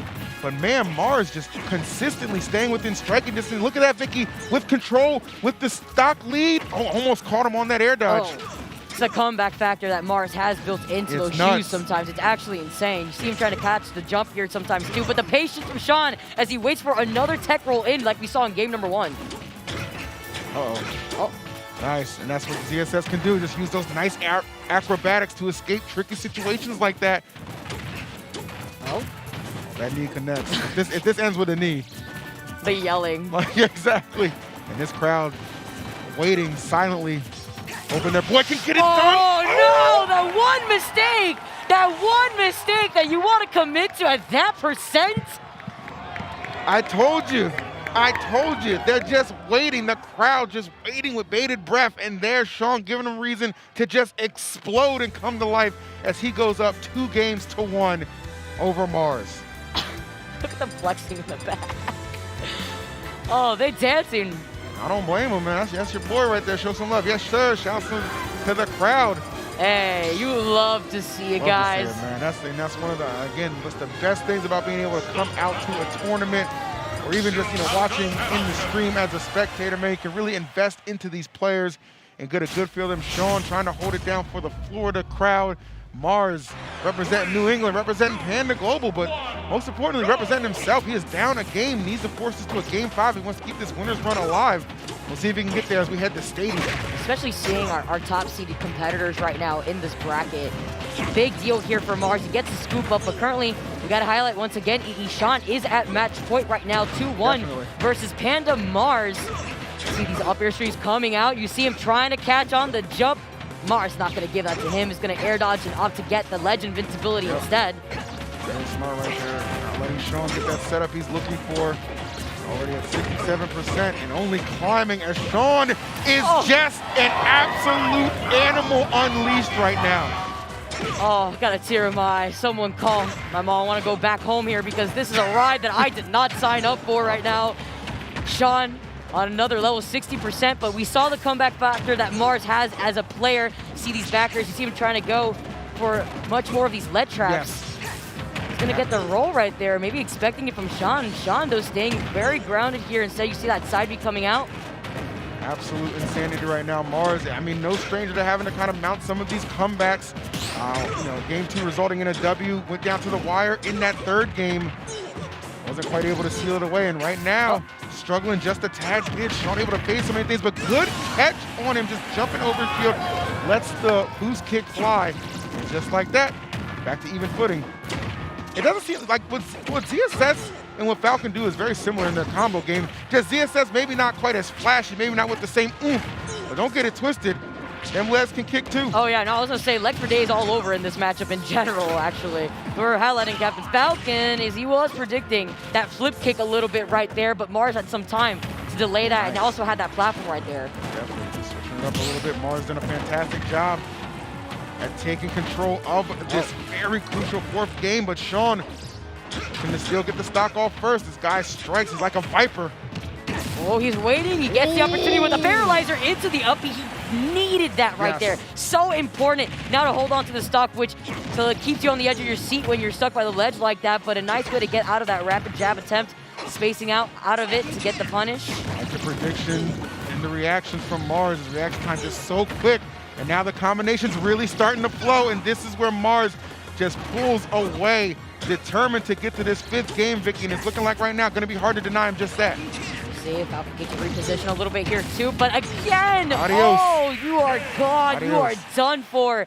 The nod from Sean, understanding, Yep. all right, both times you caught me with the same thing there. And it's such a mirror of what we saw in game number 2, right? Like, you know, Sean, very strong start, looking like he's going to go ahead and just take that game, and then Mars just whittles it down, fights his way back, and again, strong combo character, TSS as well. And you see the result right there as we are going to game number 5. Chat, who you got? You got Sean, you got Mars. Let me know, people. I don't know who to pick.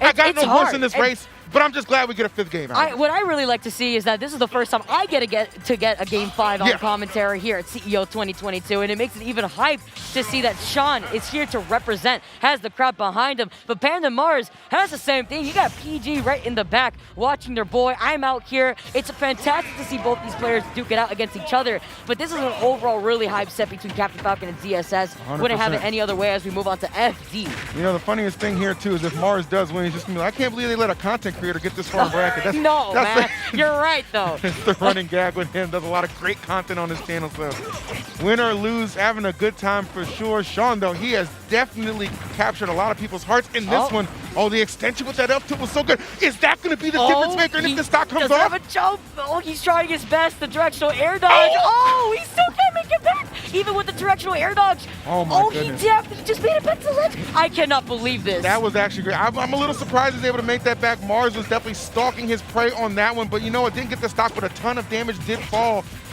or excuse me, did follow as well. So really good position for him to be in. But Sean, this is the last guy you want to kind of leave on the stage with another opportunity.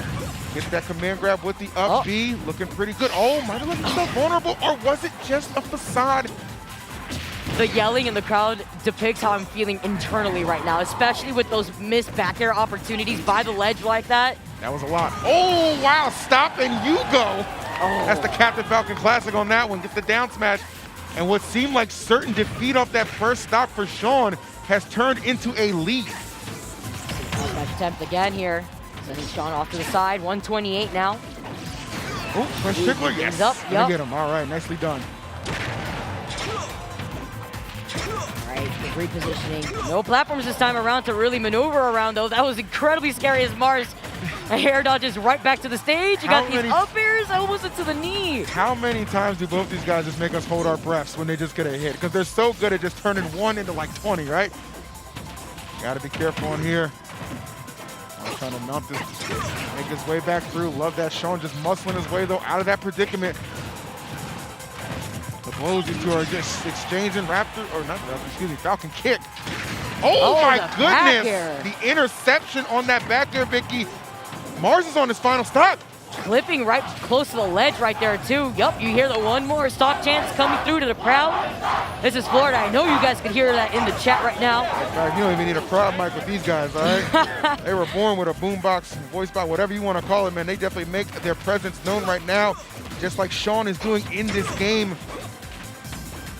The opportunity managed to make it back, though. You're stuck by the ledge. He called out that jump, but didn't want to overcommit beyond that ledge there with the knee. Low kick to reposition now, too. See these airs to try to space himself out. Nice parry. Gets that back air. That could be big. Let's see if he can finish it off. No, not able to get the down smash. Sean playing very defensive, waiting for these opportunities to open up and then capitalizing hit by hit. Gets himself closer and closer to this crucial Game 5 victory. Oh. That was nicely spaced there, too. Even with that parry, you saw Sean was nicely spacing that roll distance from the ledge. Production, prepare for an imminent pop-off. We are at the doorstep.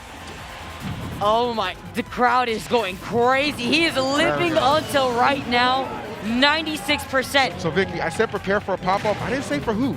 I didn't say for who. We don't know yet. We don't know yet. Gotta keep it safe right now because it can go for anybody. ZSS gets a nair right here in the right situation. This could be very scary timing. I think Mars definitely hunting for it. Sean got to play around it. Can't leave anything to chance. All right. Go back here. He opted to go for the jump right above Mars, though. 124. He got to turn around on the command grab on the up B. There's only so much Mars can take at this point. Oh, that was big. Oh, but the you're up there. Oh my goodness. How is he still alive? I do not know, but he's not. Yep, that's it. Finally, Sean able to put Mars to bed. so long. The pop-off deserves stand up, bro. This is your moment, your time, and your crowd as you take that game. Look at this. Look at this as he feels himself. He's going to round up the crowd. Oh, man. That was sensational. And there were so many close calls. You weren't sure which way it was going to go. Mars landed that nair, got some confirms, some confirmations. Again, the nair streaks continue, but Sean mashing a couple up airs of his own, able to escape that tricky predicament in one end and then get Mars in the air again and just finish the deal.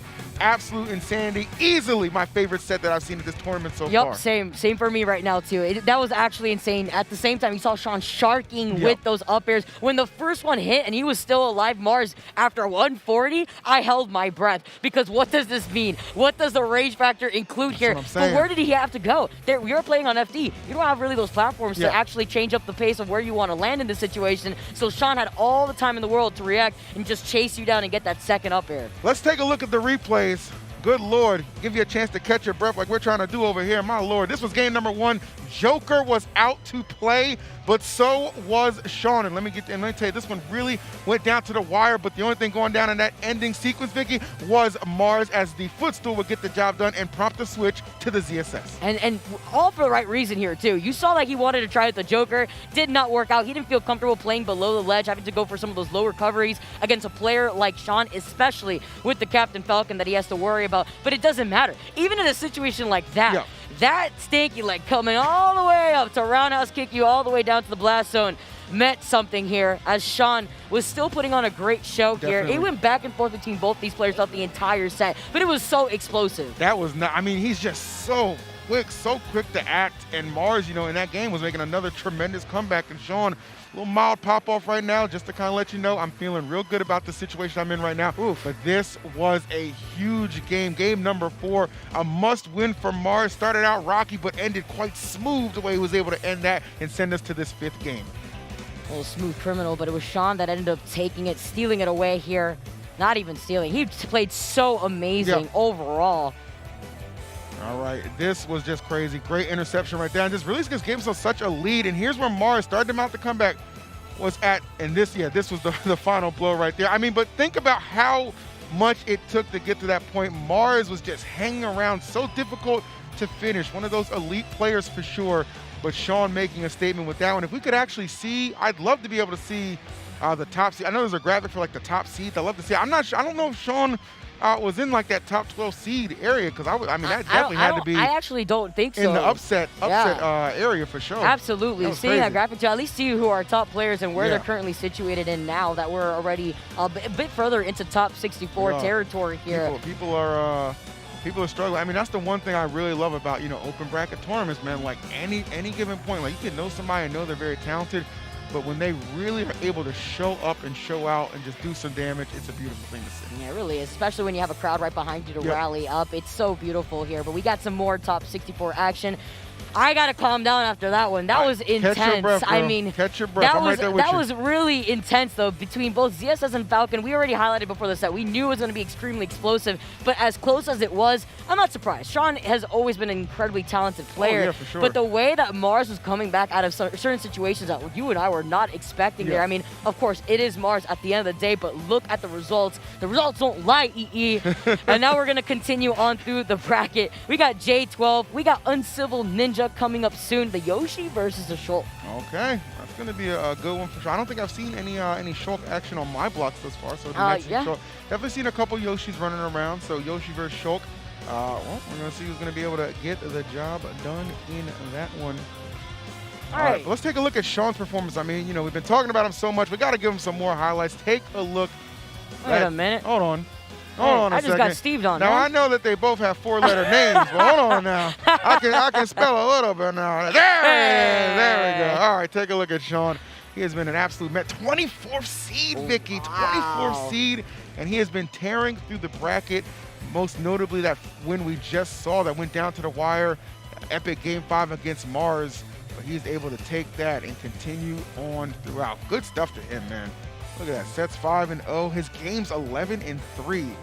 Wow, that's intense. He is continuing on through that bracket. After that win, I'm sure he needs a breather there too. Yeah, 100%. So you see Ed right there as well, as Mars is the only people to take games off from thus far, but still in a losing effort. And this was our top 1 through 12 seeds. You see Tweak sitting there at the first. Riddles as well, DeBuzz, Sonics, Zamba, Myron, Mutace, MBD. Mars, we just saw take the L. Jake, Yanni, and Fatality. So a lot of talented people in this bracket. We haven't even seen compete just yet. Remember, as good and as high ranked as you see those guys, 1 through 12, there can only be 8 who compete in Sunday's final bracket. By the end of today, we'll figure out who our top 8 competitors are going to be here at CEO 2022. Yep. So much more action coming up to you guys soon, just like the set that we're going to have coming up soon in the top 64 portion as we continue on with best of 5s. It's nice. Yeah, I know you said that you haven't seen much Shulk. I actually got Shulk earlier. Okay. When I had opened up with Coney, and it was against a Shulk against DeBuzz, and in its situation actually, Shulk swiping at the Luma, not so difficult. Cycling through those arts was also something that the Shulk did really, really well. Yeah. But it's difficult. I mean, you're playing up against a player like DeBuzz, who absolutely will have no issue playing very, very passive, especially underneath those platforms with the star bids. But this is a different type of player. We got J12, the Yoshi here, against Uncivil Ninja, a Shulk that has definitely made waves. J12 now on the Yoshi, like we've seen before. We've seen both these players a few times already on the stream. Yeah, I just can't remember a time where Uncivil Ninja hasn't been playing Shulk, right? This Yeah, is right? Like Yeah. You talk about that character loyalist chat, and this is just exactly what I meant. So through and through, if you're gonna see a good one right here, obviously you've seen a couple Yoshis, a couple Shulks. Now let's see who's going to be getting it. This is actually a losers bracket match as well. Round 4 though, so they're pretty deep in the tournament as well, which is why we're still going to see this as a best of 5. And space being put between the two right now. Uncivil Ninja trying to close that gap. That's one thing about Shulk, just switching between those arts can be deadly at so many different aspects of the game. Yeah, I can only imagine there too, as Yoshi could go so far out to the stage, try to utilize the Nair to try to drift back, try to clip you. At the same time, you have to worry about Uncivil Ninja. If he's got speed, if he's got jump here, you want to watch out for stuff like that. The Buster to rack up some of that extra percentage right now before it just dwindles away. Yeah. Ooh, okay, that Nair actually sending Uncivil Ninja in an awkward angle, but obviously able to come back through. Has the jump art. And I'm just going to switch. We're going for some speed right now. Again, if you're not familiar with Shulk, yes, those arts allow him to really just kind of increase those different areas of strength. Where'd he go? Did he just fall out of it? He looked like, yeah, he was pretty close to him, interestingly enough. I mean, gotta check those shoes. Too many rocks in them sometimes. Yeah, I was going to say. That's just unfortunate. That could have very well so been the stock, but it is going to be the back air from J12 getting the job done on that. And only 99% here too. See him patiently trying to get the cross up with the downer here, but you gotta worry about that cross slash, that up B instead here. Gonna get that Nair. The smash attack too, just gonna be able to get the job done, especially in that moment. Shield art coming out. Not gonna really be moving anywhere with that shield art activated, so he's gonna swap quickly to the Buster to rack up that damage. Oh, nice. All right, trying to go for the chase down. Wasn't quite there. Looking for these openings. Nice. Two combinations. Uncivil Ninja trying to make up some of this damage. Not doing a bad job, but man, I give J12 a lot of credit. Staying very much so engaged. Not leaving anything to chance. Trying to get that up tilt. Oh, that opening though, really costing. Let's see. Smash mode right now. Don't get hit with this. Well, scary, but the smash mode does run out in perfect timing. Those eggs to allow him to get back safely. Like the way that Uncivil Ninja just waits in shield for the opportunity in case J12 wants to go for one of those aerials and he doesn't really get the cross up right. All right, pressure right now. Look, okay. So difficult. I'm seeing like, yes, a couple of these opportunities that Uncivil Ninja's trying to get to just kind of finish off these stocks. It's just not working out. Ooh, that was smooth criminal type vibes on that one. He had the spacing just right there too. Just side swiping over to the side there. Gonna get that stock as he has speed art activated right now. He's zooming. Now he's gonna zoom through the air instead with this jump art. See, we can make the most out of this one. Goes in the Buster. Trying to find those hits, trying to get in there. Again, you know, you mentioned it, Vicky, the spacing been quite immaculate from Uncivil Ninja in a lot of these situations. Continuing to be the thing that's really gaining this lead right now. Pulling away from J12. See the opportunity here. Does get that reverse neutral B and the Nair, the reverse hit of Nair at the same time. Nice space with the noggin. So you're gonna wear them J's, you might as well get your dunk on too. I see you, Yoshi. I see you. He's still going there too. Got the fair into the up air attempt with smash art on though. I do not blame J12 for just delaying where he's gonna be landing. Correct. Oh, get the neutral B again. Oh, I mean, wow, okay. how many times? Oh my, bro, if that egg, if that setup had worked, that would have been absolutely. A Shadow Realm. I'm saying that would have been insane. Love the creativity from Oh. J12. We could have kept him locked right there. Just waited to see what Uncivil Ninja was going to do maybe here. 111%, both players on their last stop. Yup. The drift back to respect too as he finds the opportunity with those big Tims on the nair. This is tremendous Ooh. right now. Uncivil Ninja smart to go into shield. Oh, Help preserve that stock. Oh, nice. Almost, I think he almost baited him with that too. Shulk with that range to cover a lot of space, especially if you're in like an aerial position right there. Uncivil Ninja bringing that one to a close for game number 1. especially in a situation like that where you know that Yoshi really does want to jump around your space, especially between the back airs, between the down airs, and then a few nairs that we saw coming out from J12. Yep. But those little cheeky setups between the egg and the fair that we saw from J12 by the side of the stage. I know. I was definitely Oh. like kind of looking like, hold up now. If something connects, we got some.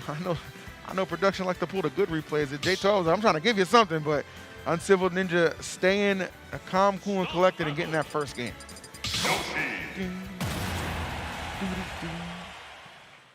All right. Isn't there like a new like Xenoblade game on the horizon or something? I have no idea. Okay.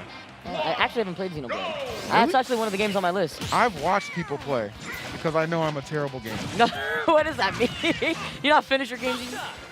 I have a catalog. Oh.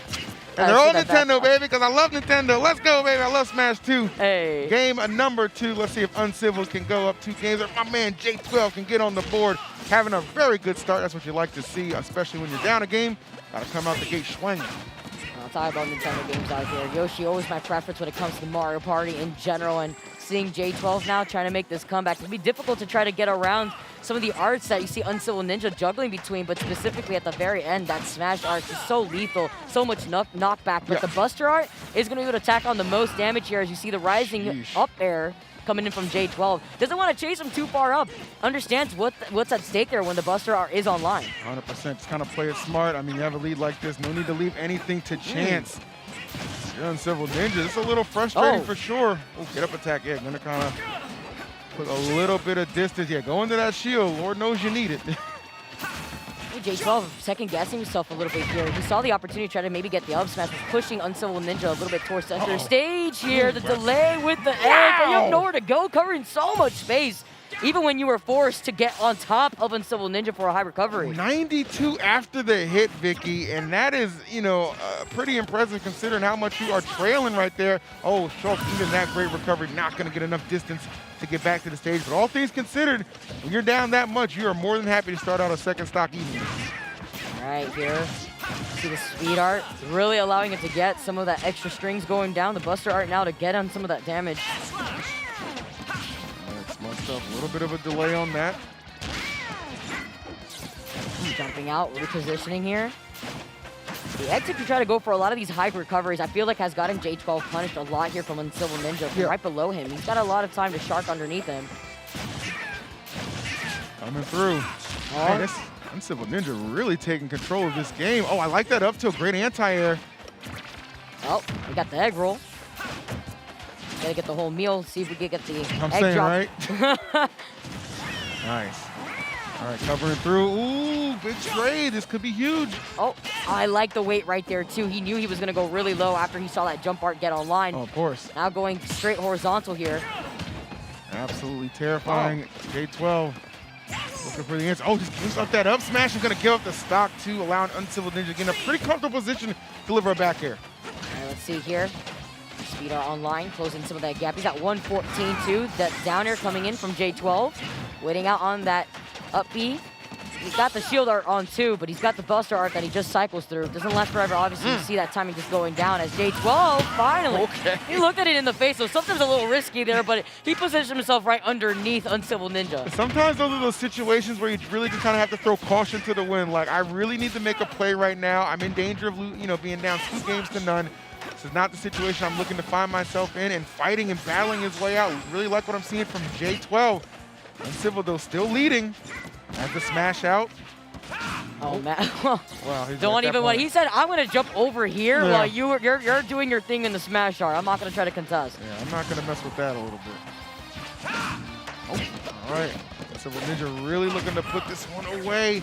Not too far off from getting the job done. Oh, tries to get that cross up, immediately gets punished with that grab. Here comes a smash, though. Oh, it's so hard to even touch the ledge. You could tell he was waiting for that, too. Yep. Like, you could tell he was waiting for that, too. Like, as soon as he got that grab and just chucked it, I was like, okay, we're going to try and push our advantage here on the right side. Did just that, and he goes up 2 games to none over J12. All right, again, best of 5 for those of you guys just tuning in. We are here. I believe this is top 48 now. Woo, we are deep in this thing. And we are speeding, zooming faster than Civil Ninja and the speed are through this bracket right now. There it is. It is crazy, man. Again, if you're just tuning in, it has been just a slate of amazing gameplay. Probably the highlight set definitely got to go to Mars and Sean, which we saw earlier. But this being our first losing round that we had on stream for our block, obviously not disappointing either.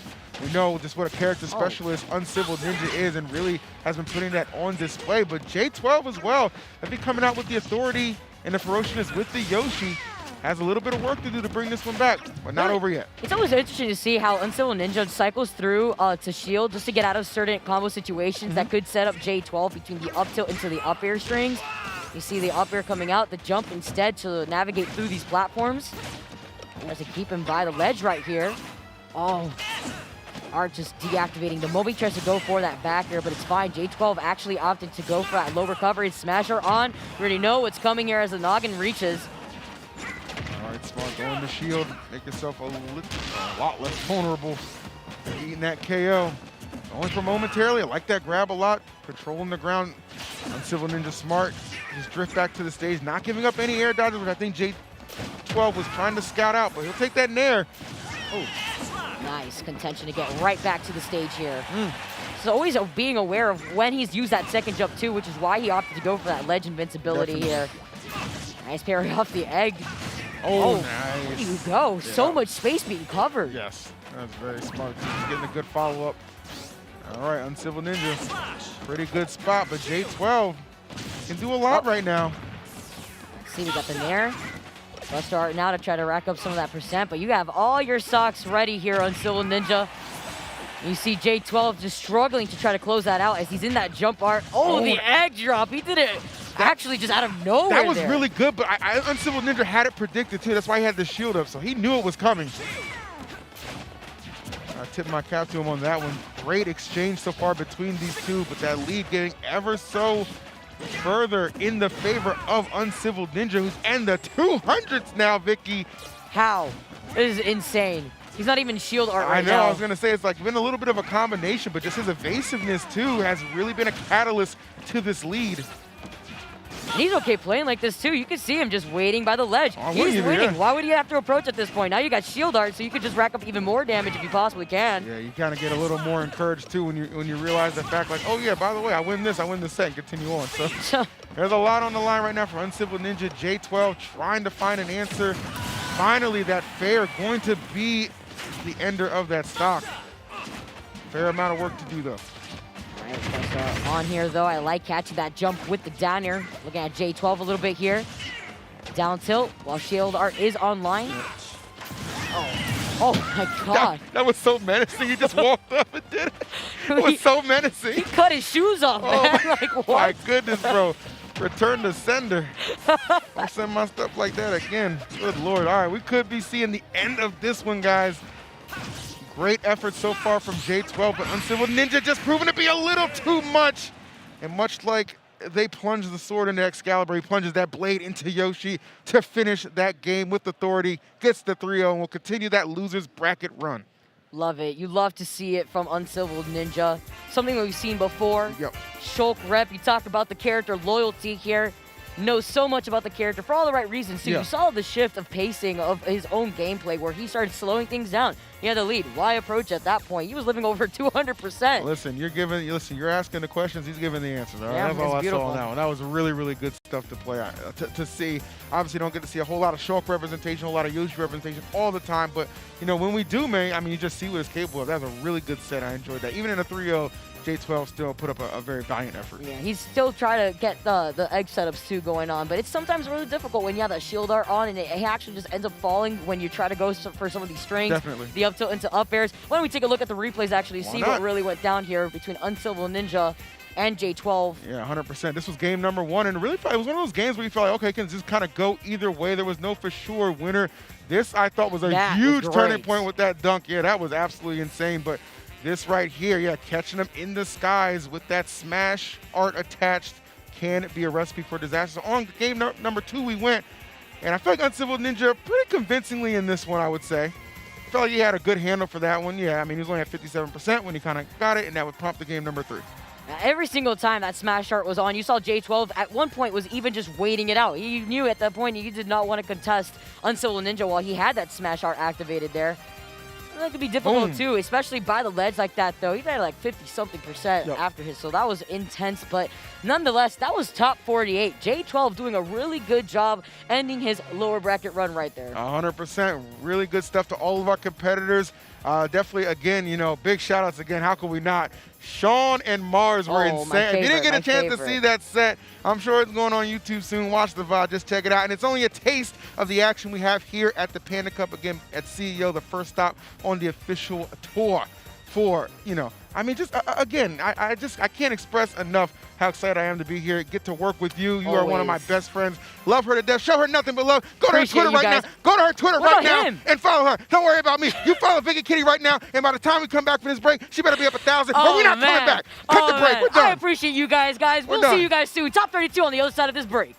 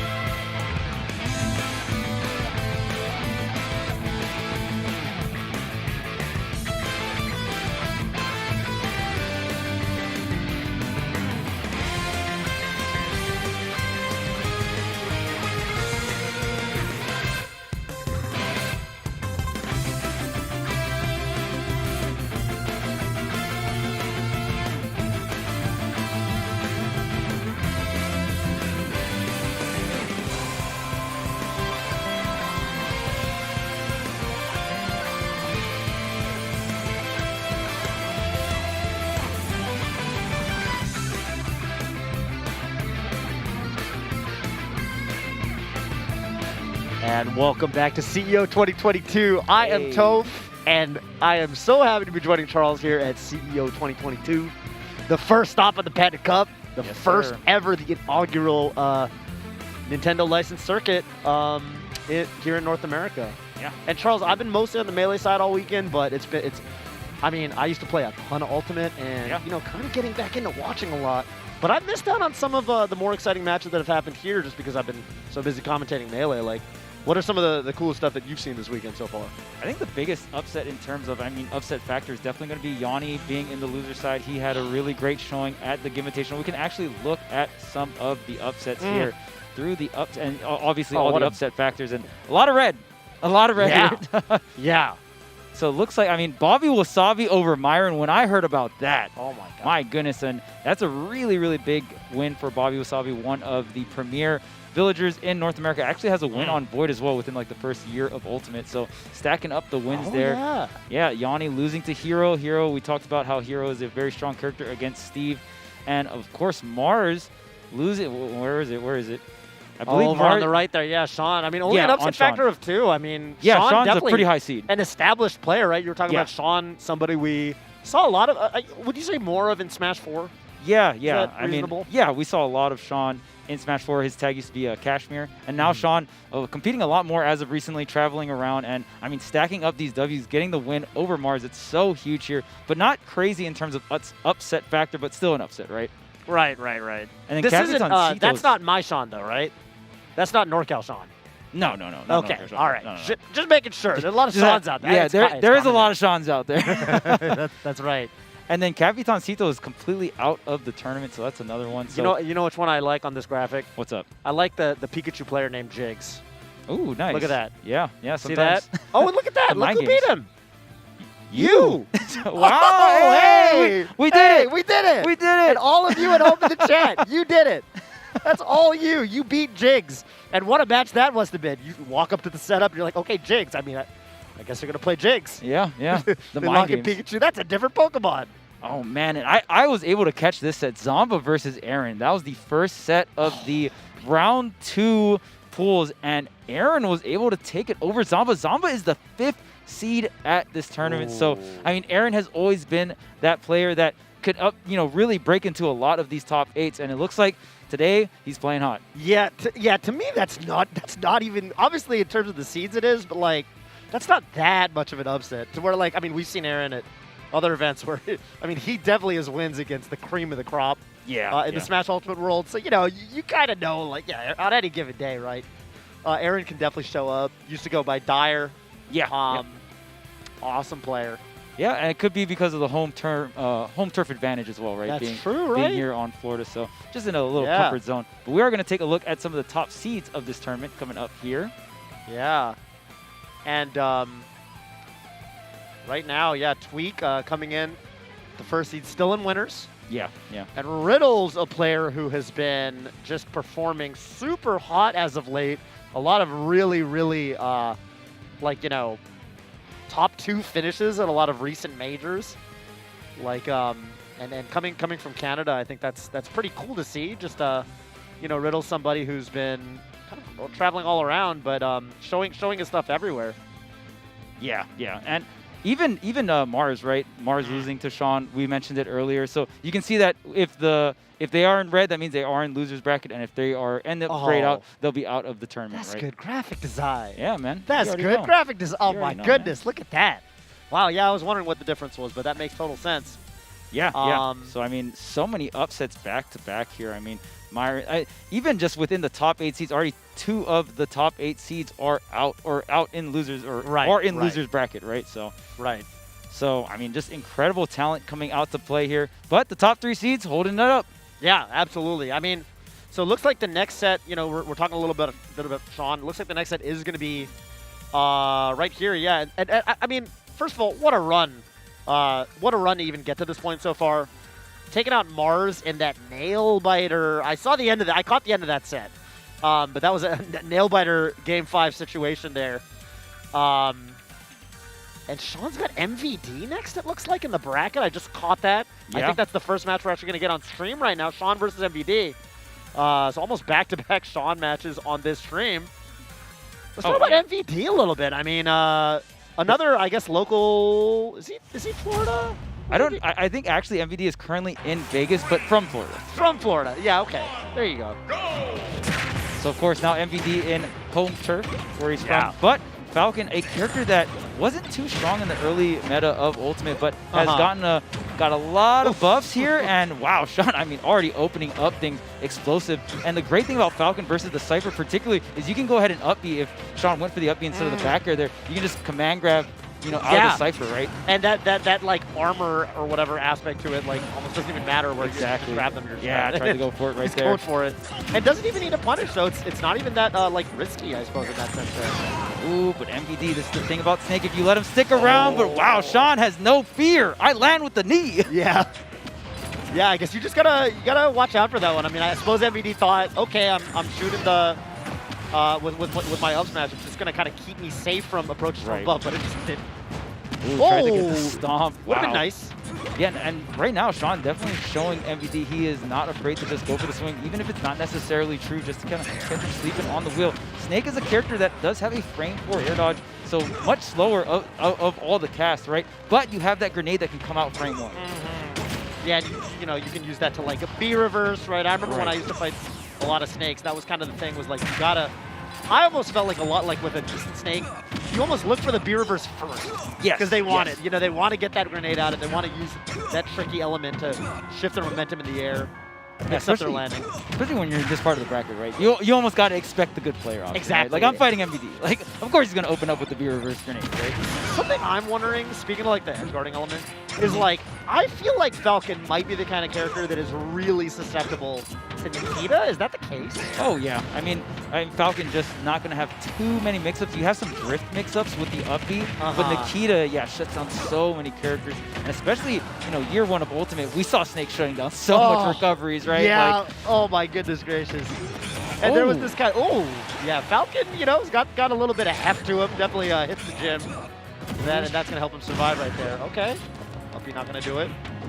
Okay, and there's a grenade to cover MVD and safely make it back to the stage here. There's a run-up jab, 165% right now. Sean really trying to close out this stock, but the upper actually hitting MVD back onto stage, and that trade is going to be perfect for MVD. Yeah, that up tilt. Oh yeah, that is the very good up tilt. One of the best up tilts we've seen in Smash history. Yeah, Snake definitely reminds me he practices that CQC. Okay, that shoulder tackle dash back, not quite going to do it. There it is. Wow. Oh my goodness. I wonder if the grenades maybe altered the drift or something. Like the trajectory? Yeah. I mean, it was a little bit stale, I suppose, right? Right. Man, and look at this. MVD is okay. I feel like MVD was in that like camera for like 5 seconds. Really, honestly, really good game sense to know for Sean to know exactly when to go up there, because he had to wait, right? He had to like sit there and wait and be like, now I'm going up. He like attacked him in the bubble, or barely coming out of it. Couldn't see him. Couldn't see him even. Wow, look at this, 136%. Sean was able to close out the stock, but the Nikita able to come back. So in that situation, you actually saw the Nikita drifting to the right, but you can change up which way your opponent goes by when the Nikita impacts what direction you're holding. So right there, MVD curves it over to the right, then switches it to the left to make sure that the Nikita knocks him towards the left there. Yeah, and you can kind of like stall it, like in the sense that, you know, it's kind of funny. I always thought it's like a missile flying through the air. You know, most missiles, they go pretty fast. With the Nikita, you can really kind of lock it in place almost. Oh, yeah. Almost like a drone, right? Yeah, almost, honestly, yeah. I mean, just a throwback to like, I've played through all the Metal Gear Solids like many times. That's how it moved in those games, and I think they decided, you know what, we're going to keep it faithful. Yeah. And Snake, you know, I think it was funny when you know, when Smash Ultimate came out, because Snake, you know, he was absent for a version. Oh, yeah. Wasn't in for. And I remember... Everyone is here, bro. Everyone's here. Man. Oh, that KO'd. Okay, not taking any bit of damage except by the grenade, the after effect, right? Yeah, that's right. I mean, that's about as good of a start as you're going to ask for if you're trying to... Ooh. Big rapid jab. Lots of damage from that, yeah. That Mach punch. Okay, there's a Nair 1. Oh, it doesn't get the extension, though. Yeah, you kind of want to try to chain the falling Nair 1s and try to get the corner carry there. Sean not going to be able to get it. Hey, he's taking all these trades, though. These are great. Yeah, I almost wonder if like the up air was like a jump read or something. I mean, you know, yeah. you could catch them, but The cross up, yep, very tricky coming out from Sean here. oh. Ooh, okay, I think we'll see a little click shot too. Okay. Uh-huh. Up Oh. airs. Oh, yeah, Got the air dodge, Sean. That's the thing about Falcon too, is if you get caught slipping, I mean, when you have something like knee, right, which is essentially like an aerial smash attack, you can get these crazy punishes off the air dodge. Right. Definitely like a character that definitely can snowball, right? I mean, uh-oh. Get the grab Okay, here. I guess facing the wrong way, yeah. Gonna chain into the kicks here. Nikita gonna go up and over, tries to get the side switch on the knee, not gonna be quite it, and oh my goodness, with the mix-up as well. Sean is doing an incredible job, by the way, of hitting MVD and punishing the grenade pulls, but when Snake pulls a grenade, he pulls it by his waist, so if you're actually just able to hit his feet, you don't detonate the grenade and you can continue the combo. That is really cool, yeah, that little bit of like knowledge. And it's the kind of thing that you have to need to know to look for it in the first place. You know? Right. That's really, yeah, so you're almost spacing vertically. Yeah. I think a lot of the times in Smash, we think about spacing as more of a horizontal affair. You know, you're moving left and right, but at the same time, you got to space your moves vertically sometimes like that. Yeah, in like those unique situations here. And there's the grenade. MVD is able to get back on the cross-up. Shield pressure into the jab grab here. Up and over we go, but we said earlier, Sean just has, you can hunt him down with the up B as well. Right. I think I think it looks like Sean is almost trying to position the up air. Okay, hang on a minute. Got to live here. This has been all the Sean show all game too, but wait a minute. Everything kind of making a comeback. Hang on. Yeah, and I mean, we used to meme about Rage Snake in Super Smash Bros. For the goodness. Wii U, and it is now a reality. So, yeah. I mean, Rage with Snake, but the shoulder dash, it's still not enough. Incredible DI with the high ceiling of Town and City. That's right. And Snake, I mean, I feel like you see a lot of stocks where Snake is just living at this percent. Oh, okay. The tricky up Bs, man. Yeah, that platform also really. And that's the thing about a lot of Falcon players. One thing, to me, what separates the good from the great Falcons is not your. A lot of Falcons have the conversion game and all that other stuff, right? Yeah. You have the offense, but how good is your recovery? How good are you on defense? Because that's the weakest point of the character. And right now, Sean is just showing us in tenfold that he has the recoveries, he has all of the defense to make these stocks last. Now it's a 1-1 apiece here. Kind of got the sense that, like, even the counter, like going to Town and City, like I almost kind of felt like that was part of the idea because some of those recoveries were kind of made possible from the Town and City platforms. Yeah, very good point. Those outer platforms really give you that extra option, right? Almost kind of like that Kalos factor. Right. Granted, you only get them some of the time, but yeah, I mean, it's gonna help you out. And I'll tell you right now, we're not going to Kalos. Or I will be very surprised if MVD doesn't ban Kalos. Kalos, very commonly known as Falcon's best stage. It's it's a recovery buffer. Yeah, for a lot of characters. The wall jump, right, is so wall strong. jump for sure. And we talked about those outer platforms by the ledge. Well, that's there too. All the time. Yep. Yeah, there's this kind of spacing that Sean's doing his up airs, I feel, where he's trying to, because, you know, Falcon's got so much of a scoop factor to that up air that he's actually placing it directly under MVD to almost, I feel like he's trying to cover both, like, the B-reverse grenade and not. And do it at this height, like you said, that might not even, he might not have to worry about the grenades, so. Oh my goodness, I am so surprised he came back there. MVD actually opted to set up a C4, and because of that, did not end up taking that stock, but MVD is going to take a bit of damage. Are you going to be able to land back on stage? The grenades are out, and the way MVD positioned with no double jump, you know, Sean was so ready for that air dodge and the sweeping down tilt, he's going to take it. Yeah. Really, really good stuff to scout that out. Oh, and these trades, oh man, back and forth, and usually Snake, a character that wants to trade with all of their opponents here, but I mean, Falcon is a character that maybe not a great idea here. There's the up air, the air dodge, able to get back in time with the shield, but it's looking low. Yeah, you're saying just because, like, the weight, I suppose, right? Like, yeah. And Falcon definitely can't. Oh, no! Not the loop-de-loop. Oh, no!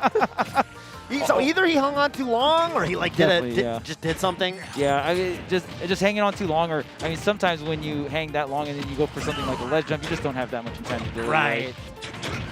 So here's the up airs, you get the damage, but I mean, oh, whoa, we're going for the forward air. Uh-huh. Almost costed the stock there for MVD. Gonna go high. The up air still not enough. And we've seen Sean in this position in game number 1 where you're just not able to take the stock, and MVD was able to get over 200%. Right. And this is definitely one of those spots where it's just every time you go for it, just because of the grenade factor, because of how Snake kind of works, yeah, you kind of naturally just take damage as you continue to, kind of hunt for that KO. Reverse hitbox there. And that's the tricky part about Snake right now.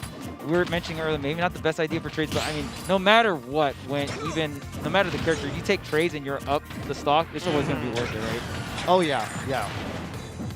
Yeah, it's funny to say, because, like, obviously in Smash, you always want to be in the lead, right? If you're in the lead, you're close to winning.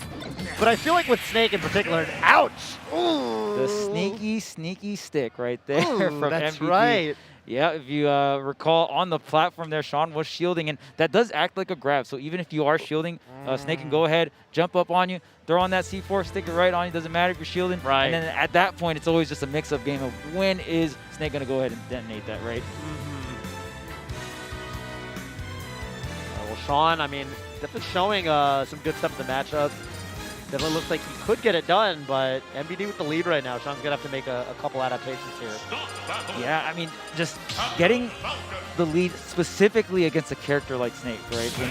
When these characters like Snake, you're able to set up, and when you have the lead, the setup becomes even more potent. Characters like Snake, like Sonic, right? They just become way more deadly with the lead, right? Yeah. So that first stock matters even more so. Yeah, I agree for both players. For Sean, because he wants to mitigate that playstyle, right? You want to be able to take risks and, not worry about it. Because ultimately, like, grenades aren't usually going to KO you. Like, of the explosives that Snake has access to, the grenades really mostly pile on damage. Yep. They in themselves aren't really KO threats, but...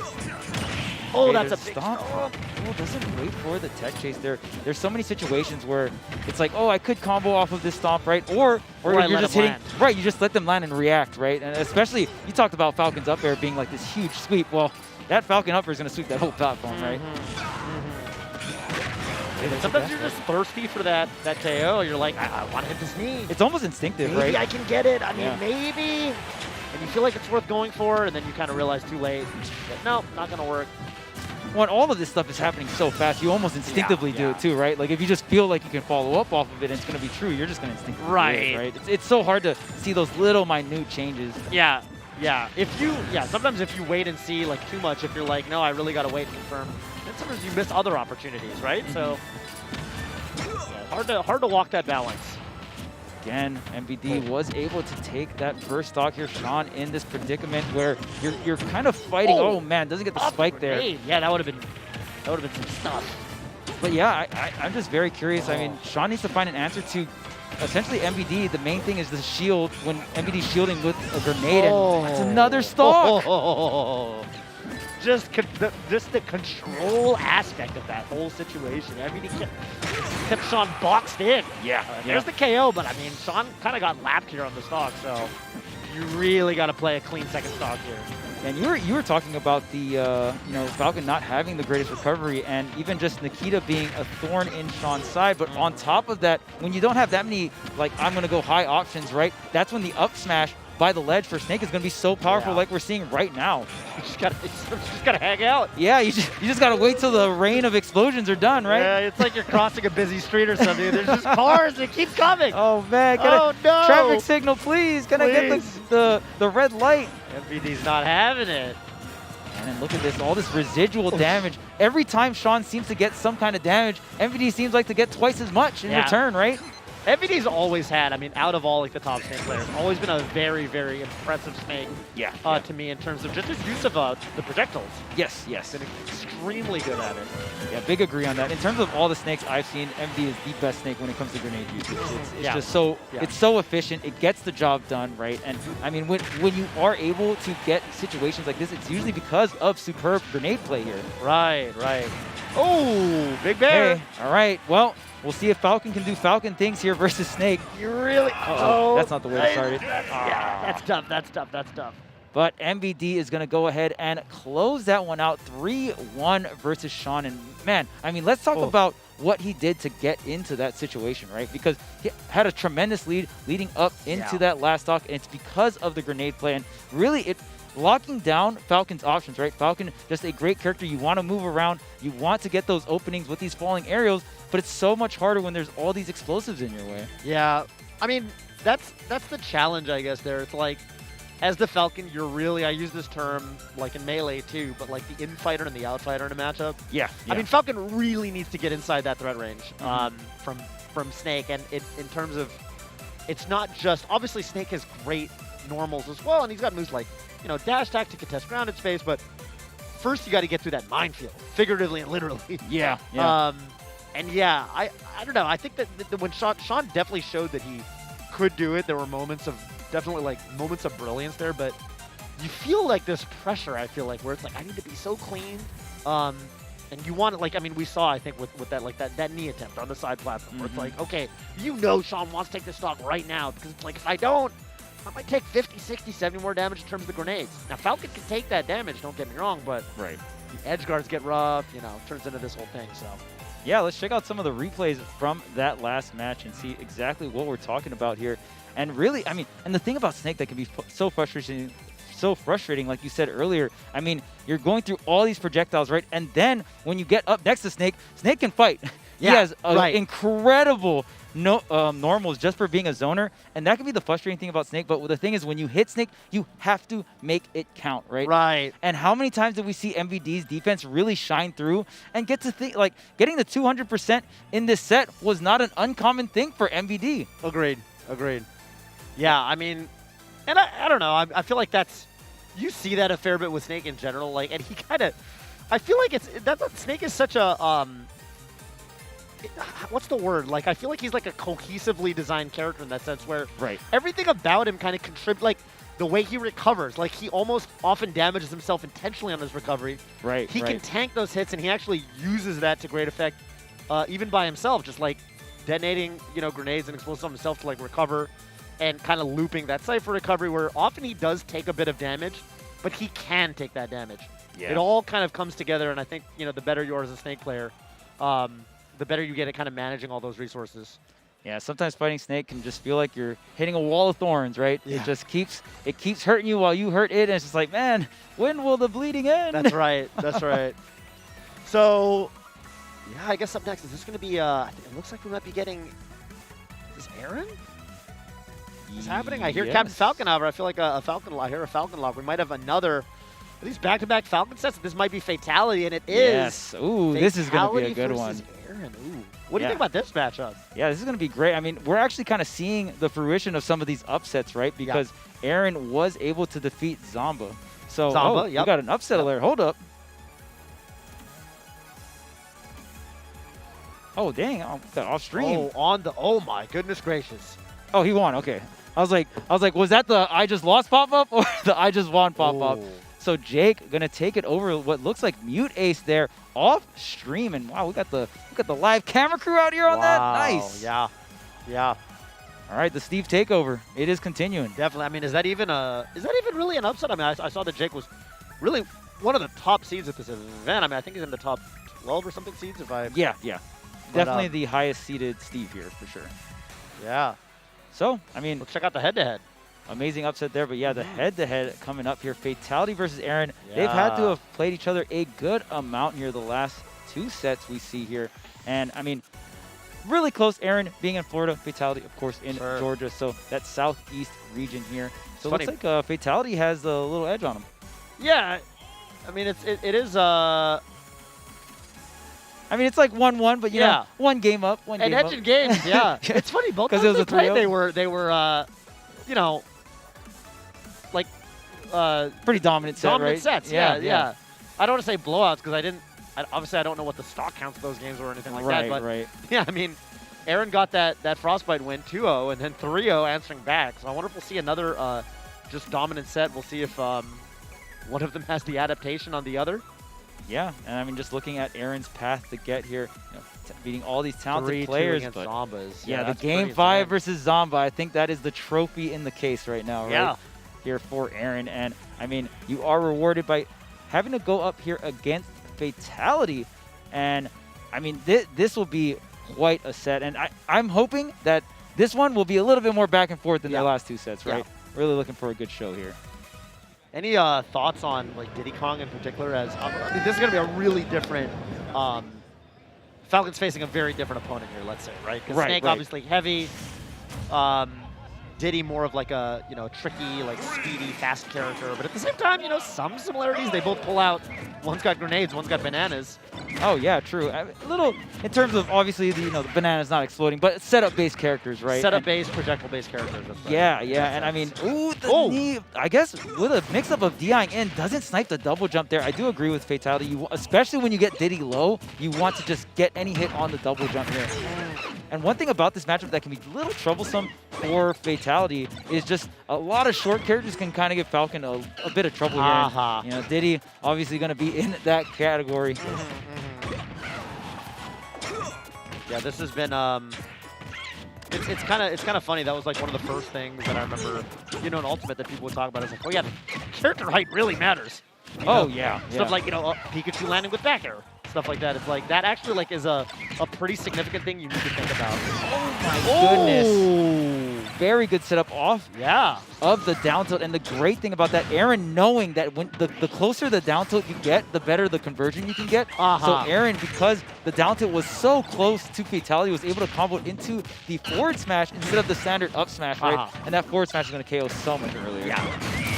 Oh, that side hit, I suppose, of that stomp. Oh, yeah. All right. Yeah, very close game so far. And the great thing about, Smashville is going to be our starter here, and Smashville, alongside with Town and City, just some of the smallest blast zones horizontally here. So we're going to see a lot of earlier KOs, just off of the left or right side. Right. Would be a factor if we get some of these knees, too. We haven't seen any big knees just yet. But again? Oh, the weight. That was so smart, but misses the tech. And Fatality's waiting it out. Aaron watched the scrap, but Fatality said, hang on a minute. Tie my shoes up here. It's funny. I don't know if you wanted to do that because Diddy just gets the banana for free, which is just funny. Yeah. But that was great from Fatality, just missing the tech on the barrels. So whenever you knock the barrels out of Diddy, it'll actually rotate in a clockwise position there. So in that situation, you had to be ready for the tech. You kind of knew the barrels were going to explode there. Right. But I like that Fatality actually waited it out so long and then went for like a meaty aerial with the knee, right? Just go for the soft hit knee. Yeah, just drop a hitbox on him. Okay, speaking of being ready to attack. So close there. They're going to get the monkey flip, the bread and butter here for Diddy Kong. And monkey flip going to be KOing a lot earlier, too, because of Smashville. Watch the up smash, though. Yeah, big attempt for a call out there from Fatality to catch the drift. Okay. Yeah, we're seeing Fatality go for a lot of these weak knees off stage. Yeah. And then even using the up B as maybe some other part of the edge guard here. Yeah. There's the down tilt. And even with the great DI. Wow. I went straight right and still able to get the scoops with the up smash there. Aaron on point with these conversions. Yeah, Aaron heard you talking about the, wanting to be closer on the down tilt to get the best conversion. Aaron said, you know what? I'll get whatever conversion I want. And I'm glad we're seeing Aaron kind of shifting more towards the Diddy Kong. Aaron also has a Steve, but kind of was in this character crisis, was playing Diddy Kong, was playing Rob, was kind of playing around with Steve too. But I personally think, right? We don't talk about the Sora. we definitely don't talk about the Sora here. But I'm glad that Aaron singing with Diddy was known for his Diddy in Super Smash Bros. For the Wii U, right? So just kind of stick to your tried and true. Definitely feels like Aaron's best results. I would say we're ultimately, I think, the result of his Diddy Kong. Yeah. And I feel like, I don't know, sometimes you can kind of tell with people, like, they just have a soul character. Like, they just they resonate with the character in a certain type of way, and I feel like I've always kind of felt that about Aaron with the Diddy. Yeah, absolutely, and it's great to see him so confident with the Diddy Kong. And, I mean, just the win on Zamba itself is so important here. Got some Z drop, re-catch aerials, of course, such a big deal in terms of item play. You're able to hold on to that banana and then just Z drop the item, catch it with an aerial, so you're able to hold an item and do aerials at the same time, right? So important. Yeah. What the charge is still not enough. Yeah, Falcon with that again. Definitely a heavier character. That probably paid off there. Yeah, and you see Aaron also utilizing the Z-drop banana. Diddy does Z-drop from behind, so when you're not facing the ledge and you just Z-drop, it will go off the ledge and kind of force your opponent to pick an option or they'll get hit by the banana. Yeah, totally fair. There's another Z-drop aerial there. Oh, Yeah. the banana snap. Oh! Imagine you're just trying to come back to stage and a banana smacks you in the face. Ouch!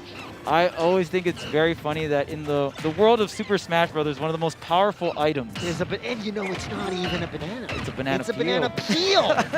It's just it's like a Oh, that's a dare. Oh, the tech. That was very yeah, nice. crazy tech. Yeah, I'm going to go ahead and just DI in towards the stage and Yeah. just tech that lip of the stage there. Great stuff on the survivability, but even with all of that survivability, look at Aaron has barely taken any damage. Aaron's in total control. Aaron is actually in total control. Oh, man, and we talked about how we wanted a back and forth. This has not been a back and forth. And it's crazy Aaron, because read the script, man. if I'm reading that graphic right, I think their more recent set was the Fatality 3-0. Yeah, so yeah, Smash World Tour. Are Yeah. they just destined to just destroy each other back and forth? Whoever wins game one, that's it. Yeah. All right, GG's, pack it up. Do we really have to play the rest of the set? Right?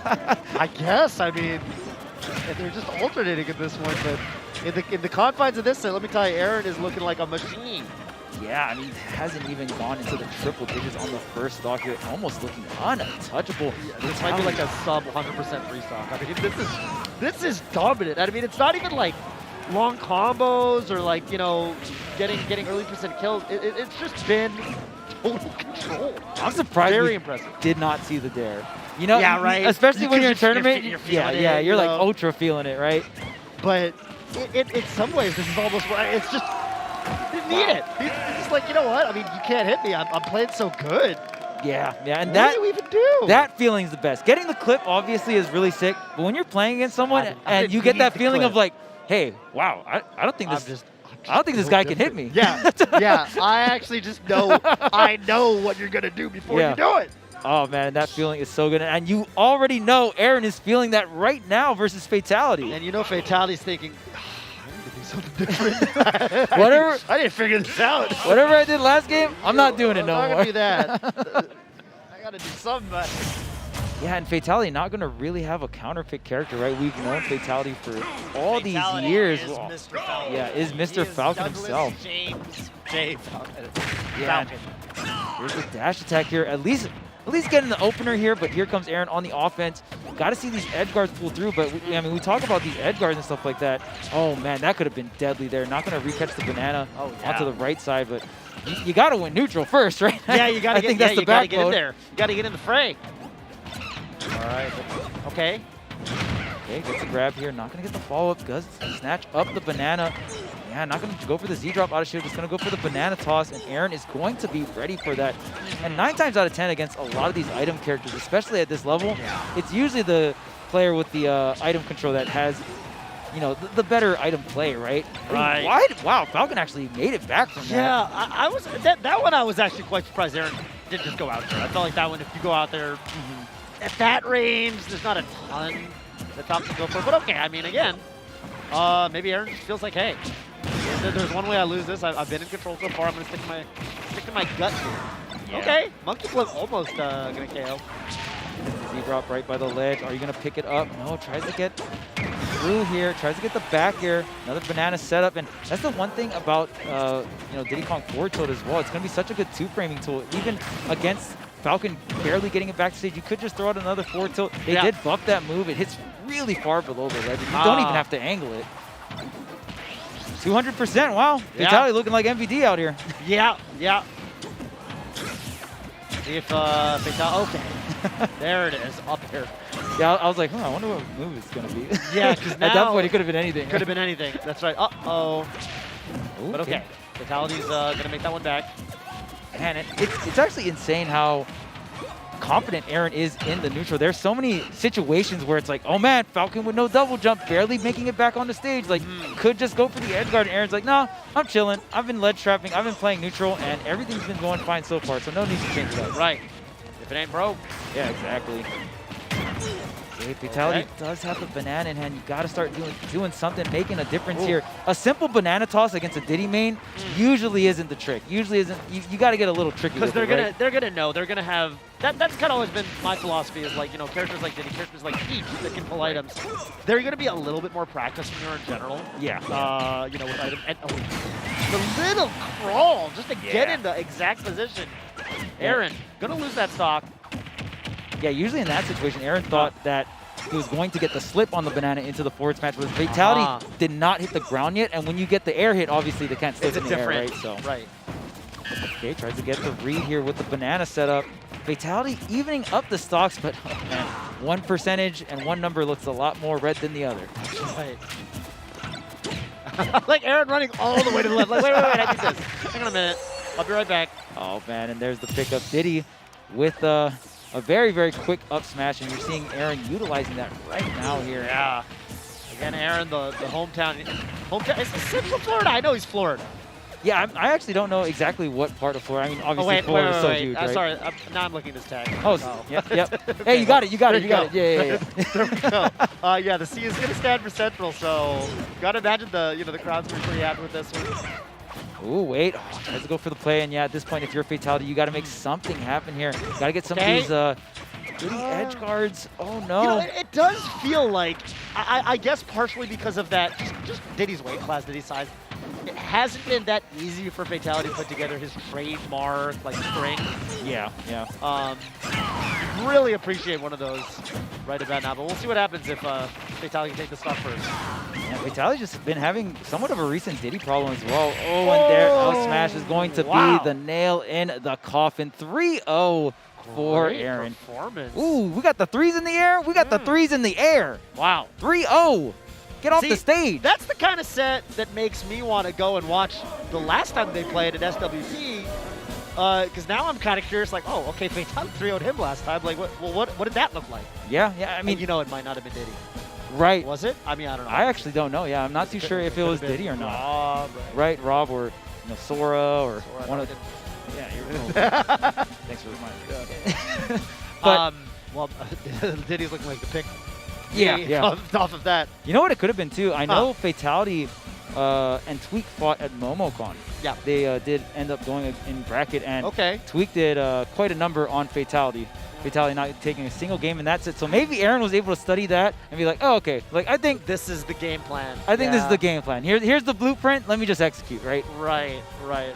Yeah, I mean, Falcon definitely, he can kind of be that polarizing character, like, you get those conversions. Oh, yeah. Well, let's take a look at some of the replays from that set and see how we got here. I have to imagine a lot of these replays will be Aaron replays. I mean, Aaron's just getting a lot done. Okay, and I think this was a reverse snare. Right? Yeah, this is going to be the miss tech here. Good idea. The barrel's just going right up. And yeah, I think that could have been the pivot point, right? Because you know how there's so much times in a set where if you just opened up really strong, that can just give you the confidence to really close out the rest of the set. And I feel like Aaron was the one with the confidence. There's the banana peel snipe there. So yeah, this is going to be a lot of the monkey beating up on the race car driver here. Yeah, that's exactly right. Ooh. Up smash. The swiftness on the controller. Of course, the crowd, the Central Florida homies supporting Aaron all the way through here. It's funny. I almost felt like that set was so clean that like they didn't even need to get that rowdy. You know what I mean? Yeah. Because people get, crowds get rowdy when it's close and it's like, oh, we need to support our boy. But this one, they're going, oh, no, doing his thing. Yeah, you already know the Florida crowd gets rowdy no matter what. Right. Florida always comes through, so. And hey, Fatality also, for what it's worth, I think Georgia, not too far from here, so yes, absolutely. Have to imagine Georgia probably came out in force as well. Well, hope to see more of Fatality, potentially in the loser bracket. But Aaron, strong showing and showing no signs of letting up on the gas. Yeah, and the great thing about Aaron, it is always feels bad, man, when someone gets a crazy upset and then they just lose the round afterwards. You know what I mean? Like, yo, I got the upset. Like, yo, let's go. And the next player's like, yo, thanks, man. Right, thanks. Oh, cool. Yeah, because I was worried about that guy. Yeah, exactly. You beat that. Yeah. So, yeah, that's gotta feel good because now you're like, I guess I'm just on one today. Yeah, exactly. Yeah. So, shouts to Aaron. Hopefully really he continues this crazy winners bracket run. Yeah. Upset after upset here for Aaron. And I mean, on paper it's upset. We know that Aaron has the capability of doing that, so not too big of a surprise to us. We've got some notice from the losers bracket here. Hang on a minute.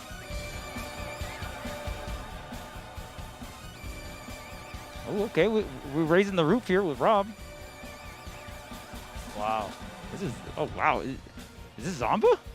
Must be. I think. Yeah. I think that's the letter Z. Oh. Ooh, and that is going to be against Mute Wow. Ace. All we're getting is we're just getting the Mute Ace losing Dang, footage. man, you guys, That's rough. You know, Mute Ace is Florida, right? Production. Cut So, the tapes, man. Cut the Mute Ace, I guess going out to Jake? Zomba and Jake. Yeah, yeah. Wow, that is a tough pair of players to. Yeah, yeah. Wow, that's. Ooh. And see, and if you're Mute Ace, you're getting like the bad side of the upset, right? You're like, yeah. wait, okay, who's next in my losers round? Oh, it's Zomba, and you're like, wait, what? This part of bracket. 2 top 8 seeds fighting each other in losers before top 8. That sucks, but you know it is what it is. And Zomba was able to take it over Mute Ace, and Mute Ace being on home turf here in Florida. Very unfortunate, but incredible stuff to Zomba in survival mode right now in the Shark Tank that is losers bracket. Yeah, sometimes you kind of get the nervousness, the jitters out of you when you get sent to losers, and you kind of power up in a way. You're like, okay, I got to get this done. You know, you kind of play a little bit more, I don't know, buttoned up. So we got a Rob on screen right now. We're gonna pot Waddy. Ooh, okay. Tweak. Ooh. I will be very surprised if Waddy goes Rob because Tweak is probably one of the best players in the world against this character. Yeah. He really doesn't drop any sets to Rob. And yeah, we just got word from production here. It's going to be Sephiroth versus Mewtwo. Yeah, or Sephiroth Mewtwo versus. Yeah. Tweak's going Sephiroth. Yeah, got it. Yeah. Two very the villain-esque characters, yeah, right? You I know? gotta say, I mean, who even wins this like canonically? I feel like they're both extremely powerful. Yeah, they both kind of use like shadow magic, right? Right. Like that's definitely in their realm. Yeah, this has to feel like some sort of. I don't know. Yeah. Even for me, I feel like these two might be working together. Even yeah, actually. you know. I mean, if Sephiroth were to have a Pokemon, it'd be Mewtwo, right? Mewtwo's got that Genova kind of. Yeah, exactly. It's funny. This is not like this the is like the Route 1 music. Yeah, it's like this is not. We're just gonna get our adventure started. Mewtwo, and it's a da da da da da da da da. But okay, Waddy, I love Waddy. It's funny because I watched obviously Waddy for a long time, mostly the Rob.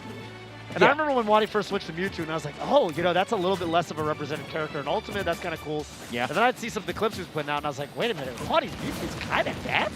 Oh yeah, and Waddy was known for his Mewtwo in the in Smash for Wii U, just one of the best Mewtwo's to do it in the world. Yeah. And I mean, obviously a character that didn't seem too powerful right off the rip. In Ultimate. Yeah, in Ultimate, right? And one of the big things was just the tail being part of the hurt box, right? It is very important. I love Mewtwo's tail. It's so important to have a really good dashback. Dashback is probably like the option in Ultimate that is like very safe. You can react from it, right? It's funny. It's the exact same story in Melee. Like if you ever talk about Mewtwo in Melee, it's like, well, he's got a big tail hurt box. That damn tail. That tail. And you know, it's funny because it's the exact same thing. People used to joke like, oh, we should balance Marth by giving his cape a hurt box. Because that really would do it, you know? Yeah, actually. It's so crucial. But right now, Waddy, like, had a, doing a really good job here. Yeah. I always felt, you know, I used to mess around with Mewtwo, actually. I just think he's a really fun character. Oh, absolutely. And I always felt like the thing about Mewtwo was, like, there's some matchups, and I think the slightly slower, slightly bigger body kind of characters, actually, they're often very comfortable to fight as Mewtwo. I actually feel like Mewtwo might be fine. Oh, I love that first air conversion in the up tilt. Yeah, I mean, Mewtwo's combo game is already pretty fast, and especially when you're going up against some of these bigger hurt characters. And, you know, Sephiroth, honestly, both these characters very tall, right? So going to be able to take advantage of that here. And, I mean, Sephiroth in general, I feel like when Mewtwo has a decent amount of space, then, you know, Mewtwo doesn't have to, when a Fox isn't rushing Mewtwo down, right? All of a sudden, Mewtwo has a little bit more time to set up, and Sephiroth, not necessarily a rush down character himself. Right, yeah.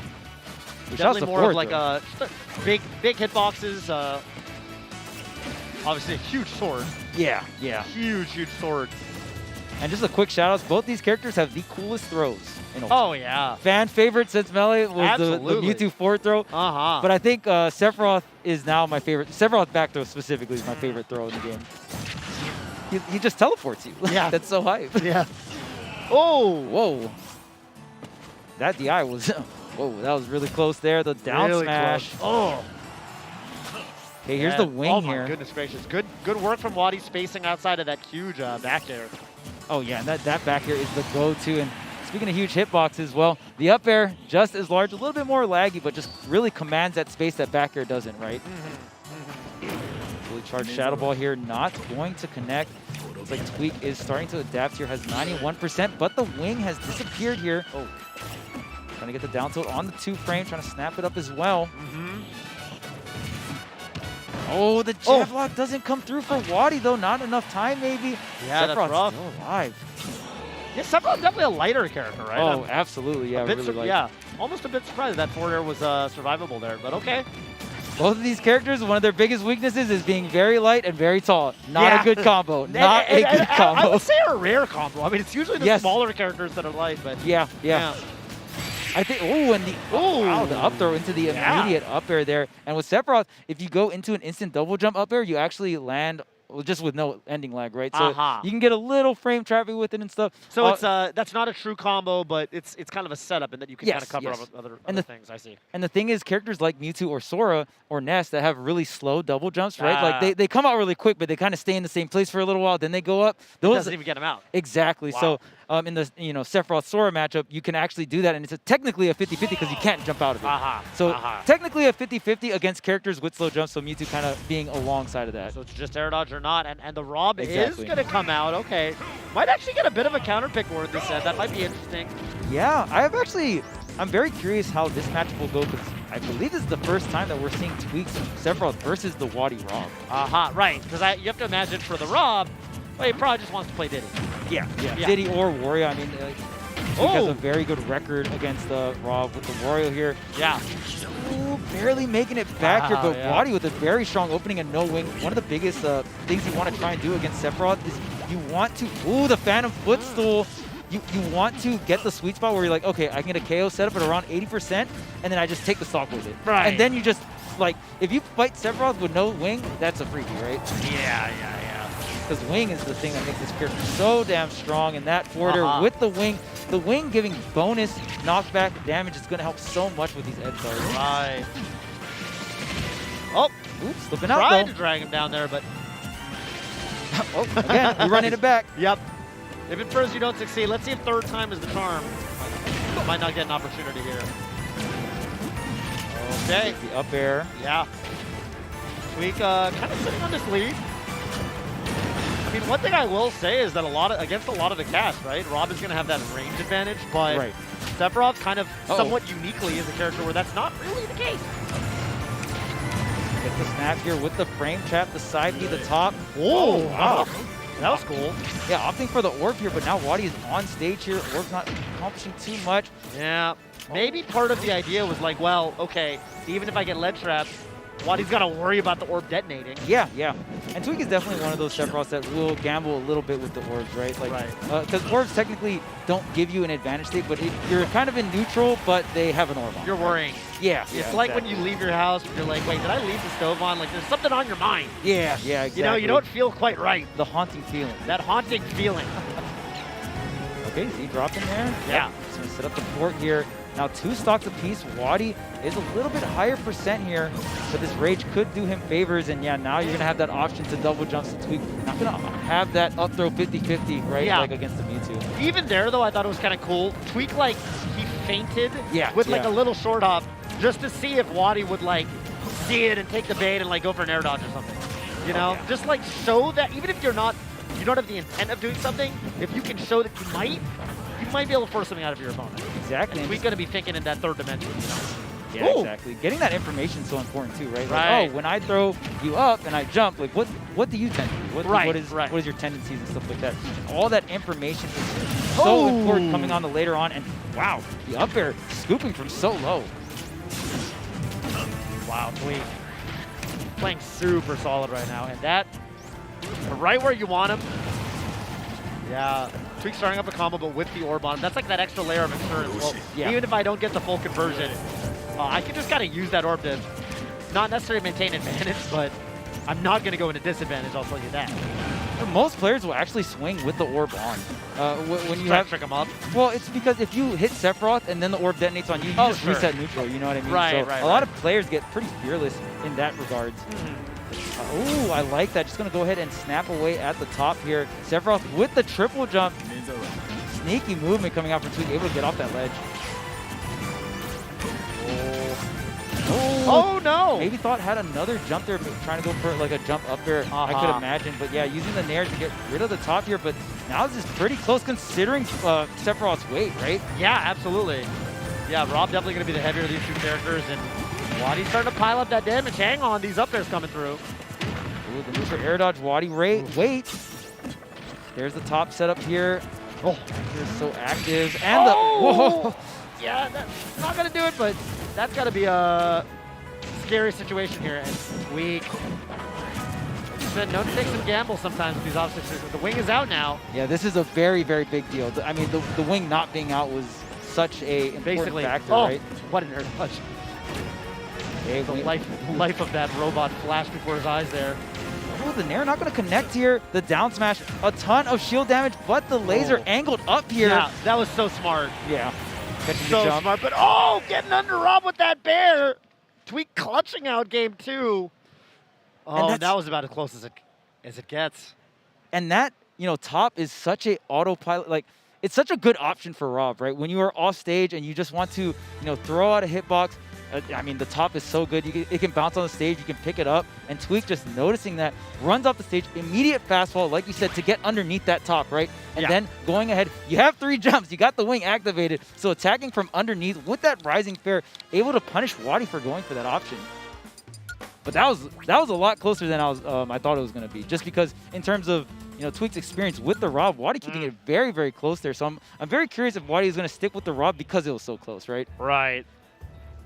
Yeah, I mean, it's tough now because if you're thinking to yourself, well, I'm prepared to enter into a counterpick war, right? Right. If that's your thought process, you just can't have that luxury if you're down 0-2. Right. Because that means you're going to have to win 2 times on their counterpick. Right, right. So at this point, yeah, I mean, whoever Wadi goes, there's going to be a lot of outplays that he's going to need to do over the course of the next couple games. Ice climbers. We're going to climb some ice? Yeah, Wadi has obviously known for all of his content that he makes. As of recently has been having quite the itch to play ice climbers. I mean, even just in bracket as well. We've been seeing the Wadi ice climbers, and I have to admit, I am very impressed with Wadi's ice climbers. I did not think it would be a character that Wadi, like a Wadi type of character. Of the cast. Yeah. Wadi, I mean, I don't know. How would you characterize Wadi's characters? Like, they're usually like a little bit like, bigger moves, slightly slower. He loves charge moves, like Wii Fit, Mewtwo, I mean, the top charge from Rob. Right.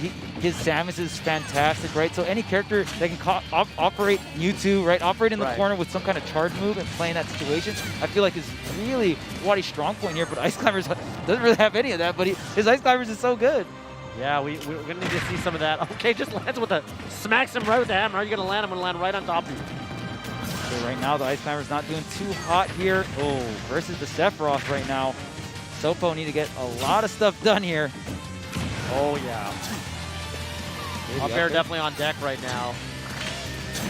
Ooh, the back not really coming out. The up air still not enough here. Gets the air dodge, but immediately going into shield.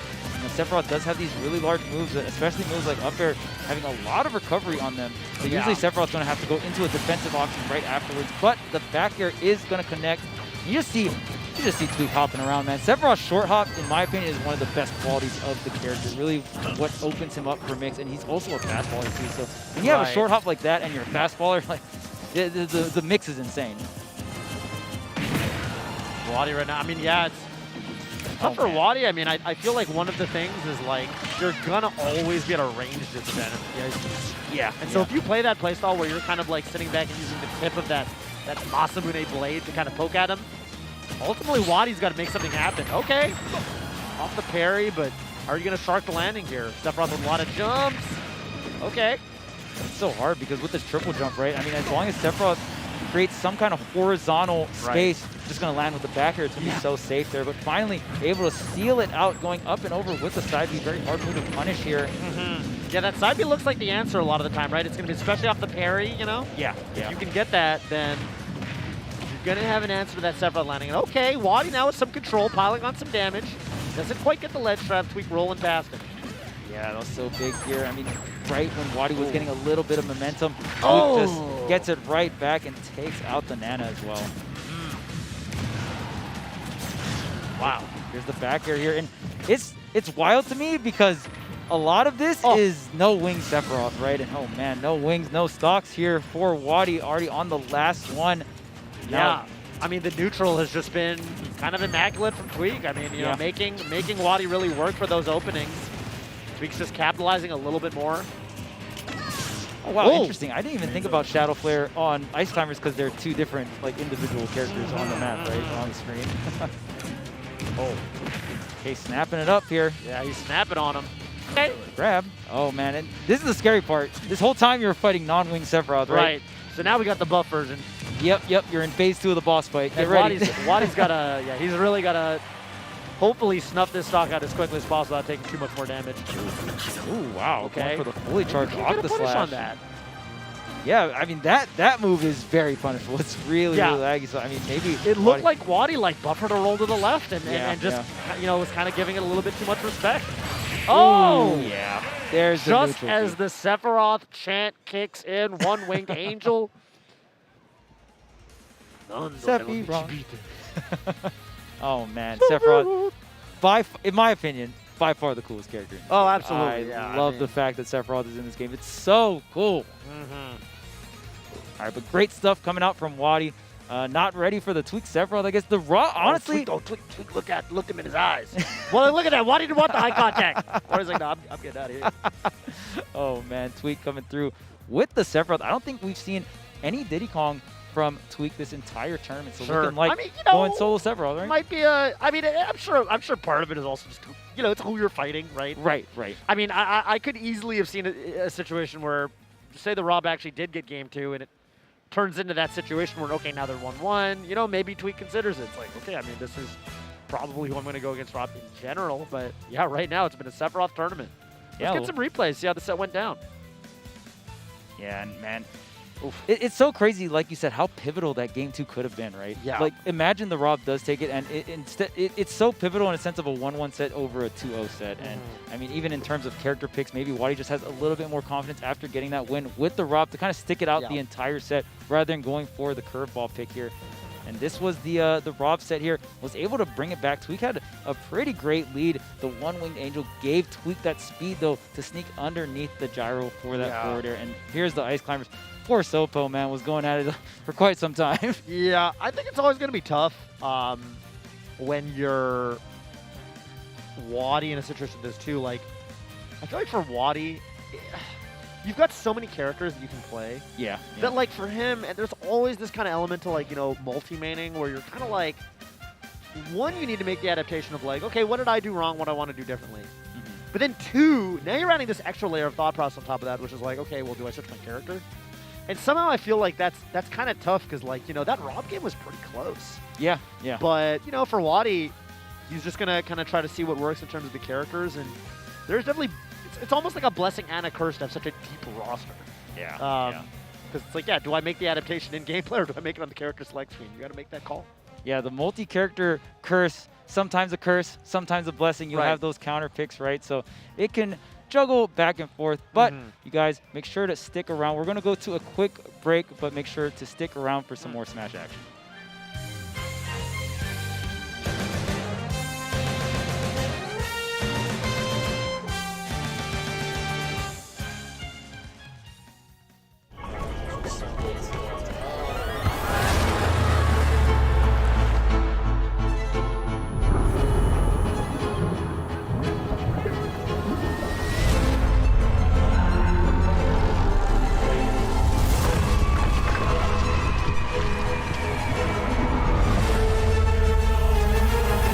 Beats is here.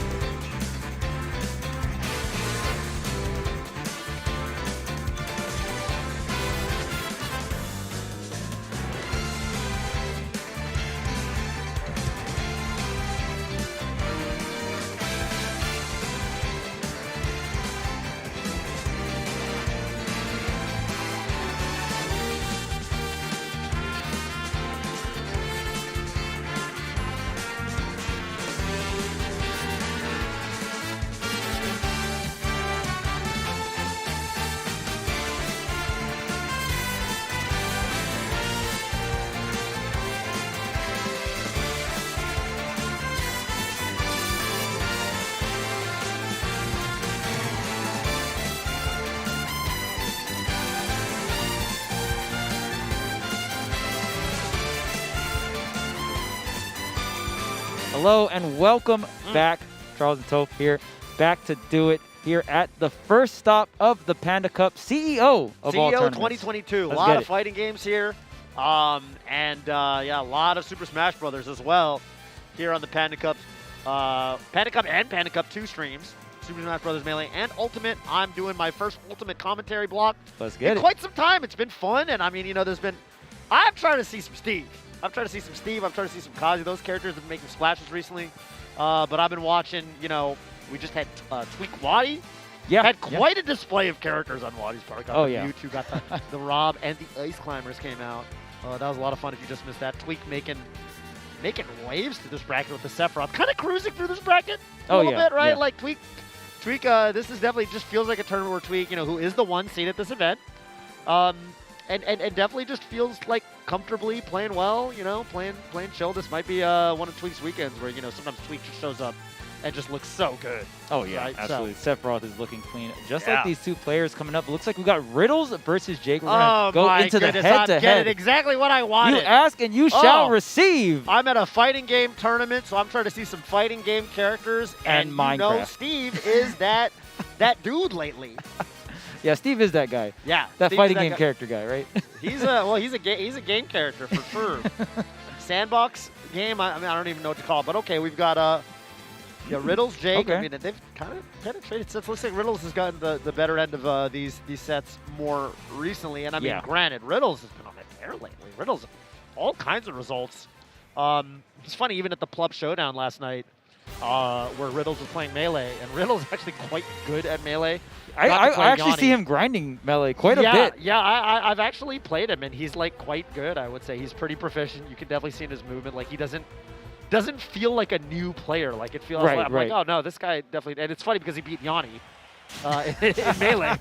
So knocked out one Steve in Melee. Now he's gonna play the other one in Smash Ultimate. A little switch up. Switch up. Yeah, totally. I wonder what Steve would do in Melee. That would be so funny. Oh my god, yeah, no, I feel like it would be really good. Yeah, what do you think about, I guess, Terry, Steve? I mean, definitely two very different archetypes of characters. Yeah, and I mean, the other option for Riddles here is Kazuya. Kazuya versus Steve is pretty rough for Kazuya, right? I mean, you're just going to have a character that, really slow. And the thing about, I love about Riddles' lineup is you have Terry, because Terry is the mobile fighting game character. Right? Crack shoots, such a great move to get through blocks. And what we're going to see a lot, and make sure you watch out for it, is that you can go ahead and just do, ooh, that is going to be the stock? No, Terry's so large. But yeah, essentially Terry's going to be able to hit the blocks and do special cancels and go into a special moves, right? Because it counts as hitting something, right? Right. So it's going to be a great way for Terry to clear the blocks here, but Jake just evening things up right quick. Oh, 41 damage just off the bat like that. Oh yeah, Terry can Riddle, rack it up. literally 2 neutral openings, and it's 75% and stage control. But okay, a little combo here from Jake. Gonna mine, get the gold here. Are you gonna craft it though? You're already at 75%. All about his money. That's right.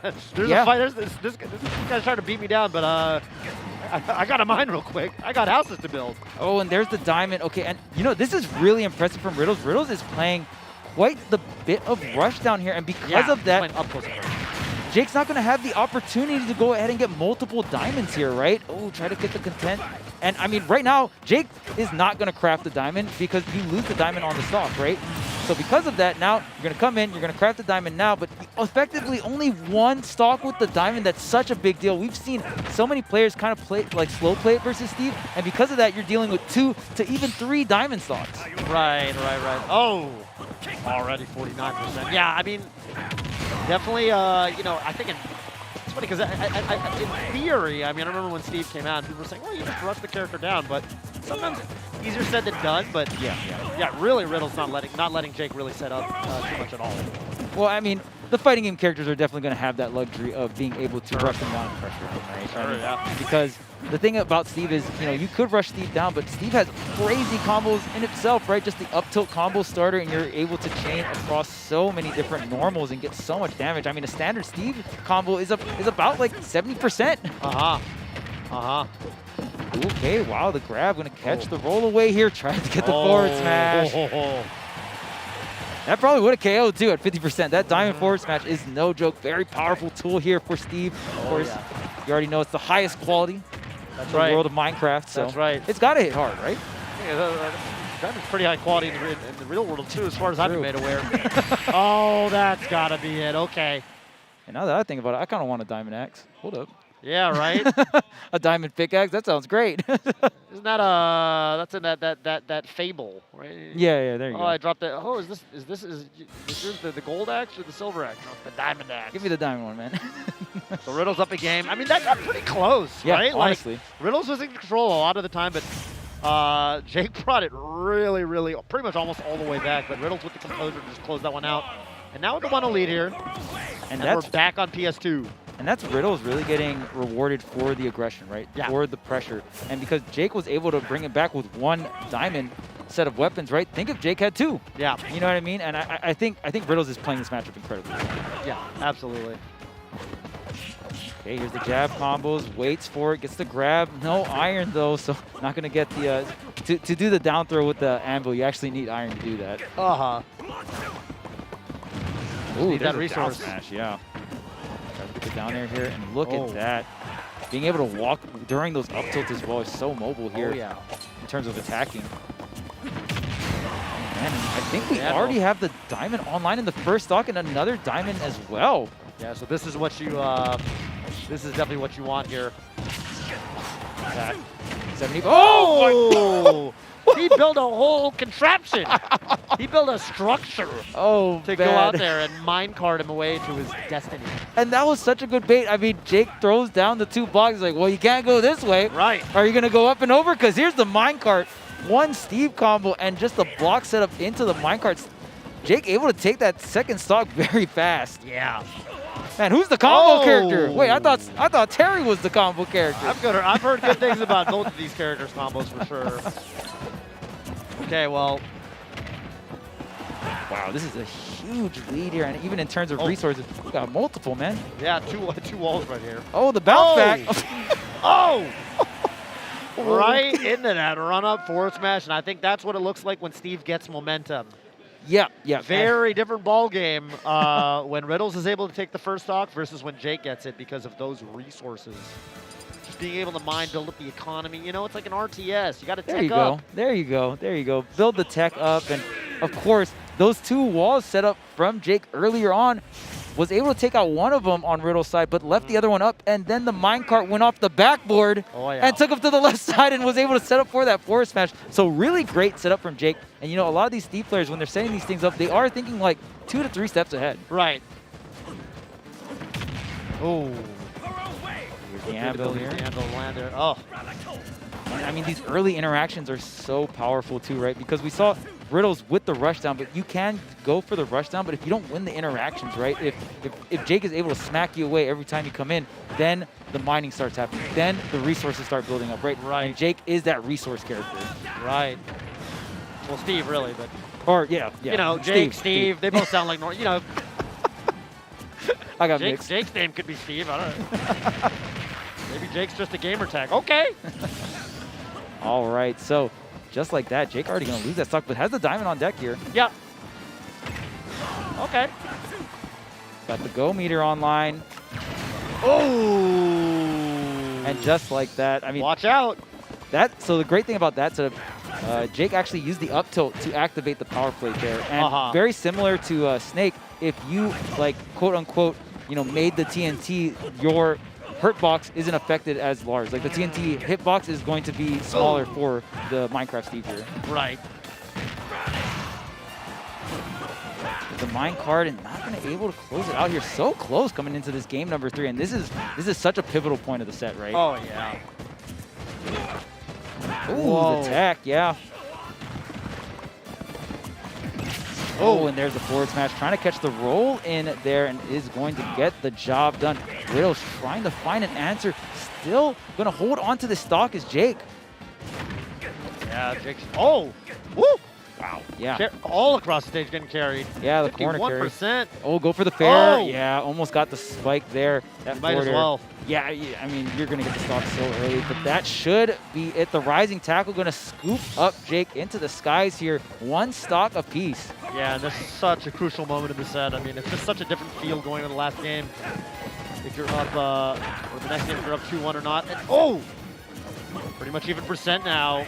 Yeah, one opening. Like you said, both these characters very powerful combo games, right? So yeah, once one of them get a hit, it's going to be a very large amount of percent here. And the go meter online. Oh, that was, I mean, life must have flashed before Riddles' eyes right there. Yeah, that's a very powerful shield breaking setup. The rising tackle, is it going to be enough? Okay. What a clutch finish on that game 3 from Riddles. I mean, that was getting real scary.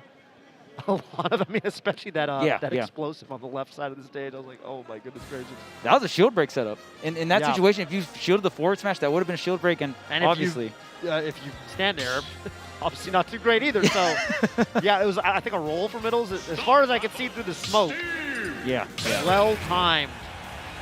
Yeah, and I was actually expecting Riddles to go for the up tilt into the power geyser to end things off, but the jab into the rising tackle was enough there for Riddles. And Steve, we talk about Steve's offense. Well, Steve is also a very light character, right? So you can go ahead and take advantage of that and try to get some of these KOs a little bit more on the earlier side here.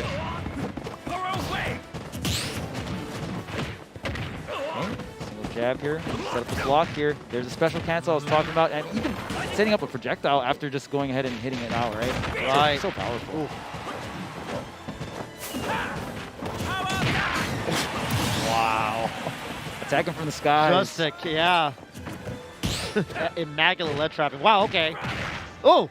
That's another very good stuff from Riddles there. The anvil, actually on reaction on block, you can go ahead and parry that like splash hit on the ground. Oh, yeah, right. Like the landing hit. Yeah, and then right actually there. get a counterattack. Exactly. Wow. And we're really seeing some of the Steve counterplay come through, and Riddles showing that off here. This is feeling like the most dominant game that Riddles has had all set. Yeah. And yeah, for Jake, no diamond online yet. No gold either. Right. I mean, this is kind of what we talked about when you get the early momentum as or against Steve, it's switching so much. Oh. Man, and just Jake still no diamond available. Going to use some of the intangibility, getting a couple ticks of mining here. Yeah, this is tough.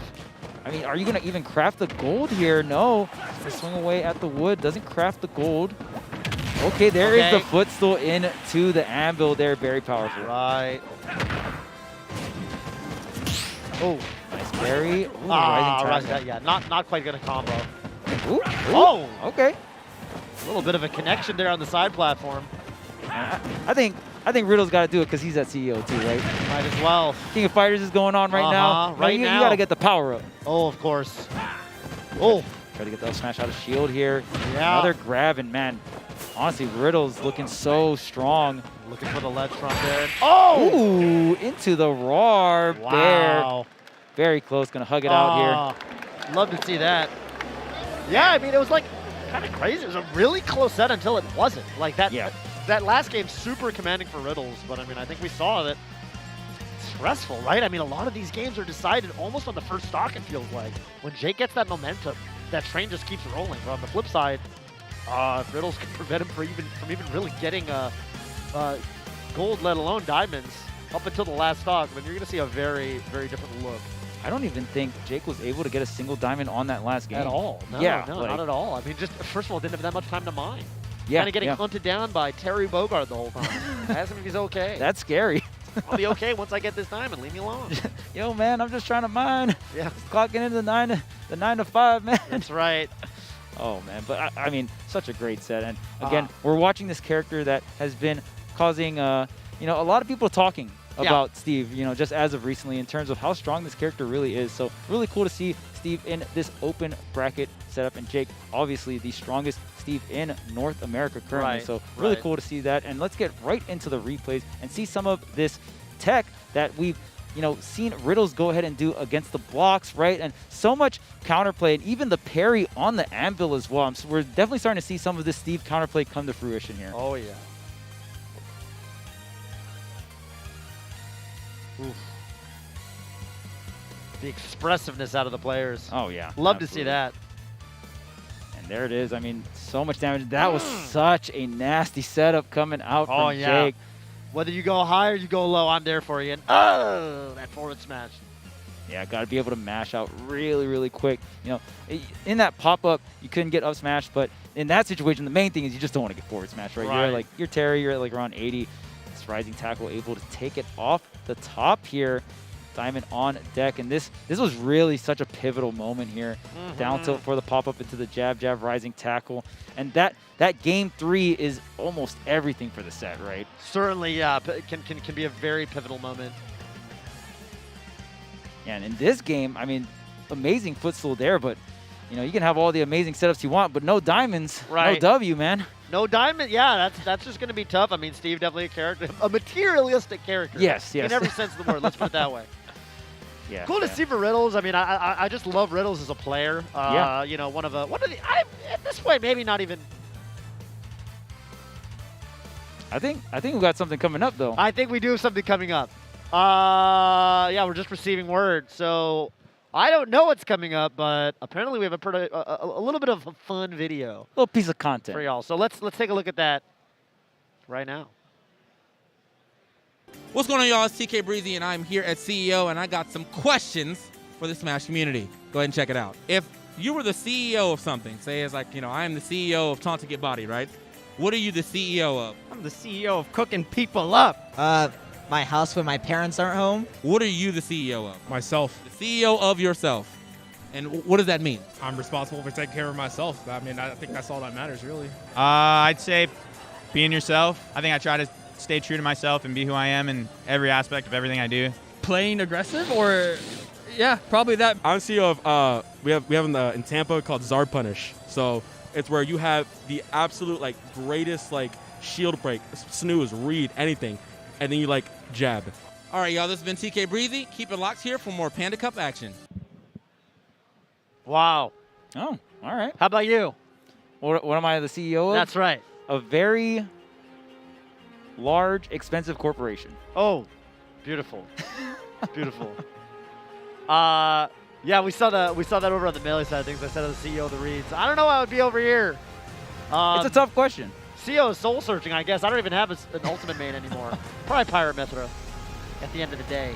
But you know what? I got it. I'll be the CEO of the Fox Corporation. You're invited. Oh. You're invited, man. I'm Fox hired? Corps, man. Yeah. I'm hired? Oh. Get a free R-Wing. Can't wait. Can't wait for my first day on the job. By the way, it looks like we got Tweak coming back. Ooh, Tweak okay. versus MVD. This has got to be a pretty rich head-to-head. I think these two have played quite a bit. Let's take a look. No, they haven't played quite a bit. Got him. What's going on right now? Hang on a minute. Hang on a minute. Maybe this is as of recent. Maybe this is as of recent. I don't know. I swear they played. Come on. Yeah, they definitely played. They definitely played. I feel like they definitely played. Okay, no, they haven't played. MVD with the 2-0. And let's make moves, which is, you know, it's the kind of thing where. Look at these. Oh, yeah. Let's make moves. Wow. Yeah. I'm just, because I'm looking at the left side of the bracket, and looks like Tweak has a 100% win rate on that MVD Greninja. Okay. Wow. There you go.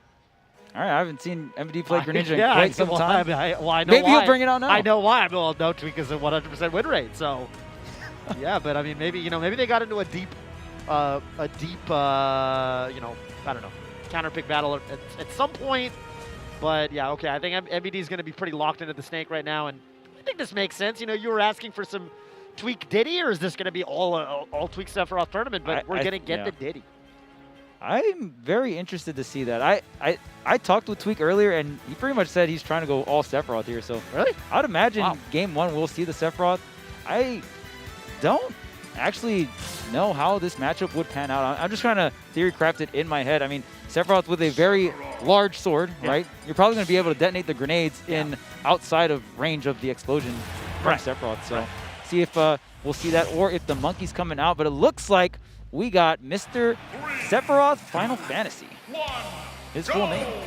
That's right. Versus Solid Snake Metal Gear. Okay, there's snaps. They're going to get 2 orbs. Both these characters having somewhat of a setup game. The orbs is going to be so powerful, but going to go ahead and snatch out the grenade here. Yeah, I mean, this is definitely going to be a situation where you've got one of these characters much, much heavier than the other. So this is more survivable. Although it is funny, you know, visually, like if you just look at them and you didn't know. Similar stature. They are, you know, they are kind of similar stature, right? You might think, well, I don't know, Sephiroth's the one with the metal armor on him. So I guess maybe he's the heavy one? But no, it's going to be Snake. That bear going to do it. Whoa, with no wing. No wing? Maybe all the weight's in the sword, you know what I'm saying? That must be it, yeah. It's just, what's the word? the weight's distributed. Yeah, front loaded. Front loaded. Yeah, That's right. There you go.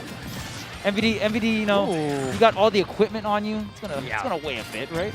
Do you feel like Sephiroth in general does well against these sorts of like heavy, like you know, larger, more comboable characters? I think so. I mean, you know, Sephiroth doesn't have too many combos. The main one you have is like Nair strings, especially when you have the wing, right? But I think one thing that Sephiroth just has that's really good. I mean, look at that. Going to be able to detonate the grenade. How many times have we seen MVD in that position where the grenade is by his feet, he's shielding, right? And when you have an answer to that specific situation, it's going to be really strong versus Snake. Right. Okay, we're just chilling back here. Yeah, that's going to catch the air dodge right now. The first Mega Flutter was just for show. Full command here. Oh, down smash. What was over there? There's like, he saw an ant or something. Like, whoa, wait a minute. Destruction. Gotcha. That's right. I will bring despair. Oh, wow. It looked like Sephiroth actually had frame advantage, right? It looked like it, oddly enough, even though it felt like it shouldn't have been the case. Yeah, those like clank scramble situations are always a little weird sometimes, right? It's hard to tell like who's what there. Okay, the Nikita here. But the orb is online. Yeah, MVD's going to have to respect that orb, and because of that, the Nikita gets dropped. Ooh, yeah. Okay. Shadow Flare, when it is that close, you are actually negative on hit. So Shadow Flare does, you know, really control certain areas, but technically not right next to you. Directly on top of you. Exactly. You got a quick jab or a quick tilt you can throw out and hit Sephiroth for going for that Shadow Flare too close. He gets the cross up, but of course the stomps, the down air, the Snake out of shield going to cover both sides. Yeah. The cross up's close enough, of course. Right. Good coverage there. Tweak. Oh, okay. Nice. Yeah, I mean, it's not really like true combos a lot of time, but just being able to like, you know, hit an air like that and then just kind of chase down the disadvantage. I think the main thing you want versus Snake is, the situation after I get the hit and they pull a grenade. Is my character good in that situation? And I think to that is absolutely yes, having the sword, right? Right, yeah, you can just kind of poke from those safe ranges and, you know, take your damage. Maybe even detonate the grenade and get more. Right, yeah, why not? Oh, there's the up tilt. Pierce the heavens. Yeah, such a good solid two-stock there from Tweak. Yeah, and that up tilt has that scoop hitbox as well, so if you're on the ground, scoops you right up into it. Going to be one of the more common KO options here for Sephiroth, especially for getting those air dodges. I mean, the most common one is probably going to be that back air, right? Going to be the main go-to move in neutral, trying to get those pokes in. But when you get those air dodge reads like that, you know, are going to be able to get that quick up tilt on reaction. Tweak looking really strong here in this game number 1. Yeah, unshakable right now. All right, so I don't think MVD is going to have any character switches here. MVD usually, you know, stays tried and true to the Snake. Yeah, I think it definitely works for both MVD and I think for Snake. Like, I feel like Snake is a pretty good character to solo main. Yeah, absolutely. The kind of character that, like, you know, I always kind of have this dichotomy of like a character that presents threats versus responds to threats, if that makes sense. And I feel like Snake usually presents the threat. I think it's a little bit easier to solo main characters like that because your team plan, you know, it deviates a little bit less. Yeah, 9 times out of 10 in terms of Snake matchups, you get to play your game. Right. And they play the Snake game. Exactly, and they're playing the Snake game, right? So they're playing Metal Gear Solid, or really they're playing some kind of, you know, like shooting game, you know, shoot 'em up. Yeah, I mean, you just gotta navigate around all of this explosive. Sometimes it feels like you're going through a maze, right? Oh, grenade here, C4 here. Nikita chasing me down as well. The air dodge, scoop him up with the down tilt here. The up air, not enough. Doesn't get that sweet spot. Right. Yeah, Sephiroth, the interesting sword character where the sweet spot's kind of like somewhere in the middle-ish, right? In terms of, you know, that slashing hitbox. Right. Not the hilt, not the tip. Yeah. Want to just right. Oh! There's that quick little back air from the short op. Yeah, and that's the thing with Wing. You get additional stats, too, so you're faster. You become a faster faller, right? So, I mean, we already talked buff. Yeah, we already talked about how strong Sephiroth's short hop is. Oh wow, this is all good. Yeah. Well, that's up tilt. Okay, there's a neutral B here. I like the crouching coming out from MVD. Sephiroth can struggle versus some of these shorter characters, right? So, you know, Snake having one of the more better crouches in the game here. Right. He's a sneaky guy.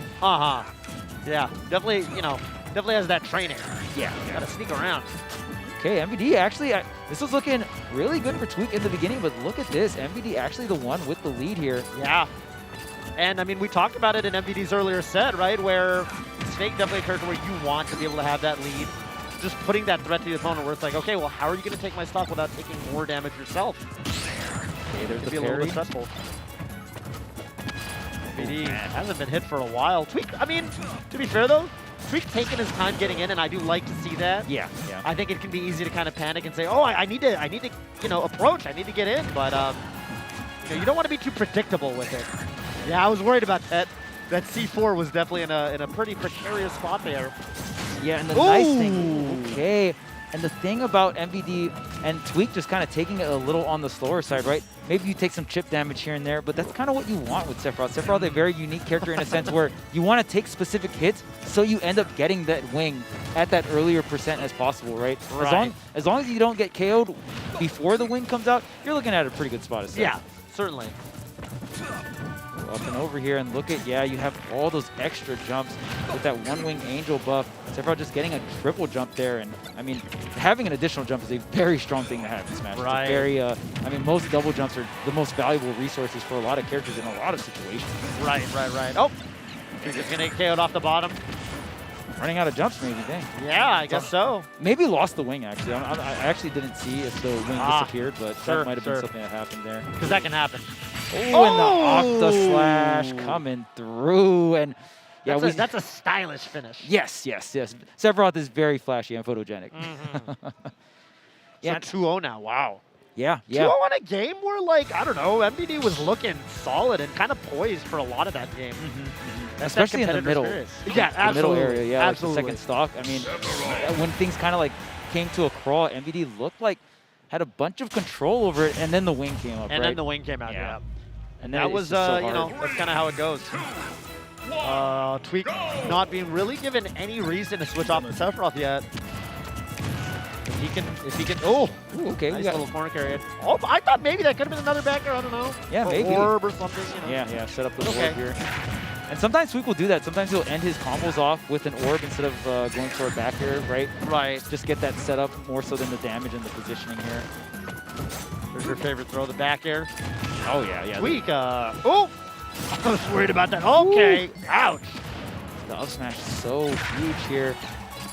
Taking up all that area, not able to take MVD off the top, though. MVD able to set up shop with the 2 grenades. C4 still on the ground in the middle there. Use the grenade to safely get back to center stage. Yeah. That percent is building up. Wow, the grenade kind of saving him there. MVD actually just kind of using that to get up and over. Like, I just don't want to mess with the Sephiroth right now. I want to be elsewhere.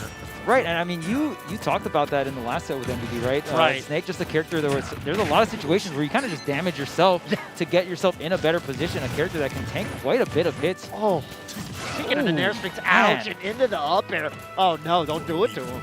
Yeah, and the Nair strings with wing, they're so much more potent. You're able to sometimes you're able to triple jump into that third Nair or whatnot, right? So and the Nairs are just doing more damage because you're in wing. It kind of gets a little snowbally, right? Yeah, the speed, the mobility. Like you said, just a better character. Oh, he cut that missile up. He diced it up. The Octa Slash, I don't fully respect charged. your technology. Your military technology. Oh!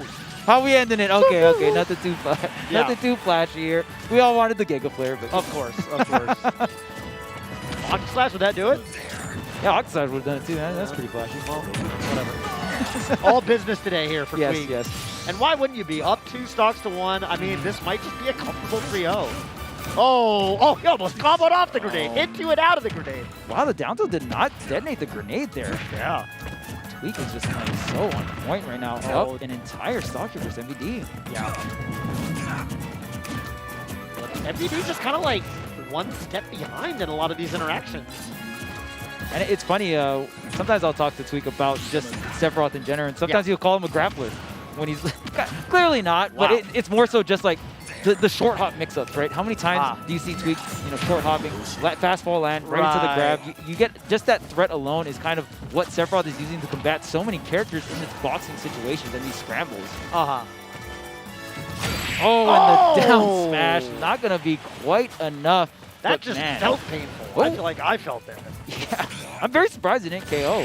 Oh man, back air cross stage is gonna be enough with the one wing just like that. Yeah, with the one wing at 162%. I mean, that damage is just there. A little bit of rage on him. And Tweak looking kind of uncontested. Was that for top 8? I think so, yeah. That was winner's quarters, yeah. Yeah, so, wow, yeah, Tweak kind of just coasting in the winner's side. Yeah, I mean, all the matches on stream, we didn't see a game lost, I think. Or not as far as I remember. I don't feel like anybody really gave like Tweak much of a hassle here in the bracket so far. Yeah, Tweak looking very just strong. Looking super solid right now with the Sephiroth, not even really needing to consider switching to it. Diddy or anybody else. Yeah, Tweak having a very different CEO experience than all the other competitors, right? We saw that upset thread, right? So oh yeah, there's been so many upsets all tournament, but Tweak, the first seed at this event, just kind of like, well, just another day in the office. Yeah, let's check out some of these replays from that last match, though. The Sephiroth looking quite clean here for Tweak. Gonna get the orb set up as well, and I mean, so especially this game number 1 felt so dominating. And even the game 3, Tweak just kind of felt like up an entire stock the entire time, right? No fear necessarily. I feel like this game number 2 was MVD's chance where maybe he could have got himself on the board, right? Right. Yeah, I mean, game 2 was solid. I mean, especially like you said, towards the middle of that game, the Sephiroth's sweet spot of the game, if you will, the middle part. But ouch. Oof. And just a forward smash, yeah. I mean, you know, okay, no need to get fancy. I get it. I don't know, maybe there's a C4 around or something. I don't remember what the situation was. Maybe you're kind of thinking, I just got to do this quickly. Like, I'm not gonna mess with anything. If right. Any, I don't know. There was a grenade that was in the air that I forgot about or something. You know, whatever. We'll just, Just you don't want to be memed on. Simple. Right. You don't want to be memed on. Yeah. Yeah. Because there's only one wrong. There's a lot of right answers, but the only wrong answer is just overcomplicated. So. Yeah, exactly. Yeah. Just keeping it simple here, but so many great matches, and I mean the character variety as well, right? We're seeing a lot of this DLC fighter pass too, especially with Tweak on the Sephiroth. We saw Steve earlier as well. Didn't see Mr. Mishima come up yet in this block, but we saw a little bit of Misha a little bit earlier. And Terry, you know, which I think is pretty cool. And of course, you know, for those of you who are, you know, interested in the fighting game side of things as well, there's all kinds of fighting games here at CEO. Games like King of Fighters, which I'm probably about to head on over to the top 8 venue of and check out the latter part of the KOF top 8, because I think that was our last set of this block. Charles? Yeah, wonderful block. I mean, we got to see so many great characters. We got to see Tweak. That's my boy. So seeing Tweak get into the winner's side of top 8 with Sephiroth. No sweat off his back either. I know, and I mean, with Sephiroth too. So I mean, such a sick character. Really cool to see Sephiroth in the game. And it seems like he really likes. Yeah. Right. It's definitely a Tweak-esque character. So. And I mean, even all the upsets that we've been seeing as well. This has been such a great tournament to see through. But we're going to be signing off. Make sure you guys stick around to watch the rest of this tournament. We're coming all the way up to top 8, and then we'll have the top 8 finale tomorrow.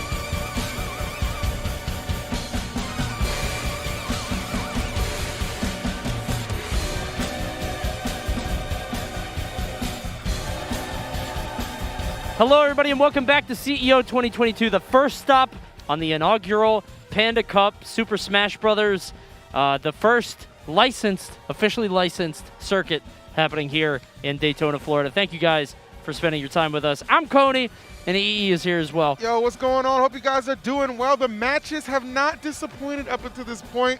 Coney, I've really been enjoying them. Got to, do obviously, a bunch of different sets with a bunch of different casters, different awesome players. And now we're whittling our way into this top 8 will be happening on Championship Sunday tomorrow. Cannot wait for what we got in store. Yeah, we've got so many matches coming up. There have already been a slew of upsets so far, but there's only going to be more coming down the line, and we got some crazy sets coming up for you very shortly. Starting with Peanut against Mars happening right now. Mars, of course, being knocked into losers by Sean. Yep. Just a little bit ago, and you had the pleasure of casting that set. Man, Tell me about it. I got to be honest, that might have been my favorite set of the tournament thus far. I mean, Game 5, last hit, back and forth contest. Like, at any given point, you legitimately did not know who was going to win that. Sean squeaking it out right there, which has prompted Mars into this loser spot that we're seeing now. Trying to make a run and get into top 8 even through the back door. Yeah, and on the other side is Peanut, a longtime player of Mega Man, sort of a specialist, played all the way back at Smash 4. Of course, when Mega Man was first introduced, has been rocking him ever since. Has had a pretty good run here today, but these guys are actually meeting, not for the first time ever. Mars up 1-0 in the head-to-head, did win 2-0 at a previous CEO. Yep. And you can see here, you've just got, this is apparently the upset factor of 1, which means that Peanut, if he was to win this, it would be an upset. Yeah, not too much of a surprise. I mean, you look at the seeds right there, seed 14 versus seed 9, right? It's only 5 seeds separating them. We've seen some not crazy. Yeah, we've seen some tremendous upsets. I mean, when Sean beat Mars earlier, actually, he was like seed 25, right? So that was clearly a discrepancy in that. So, you never quite know what's going to happen, but history is on the side of Mars going into this. But I tell you what better way to avenge a loss you took at the same place you did it a couple of years ago, back at CEO. Absolutely. I think one of the issues that Peanut's going to run into is Mars does play a pretty proficient Mega Man, meaning that he'll know how to deal with the character in a lot of ways, sort of adapt his style around to what Peanut's up to. But I will say, I had the opportunity to cast Peanut versus Jazzo earlier, and Peanut, he's kind of wacky, man. You'll see. He's got some weird stuff, particularly with that up air. Yeah, 100%. I think that's one of the better qualities you can have as a player. Like, yeah, sure, you might be adept to what my character's going to do, but maybe I can pilot him in a little different, more of a wonkier way, right? You're not necessarily sure what I'm going to do to kind of engage and get rid of those stocks. So anytime you can keep a player of Mars' caliber off kilter is definitely a good look for show.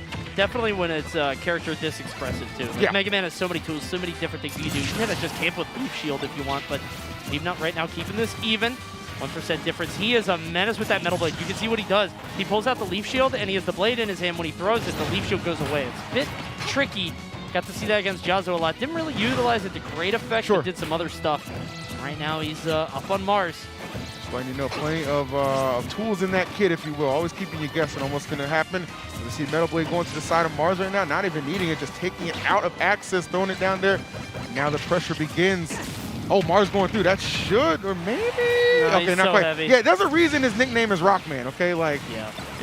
This boy got some weight to him. Don't get it twisted. Definitely would have KO'd further to the side, but being the center of the stage, Pete not expecting Mars to air dodge there into that forward smash, but it's not going to happen. Very hotly contested first stock. The up throw, it's not going to do it. He's still a little bit too heavy. Yeah, I'm liking this right here out the gate, just so evenly matched thus far. Nobody gaining too much ground, but whoever drops this first stock going to be very, very telling. You see Mars on the hunt trying to get in there, but Peanut unrelenting in his own right. Oh, not going to get caught on that platform. Nice, got the shield up in time. Yeah, and I like that Peanut didn't try to punish it. He didn't drop through, try to force it back here or anything. He just jumps away. Yeah. Understands the limitations. You see the way he sort of runs in, runs out. He's trying to bait something like a roll, something kind of follow through, but it doesn't matter. Up throw. We'll take the first stock. Let's see if Peeb has something up his sleeve. That's a lot, man. Had to get him to 167 to finally do the deed on that one. But that's very telling on the percentages he could live. Could be a very long battle we're seeing right now. 153 for Mars, and playing like he's at just a casual 53. Just look at this guy still up in your face. One thing about Mars I really appreciate, Coney, he almost camps, but right in your face, right? Yes. Like he's always, I don't know, there's that up there right there. Yeah, now he's camping in heaven. Yeah, that's taking true. him all the way to the sky. But you're right. He sort of sits at that short mid-range and just waits for you to do something, and then he'll punish you for it. Historically used to be a bit more aggressive in a lot of people's minds, but has had some changes with Zero Suit. She's seen some adjustments, and because of that, he's actually had to adapt his playstyle to be a lot more defensive in certain ways. Yeah, that's one thing. Like for a lot of people, you know, who kind of come into the game, might be a little newer to things. Yeah, there were definitely some nerfs or some adjustments to characters for sure. But a lot of things that make these players so top is they just kind of find ways to still pilot them and make them work to their advantage. Mars is easily a perfect example of that. Taking it to Peanut right now. Oh, watch that shield, trying to whittle it down a little bit. Yeah, love the idea of the double up air into the up smash. Not enough to get the shield down entirely, but does get the flip kick. Not enough to KO. 118, still can't do it, but he's so far out. That's what I was thinking. Like, yeah, I was going to say, you might not meet the blast zone on the side, but you're definitely going to meet it below because you do not have enough resources to make it back from that. So this is actually a really big lead for Mars. Yeah, this is huge. And let's not forget, remember, like you were talking, oh my goodness, the parry on the up tilt. Jeez, that's bold. One of the things that you were talking about is the stock economy, right? Like Mega Man lived forever on that first stock. And if he was able to keep doing that, you have to imagine he would outpace Mars eventually just by, you know, sheer weight. Yep. But not that time. Losing his stock at 118 or whatever it was, 120 sub. That's kind of tough. Yeah, definitely a departure from that first stock like you were mentioning. So nice positioning for Mars to be in right now, taking control, bringing the fight to Peanut. No flip kick. He's going to land right next to him. He's not quite ready for it. Jeez, this movement right now is so smooth, man. It's just really just like watching butter. You know what I mean? Like, goodness. Once Mars starts moving, it's really hard to get him to stop. Definitely. The issue is it takes him a while to start moving sometimes because you really have to sort of anticipate 3 steps ahead on your opponent in a lot of ways. And I think that every character has different motions, has different things they do, different habits and different play styles. I think Mega Man is so weird and esoteric, it's like hard to get grips on him. But there are those moments where Mars is able to do it. Yeah, 100%. Couldn't agree with you anymore. It could be a potential 2-stock. Okay, yeah, I mean, I was literally thinking this is where we're headed, and Mars was like, all right, bro, let me make it look smart right now. So able to find the hit, get the stock, and yeah, really setting the tone with that first game. Big, big run Mars trying to put together on the loser side of things. Still get an opportunity at this top 8 that's going to be happening tomorrow. Yeah.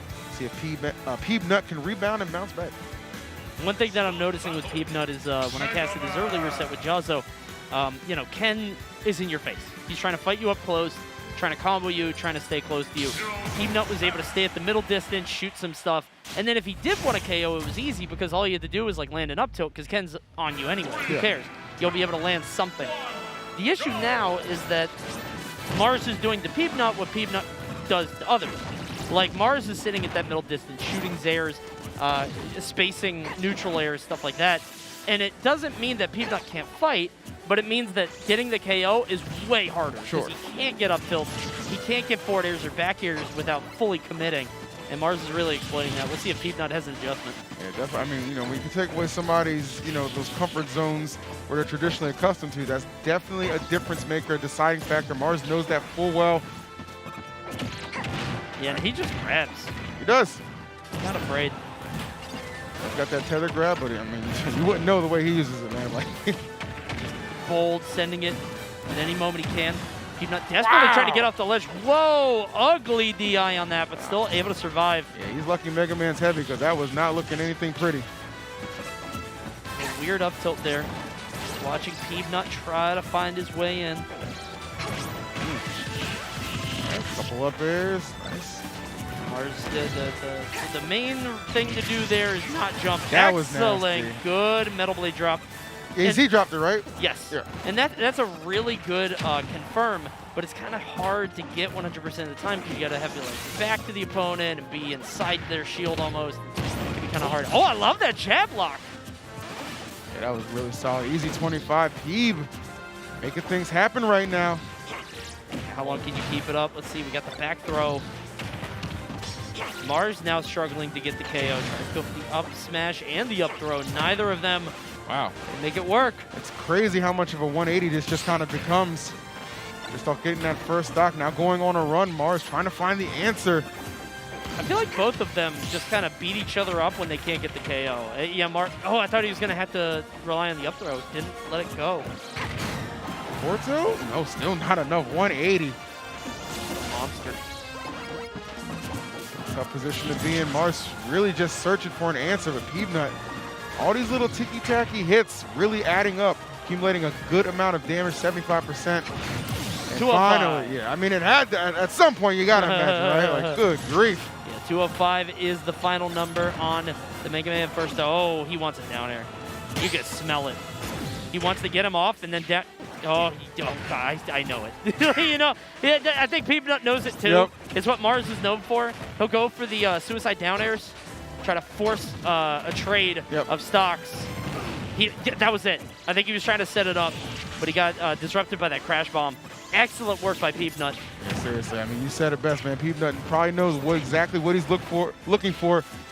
Trying to definitely not find himself in that precarious situation. Mars, though, has done a pretty good job of bringing this one back.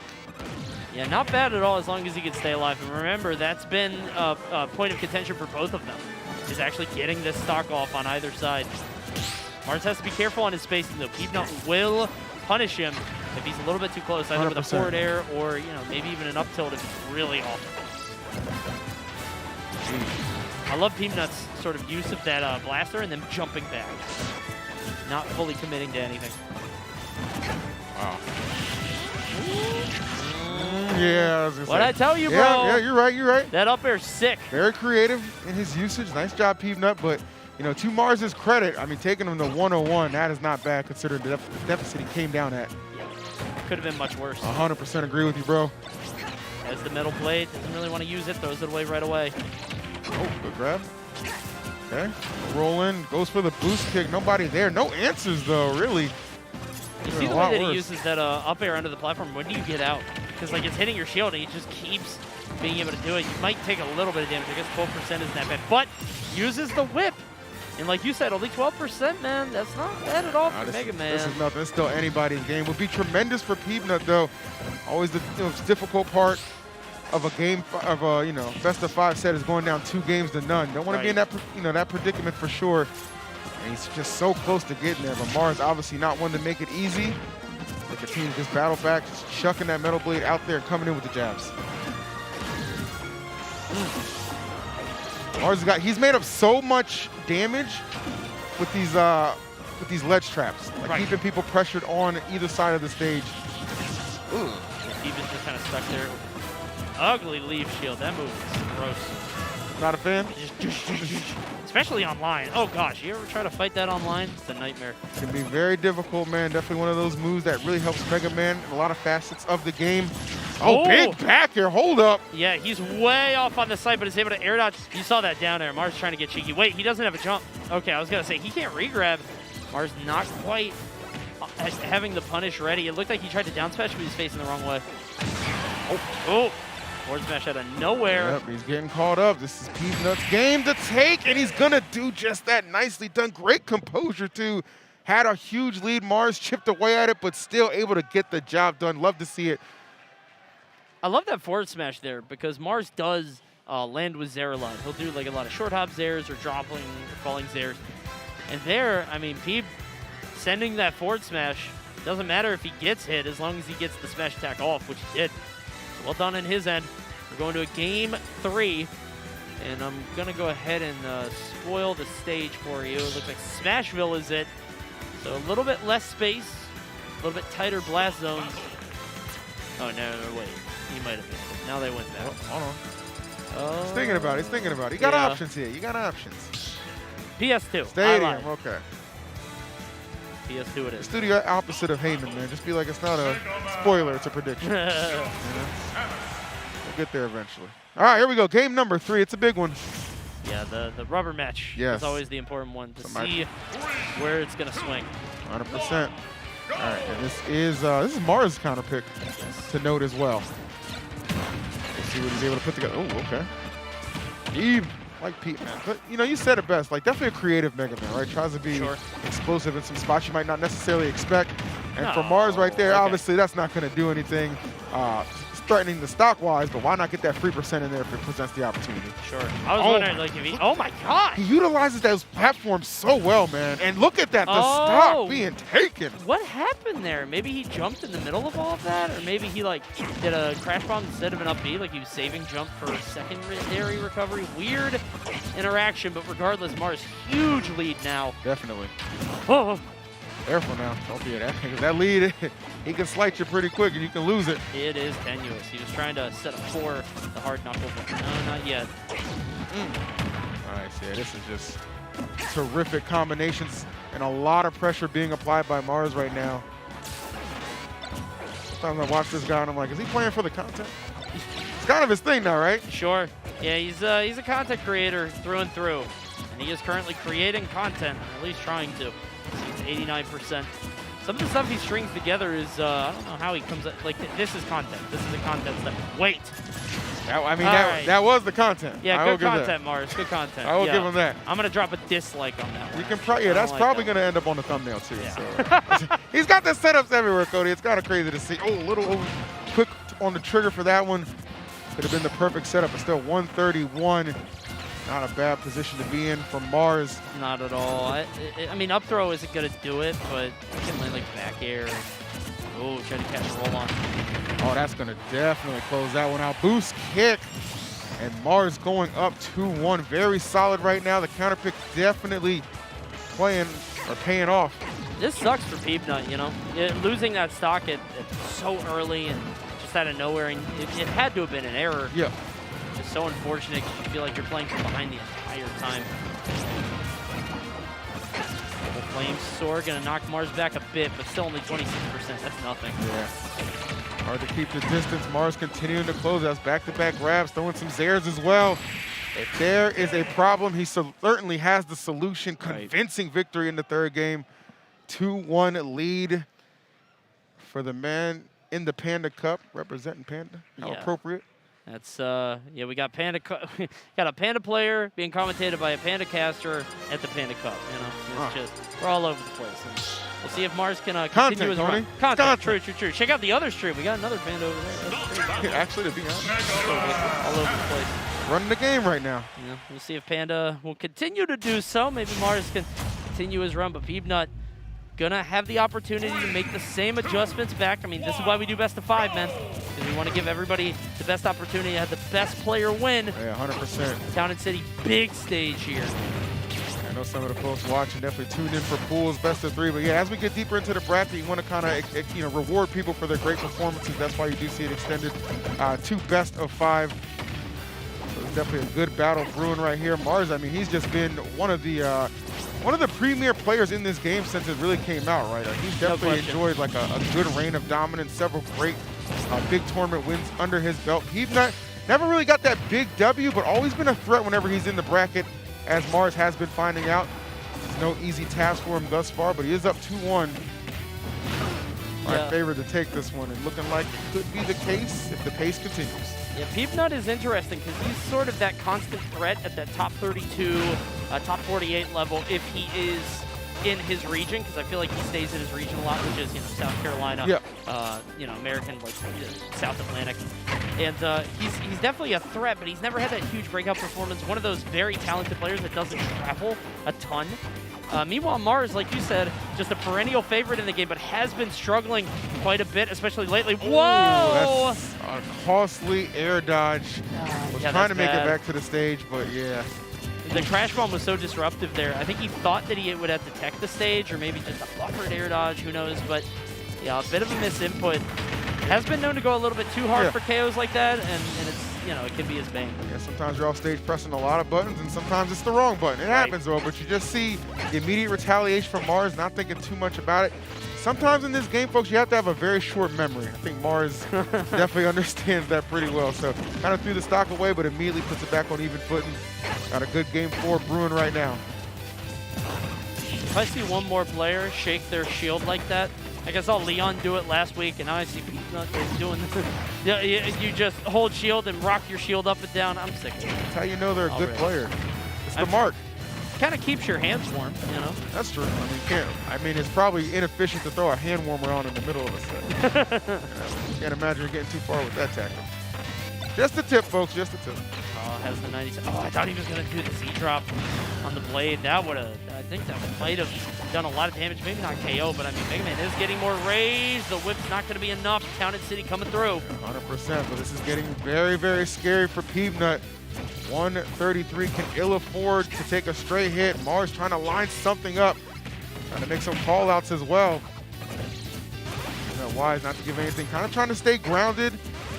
He's backing up, too. Like, he's going ledge to ledge. Because I think he realizes, like, at a certain point, he's going to get KO'd at any point. Yeah. So being near the ledge isn't that bad. You don't have to, like, be too concerned about center, and maybe you can bait Mars into something on the side. Very good point. Oh, another great grab. His grabs have been on point in this set, man. Like, he has been nailing them. Every single time. Oh, good forward air into grab from Peanut. Now he's in the driver's seat. 100% scary. Oh, wow, okay. Gorgeous back air. Scariest thing about letting somebody like Peanut, a Mega Man, stick around for this long, they can really make up the damage deficit, and Mars really just kind of mashing to get that up air in there. Going to get rewarded, but that considerable lead he had, a little more fragile right now. Right. Peanut was able to come back in a pretty big way. Was very scary there at the start as he came down, but not too bad. There's the up tilt. Not going to KO, but the back air will. 37% just about for Mars. Lightning fast on that one. Peanut giving himself an opportunity. Love what I'm seeing right now. Down to the wire. Oh, I love that leaf shield. Popping that instead of falling in the attack. Yep. I don't know how he thinks of it so fast. It's like, crazy. He just sees the person in shield, and it's like before anybody realizes that you're even on the ground, he'll throw out the grab. That reaction time not to be slept on. Coming down to the closing moments of this one. Maybe of the set if Mars can do it, or maybe just of the game, and we're going to game 5. Peanut. Oh, I love no spot touch there. The discipline. Not too afraid. Land on the stage, just shield. Oh, there it is. He expected the air dodge in and he waited for it, but he didn't do anything with it. Good. Wasn't close enough to up tilt or anything. Very good awareness on the part of Mars. Not giving anything up, leaving anything to chance. Oh, my Lord. That whip was insane. Oh, the one time he whiffed the grab, it cost him everything in that match, Coney. He threw it all away. He was so...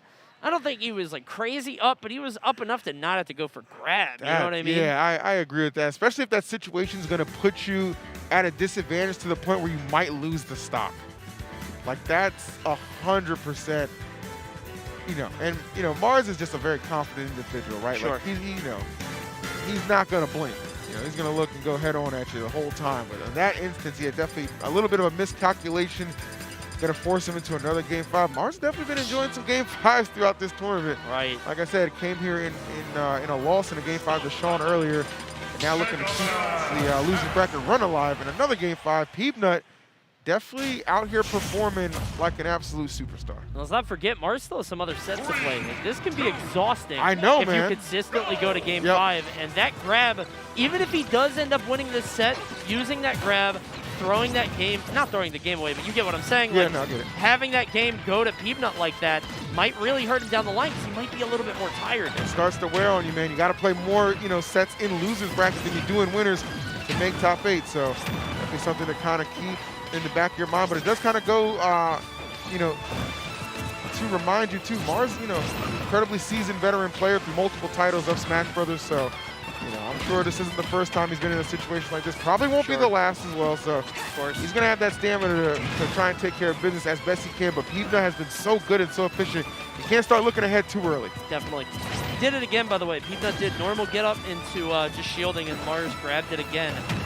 That time it actually worked, but I see habits coming to pass. Up beat past Mars, trying to catch him. Peanut just trying to throw these projectiles, get as much damage as possible before he eats a back air maybe, or hit by a whip or something. Trying to get in there. Mars making it extremely difficult. Definitely playing around perfectly on these platforms. Gets caught up though. Flame Sword. Nice. The whip. Catch the Up smash landing. will do it. Yep. It's weird that that's one of her best KO options, because I feel like it's just, it looks so silly, and historically it has not been a great move, It's like some runaround hose, you know what I mean? Yeah. Like the old man was trying to water the garden and just got out of control. Yeah, but it works, hose, Cody. yeah. It's just so efficient. It's a good move. Good move is good. Not mad about it. Oh, look at that jab. That's cheeky. Just trying to catch Peanut moving. I wouldn't lie. I would have got jabbed though. Oh, absolutely. Yeah. I'm dumb. I'd be like, oh, yeah, I got it. Got it. Good player, good player. Peanut with that metal blade, just trying to look menacing. He's going to have to Z-drop it into something, can't make it happen. Yep, ride the wall, smart. Really? Okay. The fact that Mars had the presence of mind to know that was a lock is crazy, because it looked like the camera wasn't like fully caught up. Getting hit by that leaf shield. 154 again. Grabbing the wrong direction. If you went the right way, I think that might have connected. Yeah, definitely that was a misinput on the part of Mars. We gotta stop with this grab meme. Yeah, I was gonna say, man. Living by the grab, dying by the grab. Misinputs, you might miss the opportunity to put this one away. Peanut crawling back into it, about 30% separating them. Nice, good patience, waiting for the air dodge. Just kind of forced it with a lot of pressure he's putting on. Little trial by fire right now. Yeah. 8%. Omar's going for the whip. Gonna take a bit of damage, but flip kick over. Peanut slowly crawling back into this. Mega Man hit for hit. I mean, like, he just does so much damage, but it's like you need to really get in and hit with all of it. You know what I mean? Like the full back air, the full up air. Can be difficult to lock down somebody like Zero Suit. Rolls through and gets away with it. Smart retreating to the center stage. Definitely getting difficult for both. Well, that was a taunt from Peanut. Oh dear. I'm gonna assume that was an accident. I'm gonna assume that, but I'm not gonna put it past him. Okay, I'm not gonna put it past him. Sometimes you gotta play with that air of arrogance, Coney. You just have to. What a disrespectful young man. This guy said, Game 5, I'm gonna win either way. I'm gonna make a statement on my route to doing it. I like it. In Game 5, 130, and pops a Mega Man taunt. I love to see it. It's just a Southern thing. That level of crassness. Unbelievable. What a showman. Absolute showman. He needs to show me something right now, man. He's got to get this stock off. I mean, you seriously got to do it. Okay, coming back. Nice. But Mars going out. I think Mars could have gotten the ledge. I love the use of Crash Bomber there to really stop Mars from going there, but I think Mars was fine. But it definitely dissuaded him, and he got hit by the hard knuckle. Let's not forget, by the way, last game, Peanut SD'd super early. Yep. In this game, he taunted, and he gave Mars a free KO, and yet here we are, still evening it out, bro. Peanut is killing it. It's the goofy situations it seems like he likes to overcome, because when it came back, it was about actually around a similar percentage as the game number 4.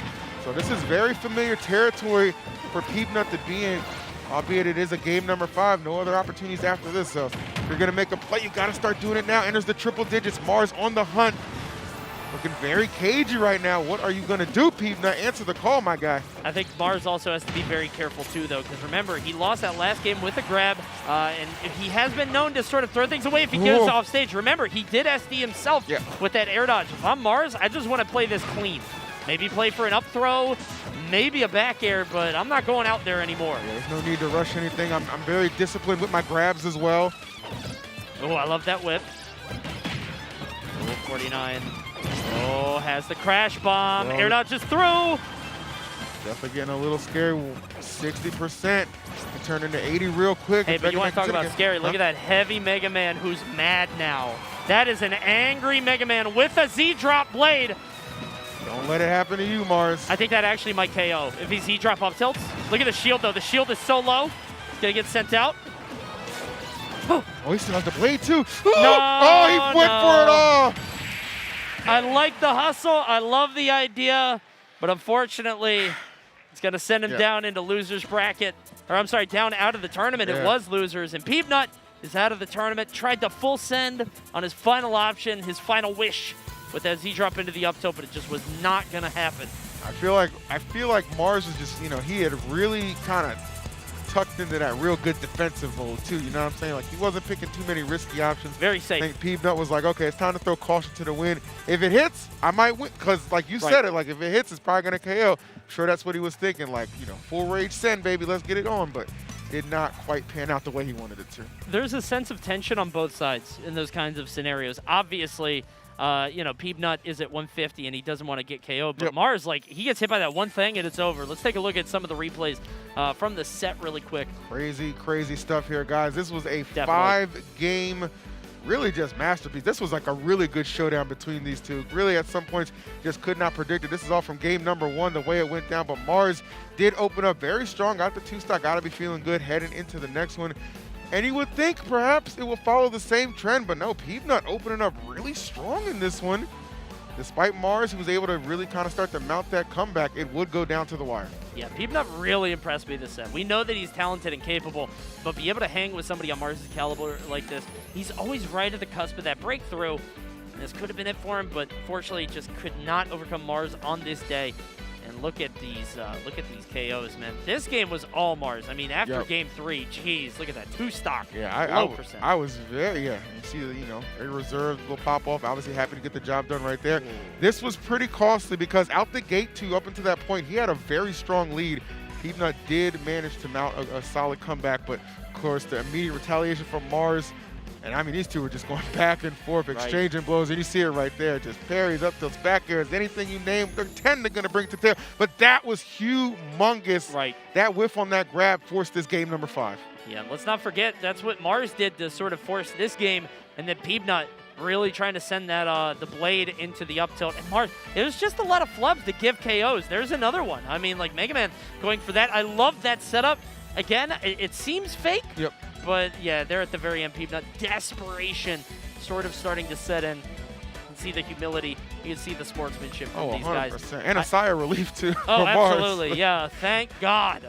Yeah, so well done. That was a long set. It was. It definitely went the distance right there. Yeah, crazy set. So well done to Mars. He's going to go up and continue on in the bracket. Meanwhile, we've got another match coming up for you guys right now. It is Zamba versus Yanni. Yes, sir. Yes, sir. Both of these guys actually getting upsetted early on. Yanni especially early. Yanni lost pretty early in the tournament, so for him to still be making a run, kudos to him. Yeah. 100%. But before we get into that, that was such a long match. We're going to let people kind of catch their breath a little bit. Enjoy a quick little content segment that we prepared for you, and we'll see you in just a bit. What's going on, y'all? It's TK Breezy, and I'm here at CEO, and I got some questions for the Smash community. Go ahead and check it out. Okay, so who do you main? I main Villager. All right, actually pretty rare. So if I was a person looking for a main, and you were going to sell me on maining your character, what would you say? I would say that he's pretty easy. You just side B, and you catch their jump with Slingshot. He's also very funny. He just throws out things, especially the forward smash. He throws out a bowling ball. And off stage, it kills at like 40. So, yeah, it's pretty funny. And your opponent get mad. My main is Cloud, because Cloud's OP. That's true. Cloud is fantastic.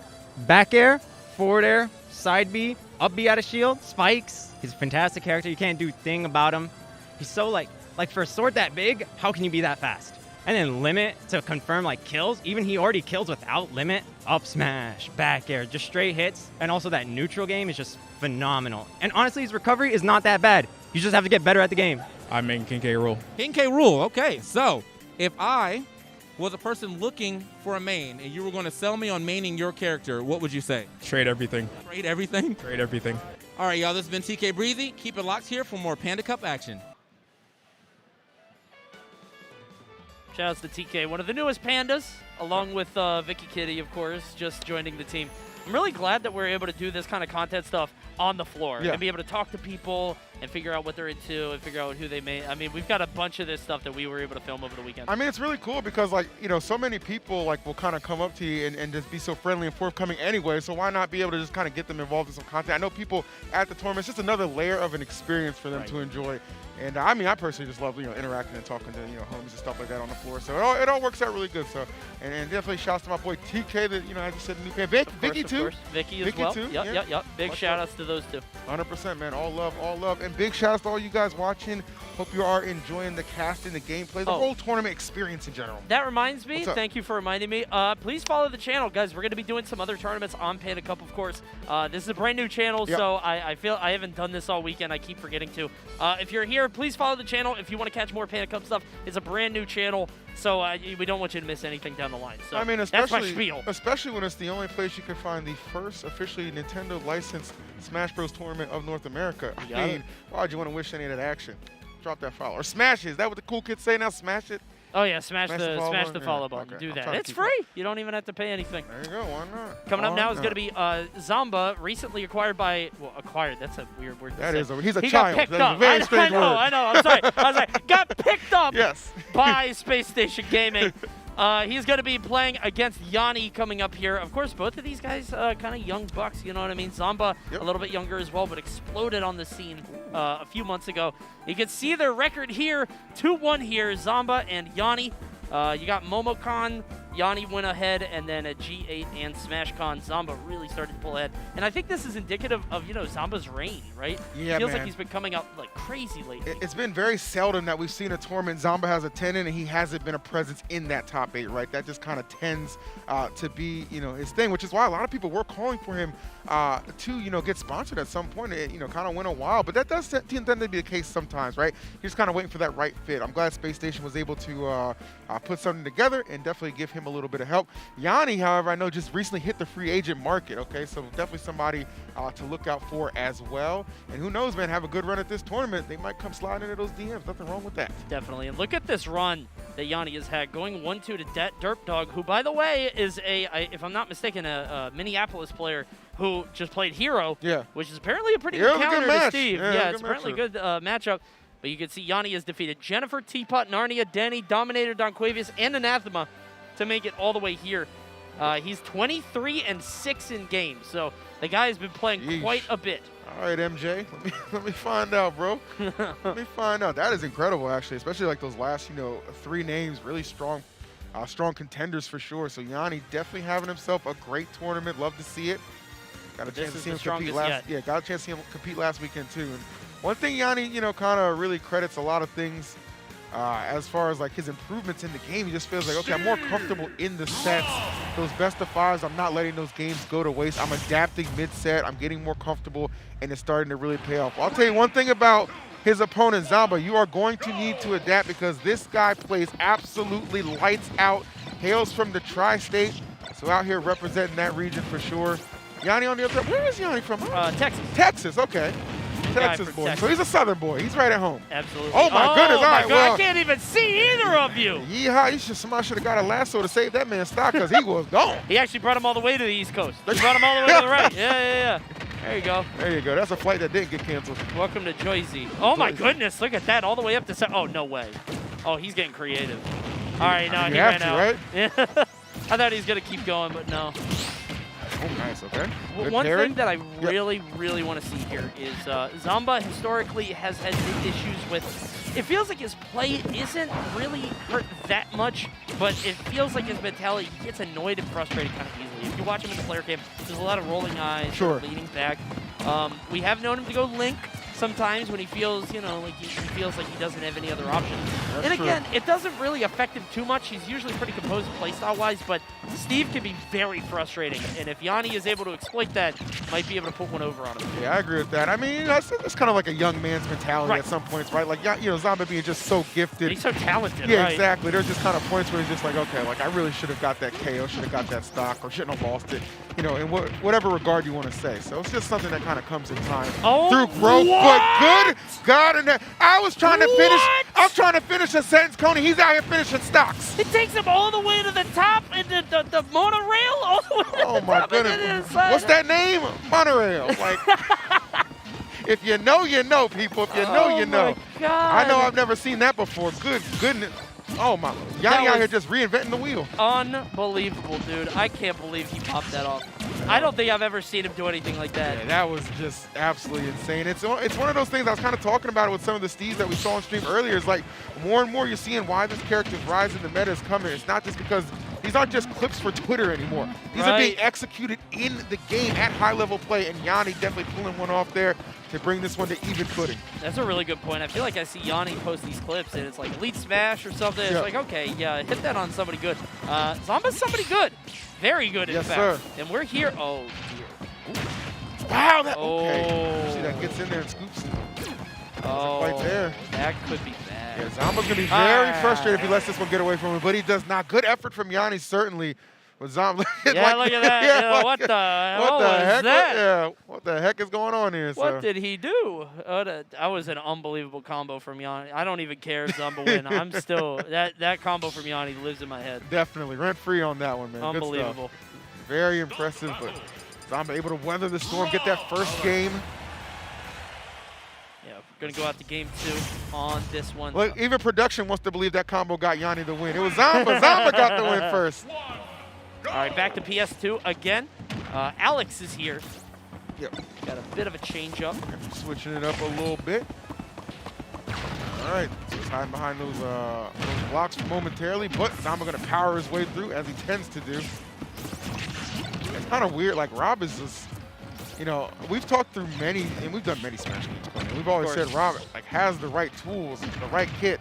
But it just finally feels like here in Ultimate, it's really been able to be shown off and put to good use, right? Right. It feels like Rob has so many tools that they kind of had to make all of them weaker in the past. Like, he's so versatile. He can play pretty much any way. Yeah. And so they made him just sort of middle of the road in a lot of ways, which made him not great, sort of an all-rounder.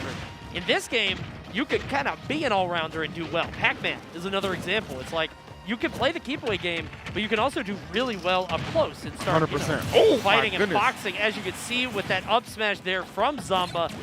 One of the reasons you don't want to get too close to Zamba, man. He can play at a distance. He can play mid-range, up close and personal, all stage. This kid can absolutely do it all. Yanni is finding out right now. Zamba lets it go, bro. Like, Zamba will actually let it rock sometimes and throw it all out. 100% on that. All right, get a little mining in here. Put some distance between the two, but yeah, this is a comfortable lead, I want to say, for Zamba, and it's only continuing to expand. Comes through with the mine cart. Just looking for a big hit. Zamba knows exactly what he's looking for. Fade back a little bit. That gyro and laser beam so effective when helping him come back to the stage safely. It's very disruptive. It feels like Yanni doesn't really have an answer for it because he's trying to get to guard the ledge. He's trying to ledge trap him, and it doesn't feel like Yanni is really covering everything. Sure. He doesn't want to put up a wall because the wall means that it's going to get absorbed and that he's not going to be able to get out there and actually attack.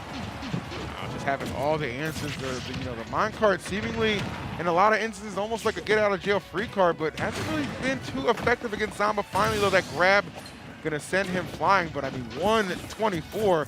If you're Zamba, you're feeling pretty darn good about this one, and even better after that down smash connects and you go up an entire stock. This is a huge deal too because he doesn't have a diamond. He just got the diamond tool and he lost it immediately. So now he's on gold, which is not bad at all, but means he's gonna have to mine a bit for diamond, and Zamba might be able to take advantage of that. Not sure how Yanni feels about, like, I know some Steam players, like we have Jake here, we have Yanni, D-Dog. I know some of them prefer gold, some of them prefer diamond, depending on the situation. Yeah, it just depends. I know gold's a little bit faster in some in those instances, you know what I'm saying? But obviously diamond with that even more knockback. So what do you value? A little bit more speed or a little bit power? Either way, though, both very hard hitting. Just depends on the situation, as you said, Coney. And this is a bad situation right now for Yanni to be in. Incredibly talented player, has been on a heck of a run, but Zamba really locking him down right now. That minecart is so good for Yanni, though, because Zamba, he makes a lot of his money with back air, right? He tracks your movement, sort of follows with you. You can see he wants to do it, but he is scared to death. Like, as he jumps out, he'll, like, back up a little bit, like, oh, I don't want to contest that. Yeah. But it doesn't matter because you can hit it from below. Yep. Yeah, you got the up air there. Yanni sending the minecart, and unfortunately didn't have it available there. So that means that's an easy up air, and Zamba now 2-0 on Yanni. A lot of second guessing you have to do at times, but hey, that's just the name of the game. Zamba right now looking to make sure the old dreaded sponsorship curse does not apply to him. A little bit of a smash trope. When somebody gets sponsored, goes into a tournament, they don't do so hot. They don't do so hot. But Zamba's still very much so in this tournament, trying to make a push to make it the top 8. The road's still winding right now, though, but he's in a very good position to get past Yanni, up 2-0 right now. One more will close it out in this best of 5. Almost there. Zamba, again, not too shaken, I don't think, after all of this. Seems like he's playing this as best he can. Kalos is the pick for the third and potentially final game. Oh, my goodness, he just ran up to him and grabbed. I've never seen that kind of gambit on this kind of stage immediately. There's no time to waste, man. There's no time to waste. So this will be good as far as like resources go right here for Yanni 100%. But, of course. Obviously, Zamba very much so kind of expecting that. I'm expecting him to still kind of, play this rush down, hard hitting style that we're accustomed to seeing. But this is definitely going to give Yanni a good opportunity to at least get on the board. I like what we're seeing already. Just mining up with that space between the two. And yeah, you're going to be able to really take advantage of some of this space for sure. Yeah, if you look at them, there's so much more distance that one of them is going to have to travel to interact with the other. Zamba does not mind it, though. You can see it there, getting the string up to 81. Trying to contest that forward air, but only in the way that he wants to. He doesn't swing. A lot of roll-throughs. Yep. Oh, wow. Up tilt, up air. I don't think that'll. Okay, I think he. I think he made a crucial error in DI on that one. It happens. He might. I mean, he might not even expect him to necessarily go for it. Right. I mean, that move can mix you up. Right? 100%. That move is one of the most mixy-uppy up airs in the game. Shades of Sheik and Smash 4 just really can mess you up on either direction. I feel like Yanni just was not ready for that. Yeah. He'll be guessing for sure. And right now, a lot of people might not be guessing who's going to win this set. It has definitely been in the favor of Zamba.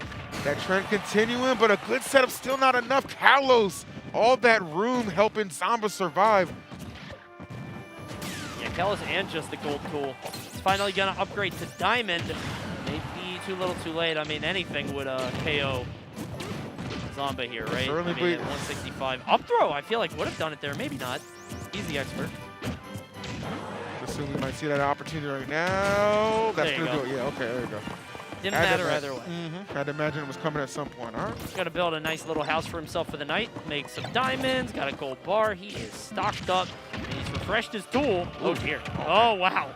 The house coming back to bite him there. Wow, he's on the receiving end. Usually it's kind of to his benefit in most of those situations. The falling up there almost gets the job done. The back there certainly will on time. You mentioned how Zamba was kind of, gingerly using them in the last game. He's not been shying away from him in this one. When he's this far ahead, I think Zamba takes a lot more risks. I think he's fine with it. He knows he's playing with house money here and has a full stock advantage. You can see just how aggressive he's being just in general. He's like jumping into him, dash attacking. I think he realizes the set is his to lose at this point. Doesn't go for a rotor arm like we normally see from Zamba. I was going to say, he's got to go high here. Yep. Don't even risk the stock. And that's why he's afraid of back airing. Absolutely on the money. Oh, wow. I mean, if you're Yanni, it's like, what do you even do right now? It's just your whole game plan. I mean, you're sticking to the script, but he's just neutralized. Those nairs have been incredible for answering so many approaches from Yanni. It covers everything. It's beating the approach. It's also kind of getting rid of the blocks if he just hits all three. Yanni doesn't have an answer for this. He hasn't really felt in control at any point during the match other than that one excellent combo. We saw a second stock of the first game. Here we are, gets it down to 140, sends the minecart and Yanni back. And Yanni's going to have to go back to Texas on that one. 3-0 for Zamba. I heard a bull riding, man. Nobody ever accused him of trying to ride a Rob. It ain't going to work out too well. Sad yeehaw. You can see the respect from these guys. Dapped up. Zamba is going to be the champion for today. That's sad yeehaw. Imagine, like, if they had that emoji that's the yeehaw the cowboy, but with with the frowny face. Yeah. I feel like you could make that. Apple, get on that. Come on. Get on that, baby. Get a little creative with that. A lonesome cowboy. But good stuff, too, Zamba. We'll take it in a 3-0 fashion. Good stuff for sure. Definitely trying to battle on and still make it to that top 8, no doubt about that. But Yanni had a good run, too. I mean, we saw, no question. We saw how it started off really, really rocking for him with that opening loss right there and had to go through, at least 6 or 7 games and lose the win before running into Zamba and having that, put on hold. Yeah, had a great tournament. Yeah. I mean, despite everything, even if you don't make top 8, if you can get some big W's and make it this far, obviously, it's a great event, especially when you get knocked so early, right? Like when you get knocked into losers so quickly. I'm sure Yanni's pretty happy with that one. Let's take a look at the replays. There's one that I definitely want to see. All right. Let's go ahead and pull into that. So this stock here just got an up smash for free, right? But what was this? What? That whole thing is look, Zamba's eyes like widened and then he rolled them. Like he couldn't believe that happened. Yeah, he's like, he won the game and he's still thinking about like, how did that happen? Like, you know what I mean? Like sometimes you just live in the past in that moment. But nevertheless, he did secure the victory in game number 1 and then took that momentum all the way to the second game, a 2-stock right there. And that would kind of be the trend going forward in this third game because it was a little bit of a beatdown, I must confess. This one right here, wasn't expecting that to get the stock, but man, maybe, Yanni not expecting it, caught him off guard with the DI, as you mentioned. Right. You can see another up air there and leads right into the back here, deftly weaving around the anvil, and that's an easy rotor arm. Finally, we got to see one of those KO because that's what he's known for. a lot of love between these two. Obviously, a lot of mutual respect. And Yeah. I was talking with some other players about the concept of like breakout buddies, where that happens a lot, where it feels like a few people will break out sort of at the same time in terms of I like that, yeah. Mars and Void were sort of together. They came out in terms of like being great players around the same time. And I feel like Yanni, Zamba, even Akola a little bit. I mean, he's Japan, obviously. Of course. You're seeing this new generation of player, and it's really fascinating to see. I mean, Jake is still in as far as I know. Yeah, so there's a lot of talent. It's super fun because, we're at the point where it's like, we're seeing this new generation, but the old guard's still hanging around too. Yes. So it makes for a very exciting and, a compelling event to watch. And I know you guys have enjoyed watching it, and we are going to continue it right after this short intermission. Don't go anywhere. More Panda Cup action on the other side of this break.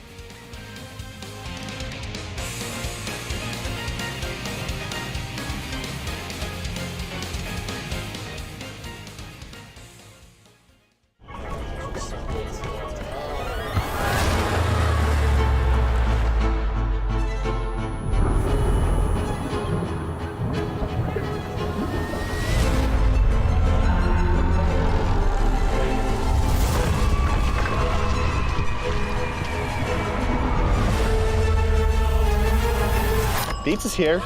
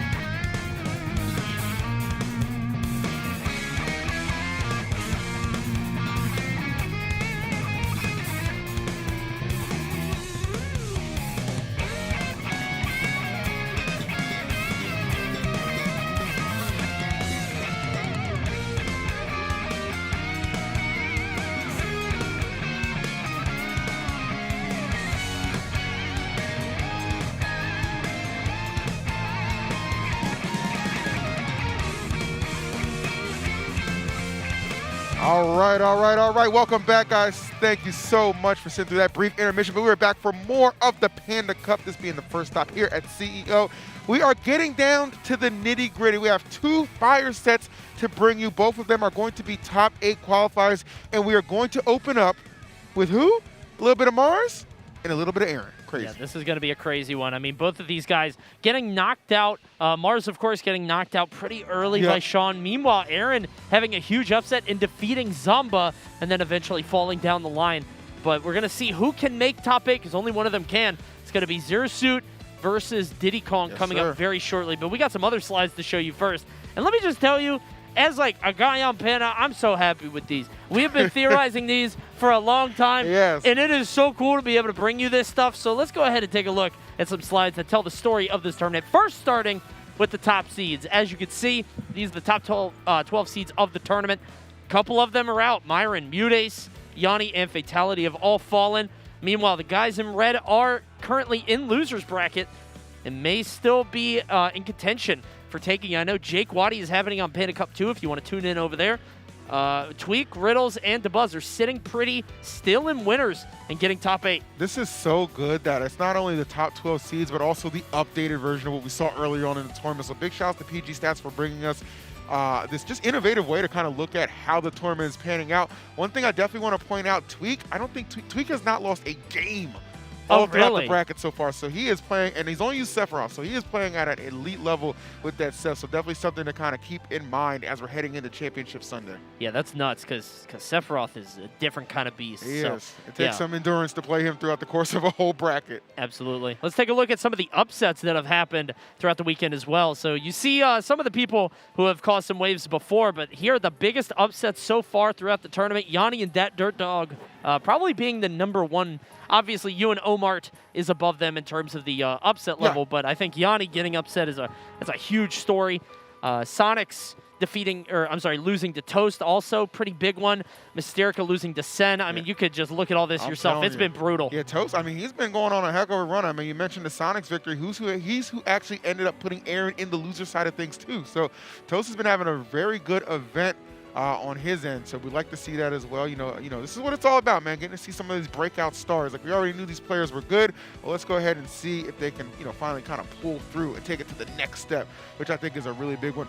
Probably the upset that I just didn't see coming at all because he's just such a content machine was Bobby over Myron. Let's go, Bobby. That was wild, bro. Bobby Wasabi, a Panda, by the way. Yeah, PG Stats. Yep. He's a PG Stats guy. It's so funny because he, they post the tweet for the upset. So, PG Stats. He was smiling while he was. Oh, absolutely. Absolutely. Let's go, Bobby. Not just Twitter fingers, okay? Bobby can scrap in the arena as well. Definitely. No doubt about that. As we slide over here, this is where we're going to be seeing this one being a top 8 qualifier. As we told you, lifetime head-to-head 2-0 in the favor of Mars. So, obviously. This is crazy to me. You guys can't see me. I'm pointing at Zero Suit. Zero Suit Diddy historically has been a pretty difficult matchup for Zero Suit Samus just because she has trouble getting around the banana at certain times. And it seems like Aaron kind of struggles against her. Now, I don't know if that's with Diddy because he didn't, hasn't played Diddy forever. It might be a Rob thing. But clearly his 0-2 against Mars has been knocked out 1-3 in the past and 0-3. Let's take a look at Aaron's run throughout the tournament. Obviously has gone on quite a tear. Is 6-1 in sets currently. Demon Child, Owen, Addict, Jeja, Zamba, Fatality, and Toast. And, of course, 1-3 to Toast there.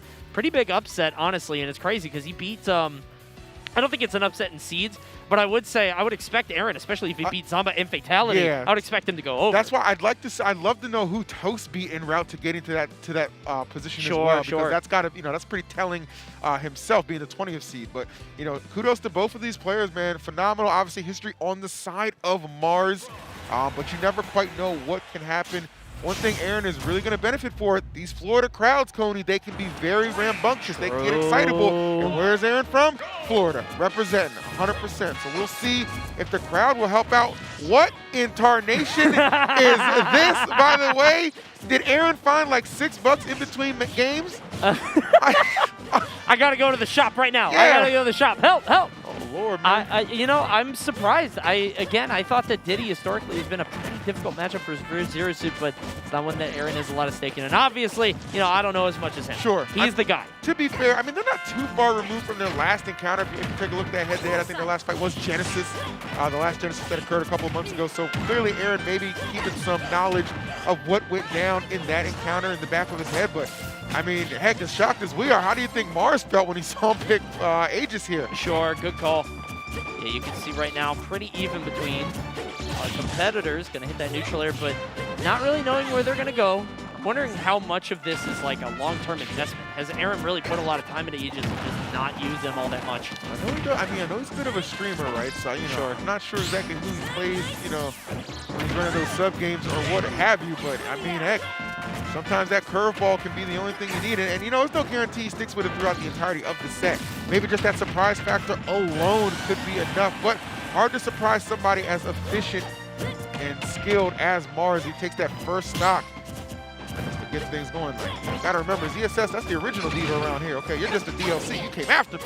Absolutely. Oh, he goes through on the dash attack on the forward smash. Not gonna land, but the up air, not enough to KO just yet. Wasn't sure because the overleg.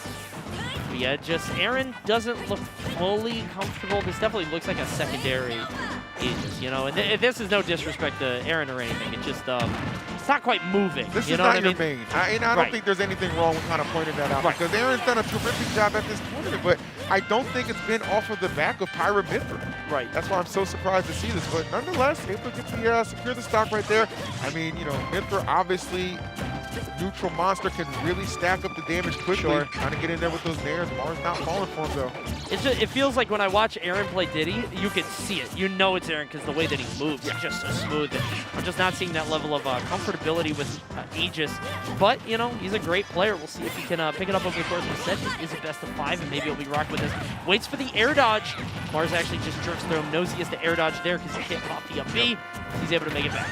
All right. A little bit of a comeback. Certainly brewing. Wow, the fact that he was able to hit him at that distance and then the back air to close out the stock was really good setup. Just a tenacious approach from Mars paying off. And he's one stock away from taking this first game. There it is. So many things for ZSS to just start off with that there. Right, the neutral air is just so good on hopping. You get so much off of it. Aaron kind of sticking with this Pyra, getting the Prominence Revolt. Only 32, dude. That's not bad at all. Not at all. I mean, this might be the surprise of the tournament if Aaron's able to take out Mars, even just the first game with, you know, Pyra Mithra. That would be absolutely insane. Not too far off from doing it. I would not have expected this. Just an array of punishment. Both hits. Oh, yeah, the Foresight coming out through, but I love that down air from Mars there. And there's another one, forcing his way down, not getting juggled by Mithra. Not shying away from just throwing it out there when the moment is right. Oh, wow, that grab. I was expecting like down smash or something trying to catch, but no, just a grab instead. Aaron might be on his last legs. Going to switch over to Pyra, maybe trying to get some explosive hits. Pyra can steal some stock. Don't get too comfortable. Watch that shield as well. The pressure is real. Do you think down air, up air might KO? I mean, with the rage, it looked like he was trying to force it. It might, dude, depending on where he hits it. It's probably one of those situations where it's worth exploring. If you can get the hit, but you got to land first right now. Oh, wow, the nair gets him through. All right, now it will be KO. Oh, no. Oh, man. Bro, this is terrifying. Is Aaron going to get this first game in the most unlikely fashion over Mars? Oh, wait a minute. The plays again switches to Mithra here. Not sure what the plan is. Gets the Foresight forward smash. My goodness. No way. Dude, I clenched up. That was so nerve-wracking. Literally down to the wire. And it's going to be Aaron. Oh, my goodness. That was unreal. The Foresight came in so clutch for Aaron there, able to air dodge through and charge the forward smash the perfect amount of time. He didn't just let it go right away. He charged it so that Mars would go as far as possible off stage. I am legitimately gobsmacked at that. I mean, that is just not a traditional Aaron pick, and it's one of those things where if we're not privy to everything going on behind the scenes, we might not know. Right. And that's that surprise factor that can really catch people off guard, chat. In a game with a roster of over 80 characters, anything can happen at any given moment. No question. And Aaron definitely pulling a fast one, taking that first game from Mars. It looks like we are going to stick. Yeah, we are going to stick exactly with that Pyra Mithra. Oh, Mars looking to run it back immediately back to Stadium, not content with how that one went down. Not happy. Wants to send it right back, and it's crazy how Aaron seemed to steal that game, man. It felt like he was behind so much, he switched to Pyra randomly in the middle of that, and then just started popping off. If you compare that first stock to the last stock, it's almost night and day. Like, he had definitely settled in, felt a lot more comfortable, even those spots where the percentages were higher on both ends. Like, he definitely pulled it together in a very crucial situation. So kudos to him on that. It'll be enough to get him to a second game win. Mars sticking with the ZSS, but one thing to note about Mars, definitely has started to pilot a little bit of Joker as well, so there'll be something in the back pocket should he feel these first 2 games go a little awry. Didn't even think of that. Yeah, he hasn't played any Joker to my knowledge today. At least I haven't seen it, but might opt for it. I saw Joker one time today. It was against Sean. It was in a losing effort, and that's when the ZSS came and we went to number 5. So they've been relying a lot on the ZSS for good reason. This is kind of like, I mean, this is the character that put him on the map, right? So many big events, one courtesy of the Zero Suit Samus. Oh, dude, look at this. There's the boost kick, and that's the KO, and Aaron was ahead there. He was actually doing a great job, but got hit by that down smash, and now Mars, I really think, just has to play around Pyra as much as possible. He's done it before with other players, but Aaron is just swinging to try to stay alive as long as he can. Trying to get through this isn't easy, though. Trying to get that neutral air, trying to get these airs through the aerials, but he's finding a way now. Yeah, that was really good. That all started with a nice reversal as well. So Mars definitely finding these hits, finding a way to get in there. Aaron, wow, the foresight coming through, but not enough to get rid of the stock. Aaron's cheating, bro. He keeps getting this foresight out of nowhere and these forward smashes. He's just throwing it out there. Great timing. But Mars, nothing for that. Oh, nice. Drop down, hit the up air. Yeah, that'll be enough to secure that stuff. I feel like cheating against a Panda player on a Panda broadcast, I don't know if that's a great idea, Aaron. You might want to... Somebody might pull the plug, man. Yeah, that's crazy. I don't know about that. 67% here. Nice. Oh, love that. All right. Stuff thus far. Aaron trying to find his way in, but Mars being so elusive. I like this from Mars. A little bit of a departure from the last game, not forcing anything, not just assuming, oh, this is going to be a free victory right here. Definitely taking Aaron a little bit more seriously. Right. As he should, man. I mean, like we were saying that we weren't used to this, but I mean, I don't think either of us fully doubted this Pyra Mythra. We know how talented Aaron is, and has reinvented himself multiple times over the course of Ultimate. Let's not forget, he started with Inkling, played Diddy, played Rob, has played a bunch of characters in Pyra Mythra. Might not be as polished as his other characters, but clearly getting the job done. But that stock is going to be finished off right there. Mars very disciplined, waits for the opening, capitalizing perfectly. All right, let's see if Aaron can respond to a little bit of adversity right now. Trailing, but not by too much. He's got Mars in those triple digits. Yeah, this is such a weird spot because you want to land the random aerial with Pyra. If you can land like back air or something in the middle of the stage, you want that. However, if you stay on Pyra and you start getting juggled, you can't get out, right? Yeah. And you just start to get bounced around. This is a very uncomfortable spot for Aaron and one that he might not be 100% comfortable dealing with. How are you going to land this hit? Mars just kind of dancing around him. Yeah, and he can do that too because, you know, obviously you get a lot of strength when you bring out Pyra, but you lose so much mobility. She's just not nearly as quick as Mythra, and that's what we're seeing right now. Mars is kind of dancing around him. Finally. Oh, wow, not even close, actually, if you looked at the little thing. Wasn't even near a KO. Maybe Mars has kind of figured this out a little bit, but I don't want to say that because I feel like it was like this last time too. Like if Aaron lands the KO, he still might be able to come back. Unfortunately, does not quite know the distance for that air dodge again. That's just unfamiliarity. Yeah, it happens right there. But Mars, I mean, he just had a great response, great bounce back either way. That was terrific on his end. So kudos to him evening up the score. 1-2-1. 1-2-1. Going to happen very soon. We're going to get into game 3. Are we going to stick with it? Oh, no, we're going to Diddy. Okay. All right. All right. I think he figures, you know, we got a game off. Yeah, you know, we made it a best. It's basically a best of 3 now. It's just a, you know, first to 2. All right, let's get it. Right back to the same stage, man. Yeah, sure with that, but this time the Diddy coming out to play. This is the character that we're more accustomed to seeing Aaron pilot. Not familiar with him As Tony said, man, definitely going through a few characters in his time. But yeah, Diddy, I feel like, is definitely where he's made his money, made his name known. And now going to try and pull one here over against Mars. Now, this is going to be a match that Mars is pretty comfortable with, like a lot of familiarity, 100%. Mainly given the fact that, you know, Mars plays with Tweak a lot. Like they are They're good friends, good practice buddies. If you guys don't know, familiar with Tweak, best Diddy Kong on the planet. Definitely. So the experience is certainly going to be there for Mars. Great interception with that boost kick. He is cooking right now.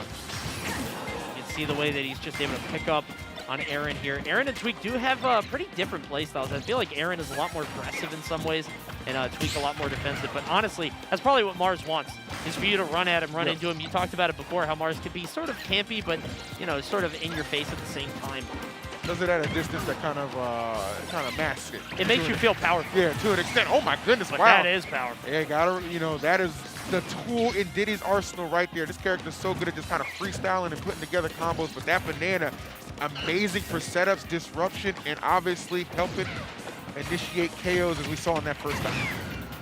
Love that roll through, tries to go for the up throw. Not enough KO just yet. Maybe going for a DI check. Aaron stuck on the side. Throws the banana to cover himself, and Aaron is desperately trying to find his feet back on the floor. Not making it easy. Smelling a grab. Okay, never mind. Doesn't even need it. I was gonna say, Mars, if Aaron keeps going for this monkey flip, all Mars has to do is just run and pivot grab and then up throw. Doesn't matter though, hits the whip. Call out by Aaron there, catching the shield. Oh. A little bit in, that's what I'm talking about, that disruptiveness. But don't get it twisted, Mars. Pretty familiar with how to use that banana too. That's one thing about Diddy. Both players can have access to that banana. Did he catch jump? Oh, I think he did, but it doesn't matter. Aaron's up B. You know, Diddy's, the barrels are just fine. Very powerful. Just that grab, not enough time to react. And hand just gonna chuck it to the side. Didn't even want to interact with it. Oh. 92 to 70. Oh, okay, a bit of a stalemate. Exactly. Kind of a handshake there, like, all right, neither of us get it. Nice. Coming through, banana in hand, nice. Baited him to come in there. Good play all around. I love up smash there because it's so safe. Like, they're locked in shield for so long that you don't lose anything, and as long as they're on the platform, they're stuck. 93, you can see Aaron is smelling something. He wants like a forward smash or something, but can't quite make it happen. Mars has to be very scared here, because if he does get, if he gets a banana forward smash, obviously it's going to be over. 100%. That down tilt could put it in a precarious situation. You see Aaron hunting for it. Aaron needs to make sure he doesn't get too transparent looking for that. Oh, yeah, you can't punish. Zersu just locks you in shield and makes it look like you can punish it, right? Like with the up smash, with the side B, with the whip. It's just like, it looks so punishable. Yeah, it's really not. You get very comfortable in those situations. Just like, okay, the opportunity should reasonably be presenting itself, but it's almost like just a guise, right? It's not actually true. So got to be very careful and keep that in mind. And now Mars starting to pull ahead ever so slightly. Don't let him bully you like that. I'm noticing so much more jab in Mars' play lately. I don't know if it's just because it's so fast and so safe. It's not committal, so it's just like you're just running up and going for it. But that one does a little bit more damage. Gets the up smash, and now Mars starting to pull away. Oh, that banana could have saved him right there. That might have gave you a second chance. Don't let it go to waste. He's trying, man, but it's okay. Nice. Yeah, no question. I never know with that move. It feels random. It does. Crazy. At times, it's just kind of like, like almost like you're rolling the dice on it. Like, it's going to work out. In that situation, definitely that close to the wedge. Enough to get it done. So Aaron trailing a considerable amount. Down but not out. See if he can rally on here. Such an important game in this set. 105. Oh, yeah, he's just going to run up. He keeps doing that. Just run up jab. I guess he realizes he doesn't have time for anything else. Maybe a forward tilt, but doesn't matter. This is one solid setup being a victory. And obviously knows that. Got to be maybe a little more disciplined with some of these monkey flips. Yeah, if Mars is like a certain distance, he can just keep going for it. But, yeah, Mars is just going to be ready for it, try to react. The spot dodge. His reaction time is definitely up there with the best of them, but slowly but surely, Aaron chipping away at this lead. Seemed like Mars had this one well in hand, but nothing guaranteed just yet. And I want to show you something. Aaron is not wearing headphones. I want you guys to realize that he is powered up by the Florida crowd, and they are here for him. CFL cheering for their strongest soldier, but no, not today. Mars landing the up air, and Aaron reels back in his seat. Yeah, he said, I'm going to put a stop to this right now, because you could definitely see Aaron getting more amped up as the match progressed, even at that higher percent, not discouraged, but as you said, definitely feeding off of the crowd. So for Mars to kind of put an end to that, as quick as possible, that up air was tremendous for him. 2-1 lead right now. Mars needs one more to advance on to Championship Sunday. Right there, to put Aaron away one more time, and it is Diddy Kong again.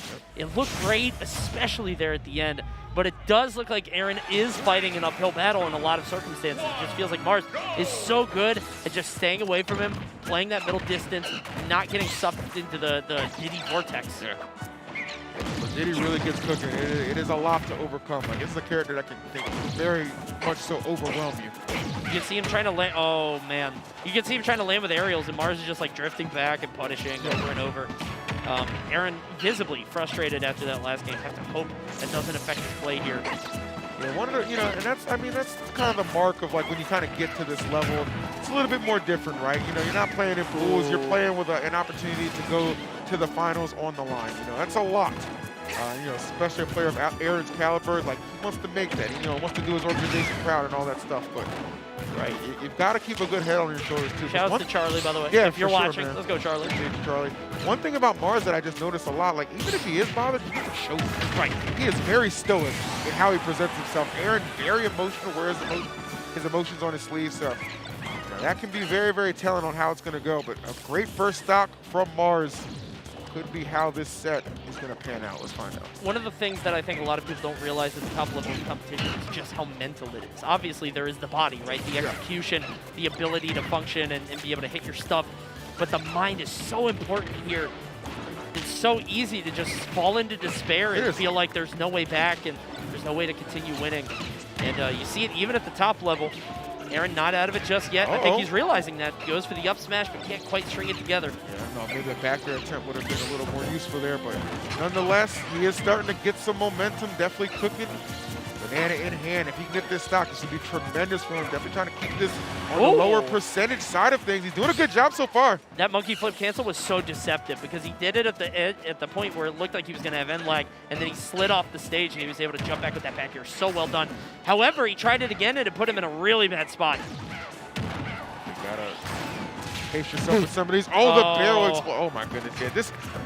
This is a lot of things not exactly going in Aaron's favor. Right. It's just, okay, he air dodges. I was like, did he just SD? Because he did the kick, but. A little nervous for that too, I'm not gonna lie.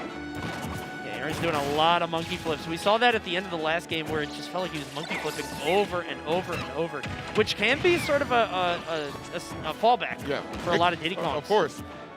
They're just kind of thinking like, okay, get out of jail free, give me some time to think, but I mean, what really kind of was a position for Aaron to really make this a very doable situation, getting this stock off from Mars at like around 28%, it turns into him being down 2 stocks. Like, it's just all falling apart right now, unfortunately for him. Yeah, things are beginning to unravel for Aaron here.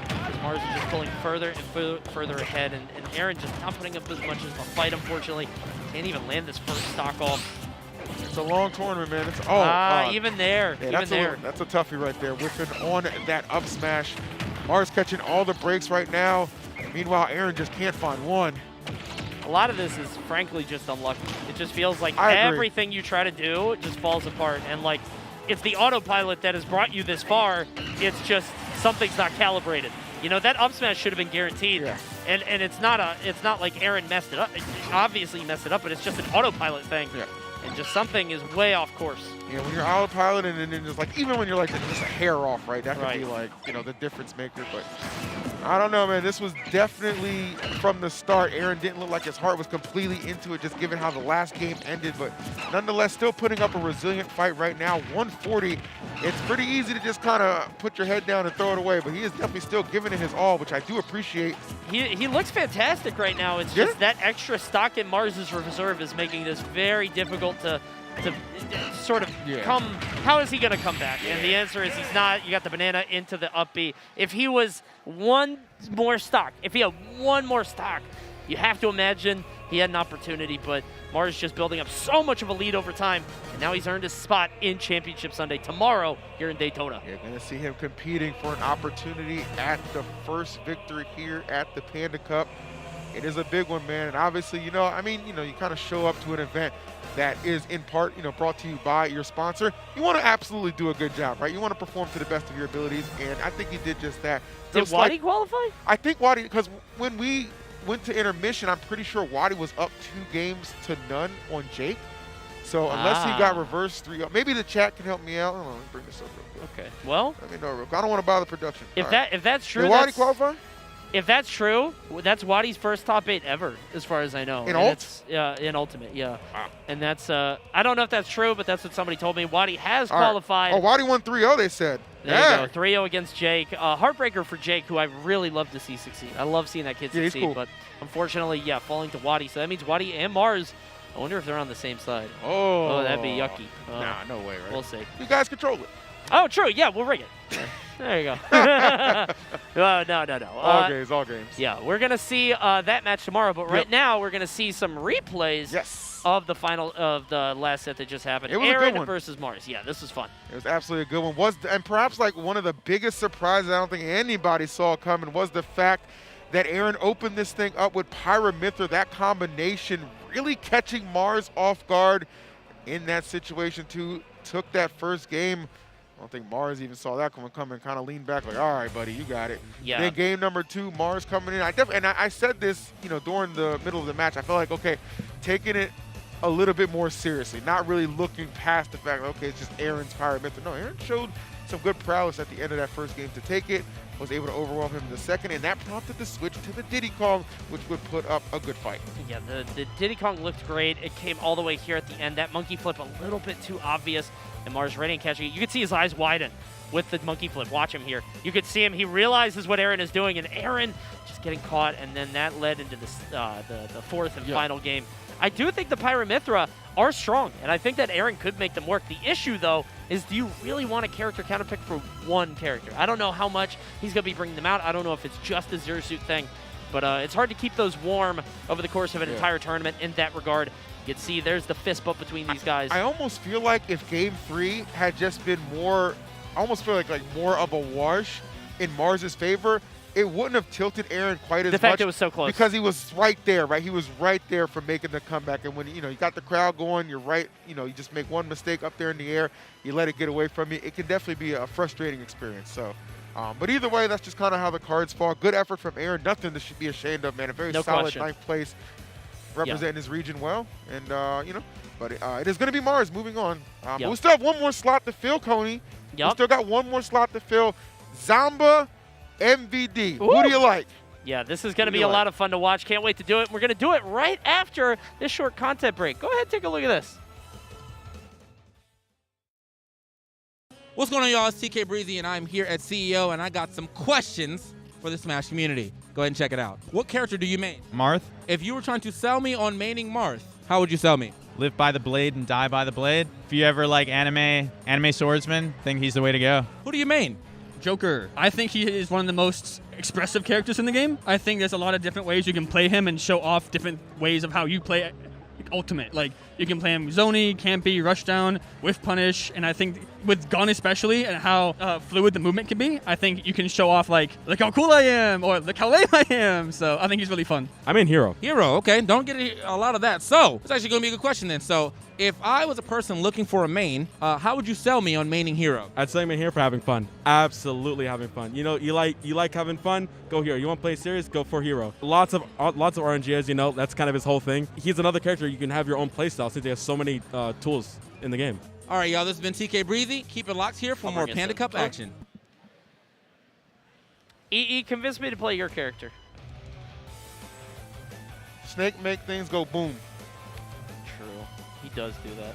Pretty cool, right? That's pretty cool. There you go. That's pretty sick. What do you need? Snake it's kind of funny that I really like playing Snake, and then of course we're about to see Snake right now. Maybe the best Snake out there in MVD. Going to be really, really fun.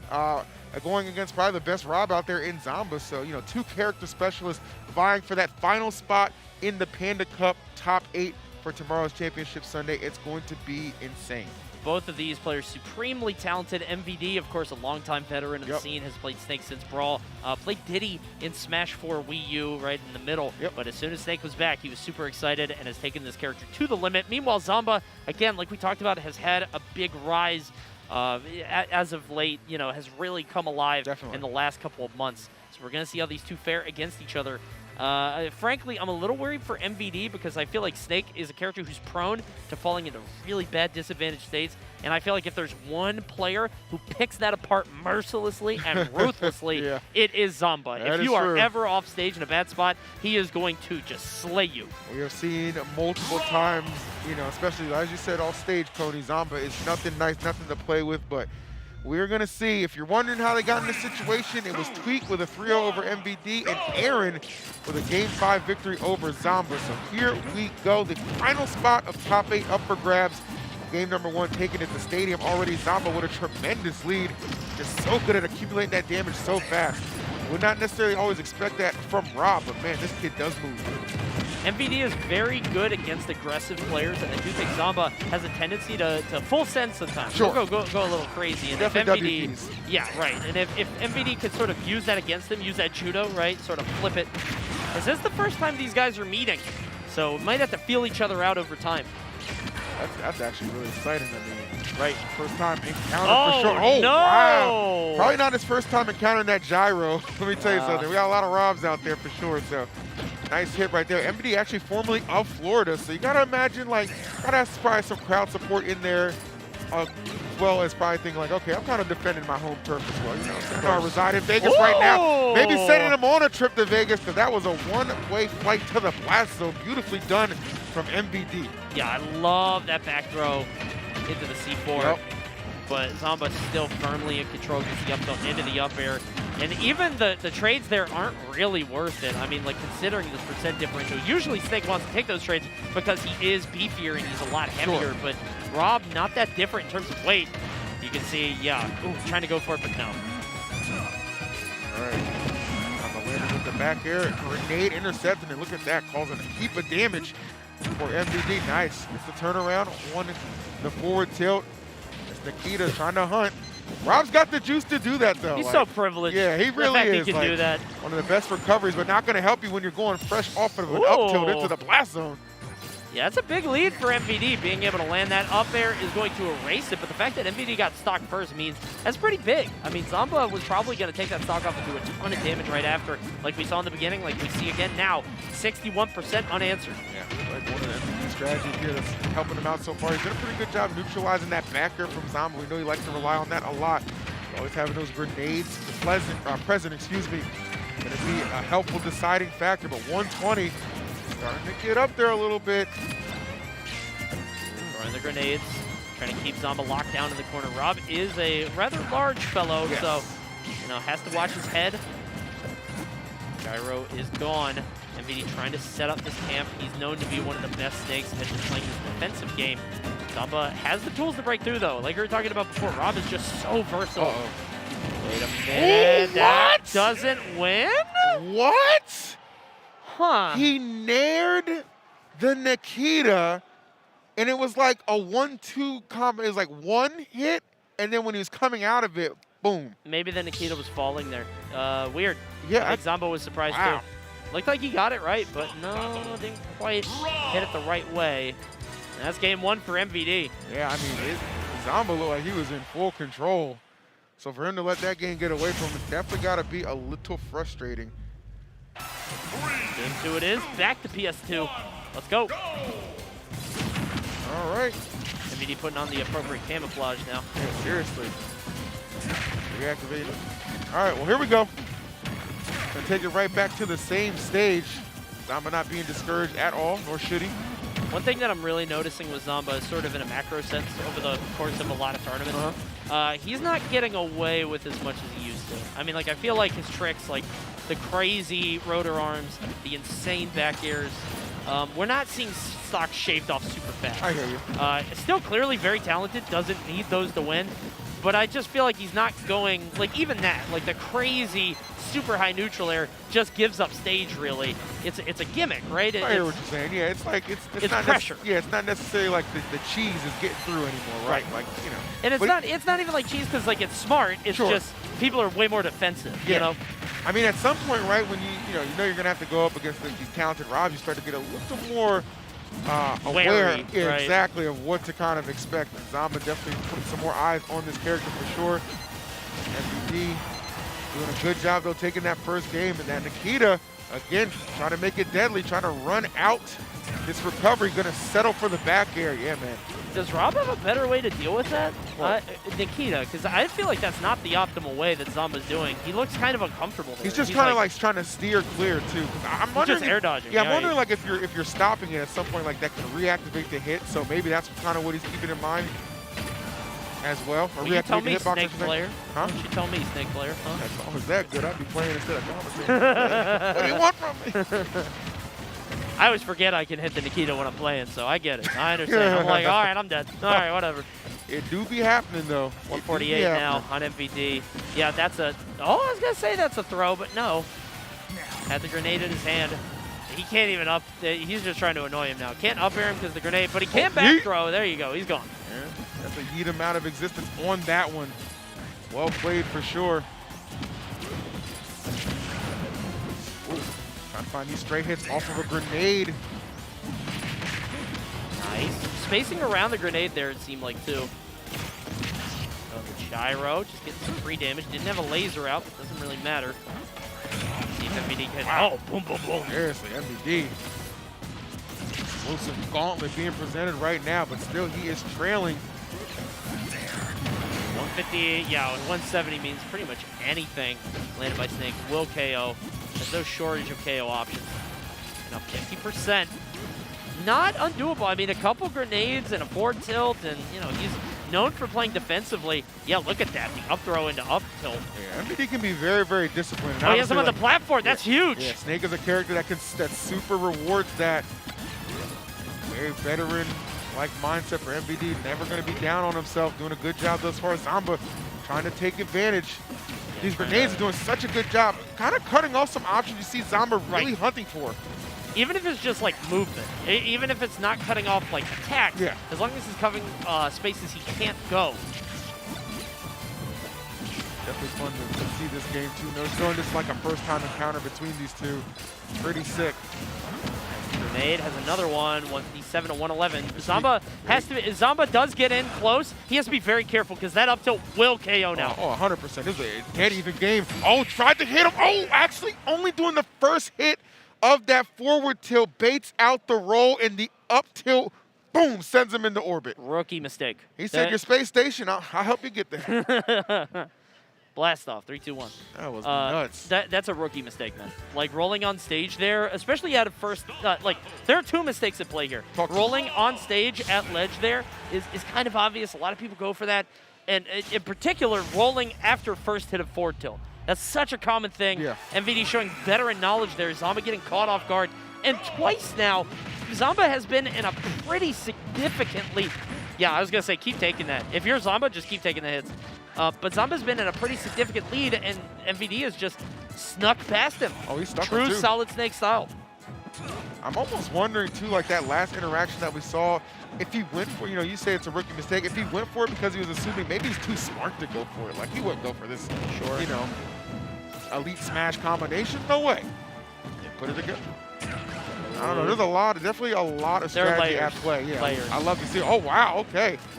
In an instant. Wow. It's just kind of crazy. Like, these games really started off in Zamba's favor, but MVD, absolute beast. A gorgeous back air there. Planted right on the guy. Even it back up. One of the few back air KOs I've seen. I feel like I don't see him as much. Yeah. But he landed that one. That's a good bounce back, too. Lost that stock pretty early. Oh, that's double jump. Yeah, he tried to catch air dodge, but MVD, very wise, and used Cypher instead. But if he did double jump, that might have been a KO. Oh, wow. That's tough. Oh, he's taking off the headset. He's taking off the headset. I mean, you got one more opportunity. This is your last stock potentially. Yeah, so seriously. You got to change something up. This game has gone by so fast. We're only a minute and a half in. I really cannot believe this. I mean, you know, and I'm not talking about as far as like a skill goes for MVD. I'm just like the calculations that have gone into it. Like, he is very comfortable, insanely so, in this matchup. I didn't think it would look like this. Right. That's what I'm saying.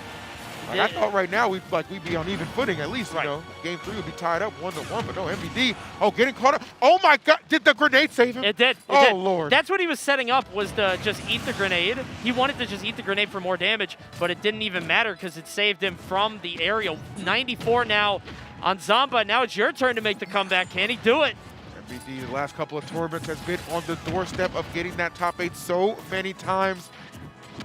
And this time, looking like he's trying to blow it wide open. Zamba in a lot of trouble. And notice the fact that MVD's still not being aggressive. He's still, he knows he has a huge lead and a 2-0 lead here.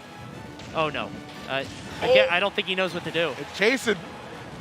I don't even know if you can do anything. Let me be clear. Seek and destroy on that. Yeah. 173. Oh my goodness. Snake passes gas the wrong way. That's going to be the stock of Rob. Yeah, C4's there. Oh, wait! Is he going to do it? Yeah, he wanted it, but I love that Zamba waited a second. Tried to keep him at the ledge, but now Snake is back on stage. Oh my God. Is this his miracle comeback? If he grabs him one time, it's done. If he gets a grab? Yes. Yeah, because remember, Snake has a guaranteed KO confirmed. Off a grab here. Yeah, around that 170 mark. That'll so help scary. do it. Oh my goodness, that might have shield poked. Oh. Good grief. It's so tense. I don't want to talk, I just want to watch. No. He didn't do it! Maybe because of the grenade. Perhaps so. Oh, that's going to do it. Scoop him up, send him out. MVD 3-0.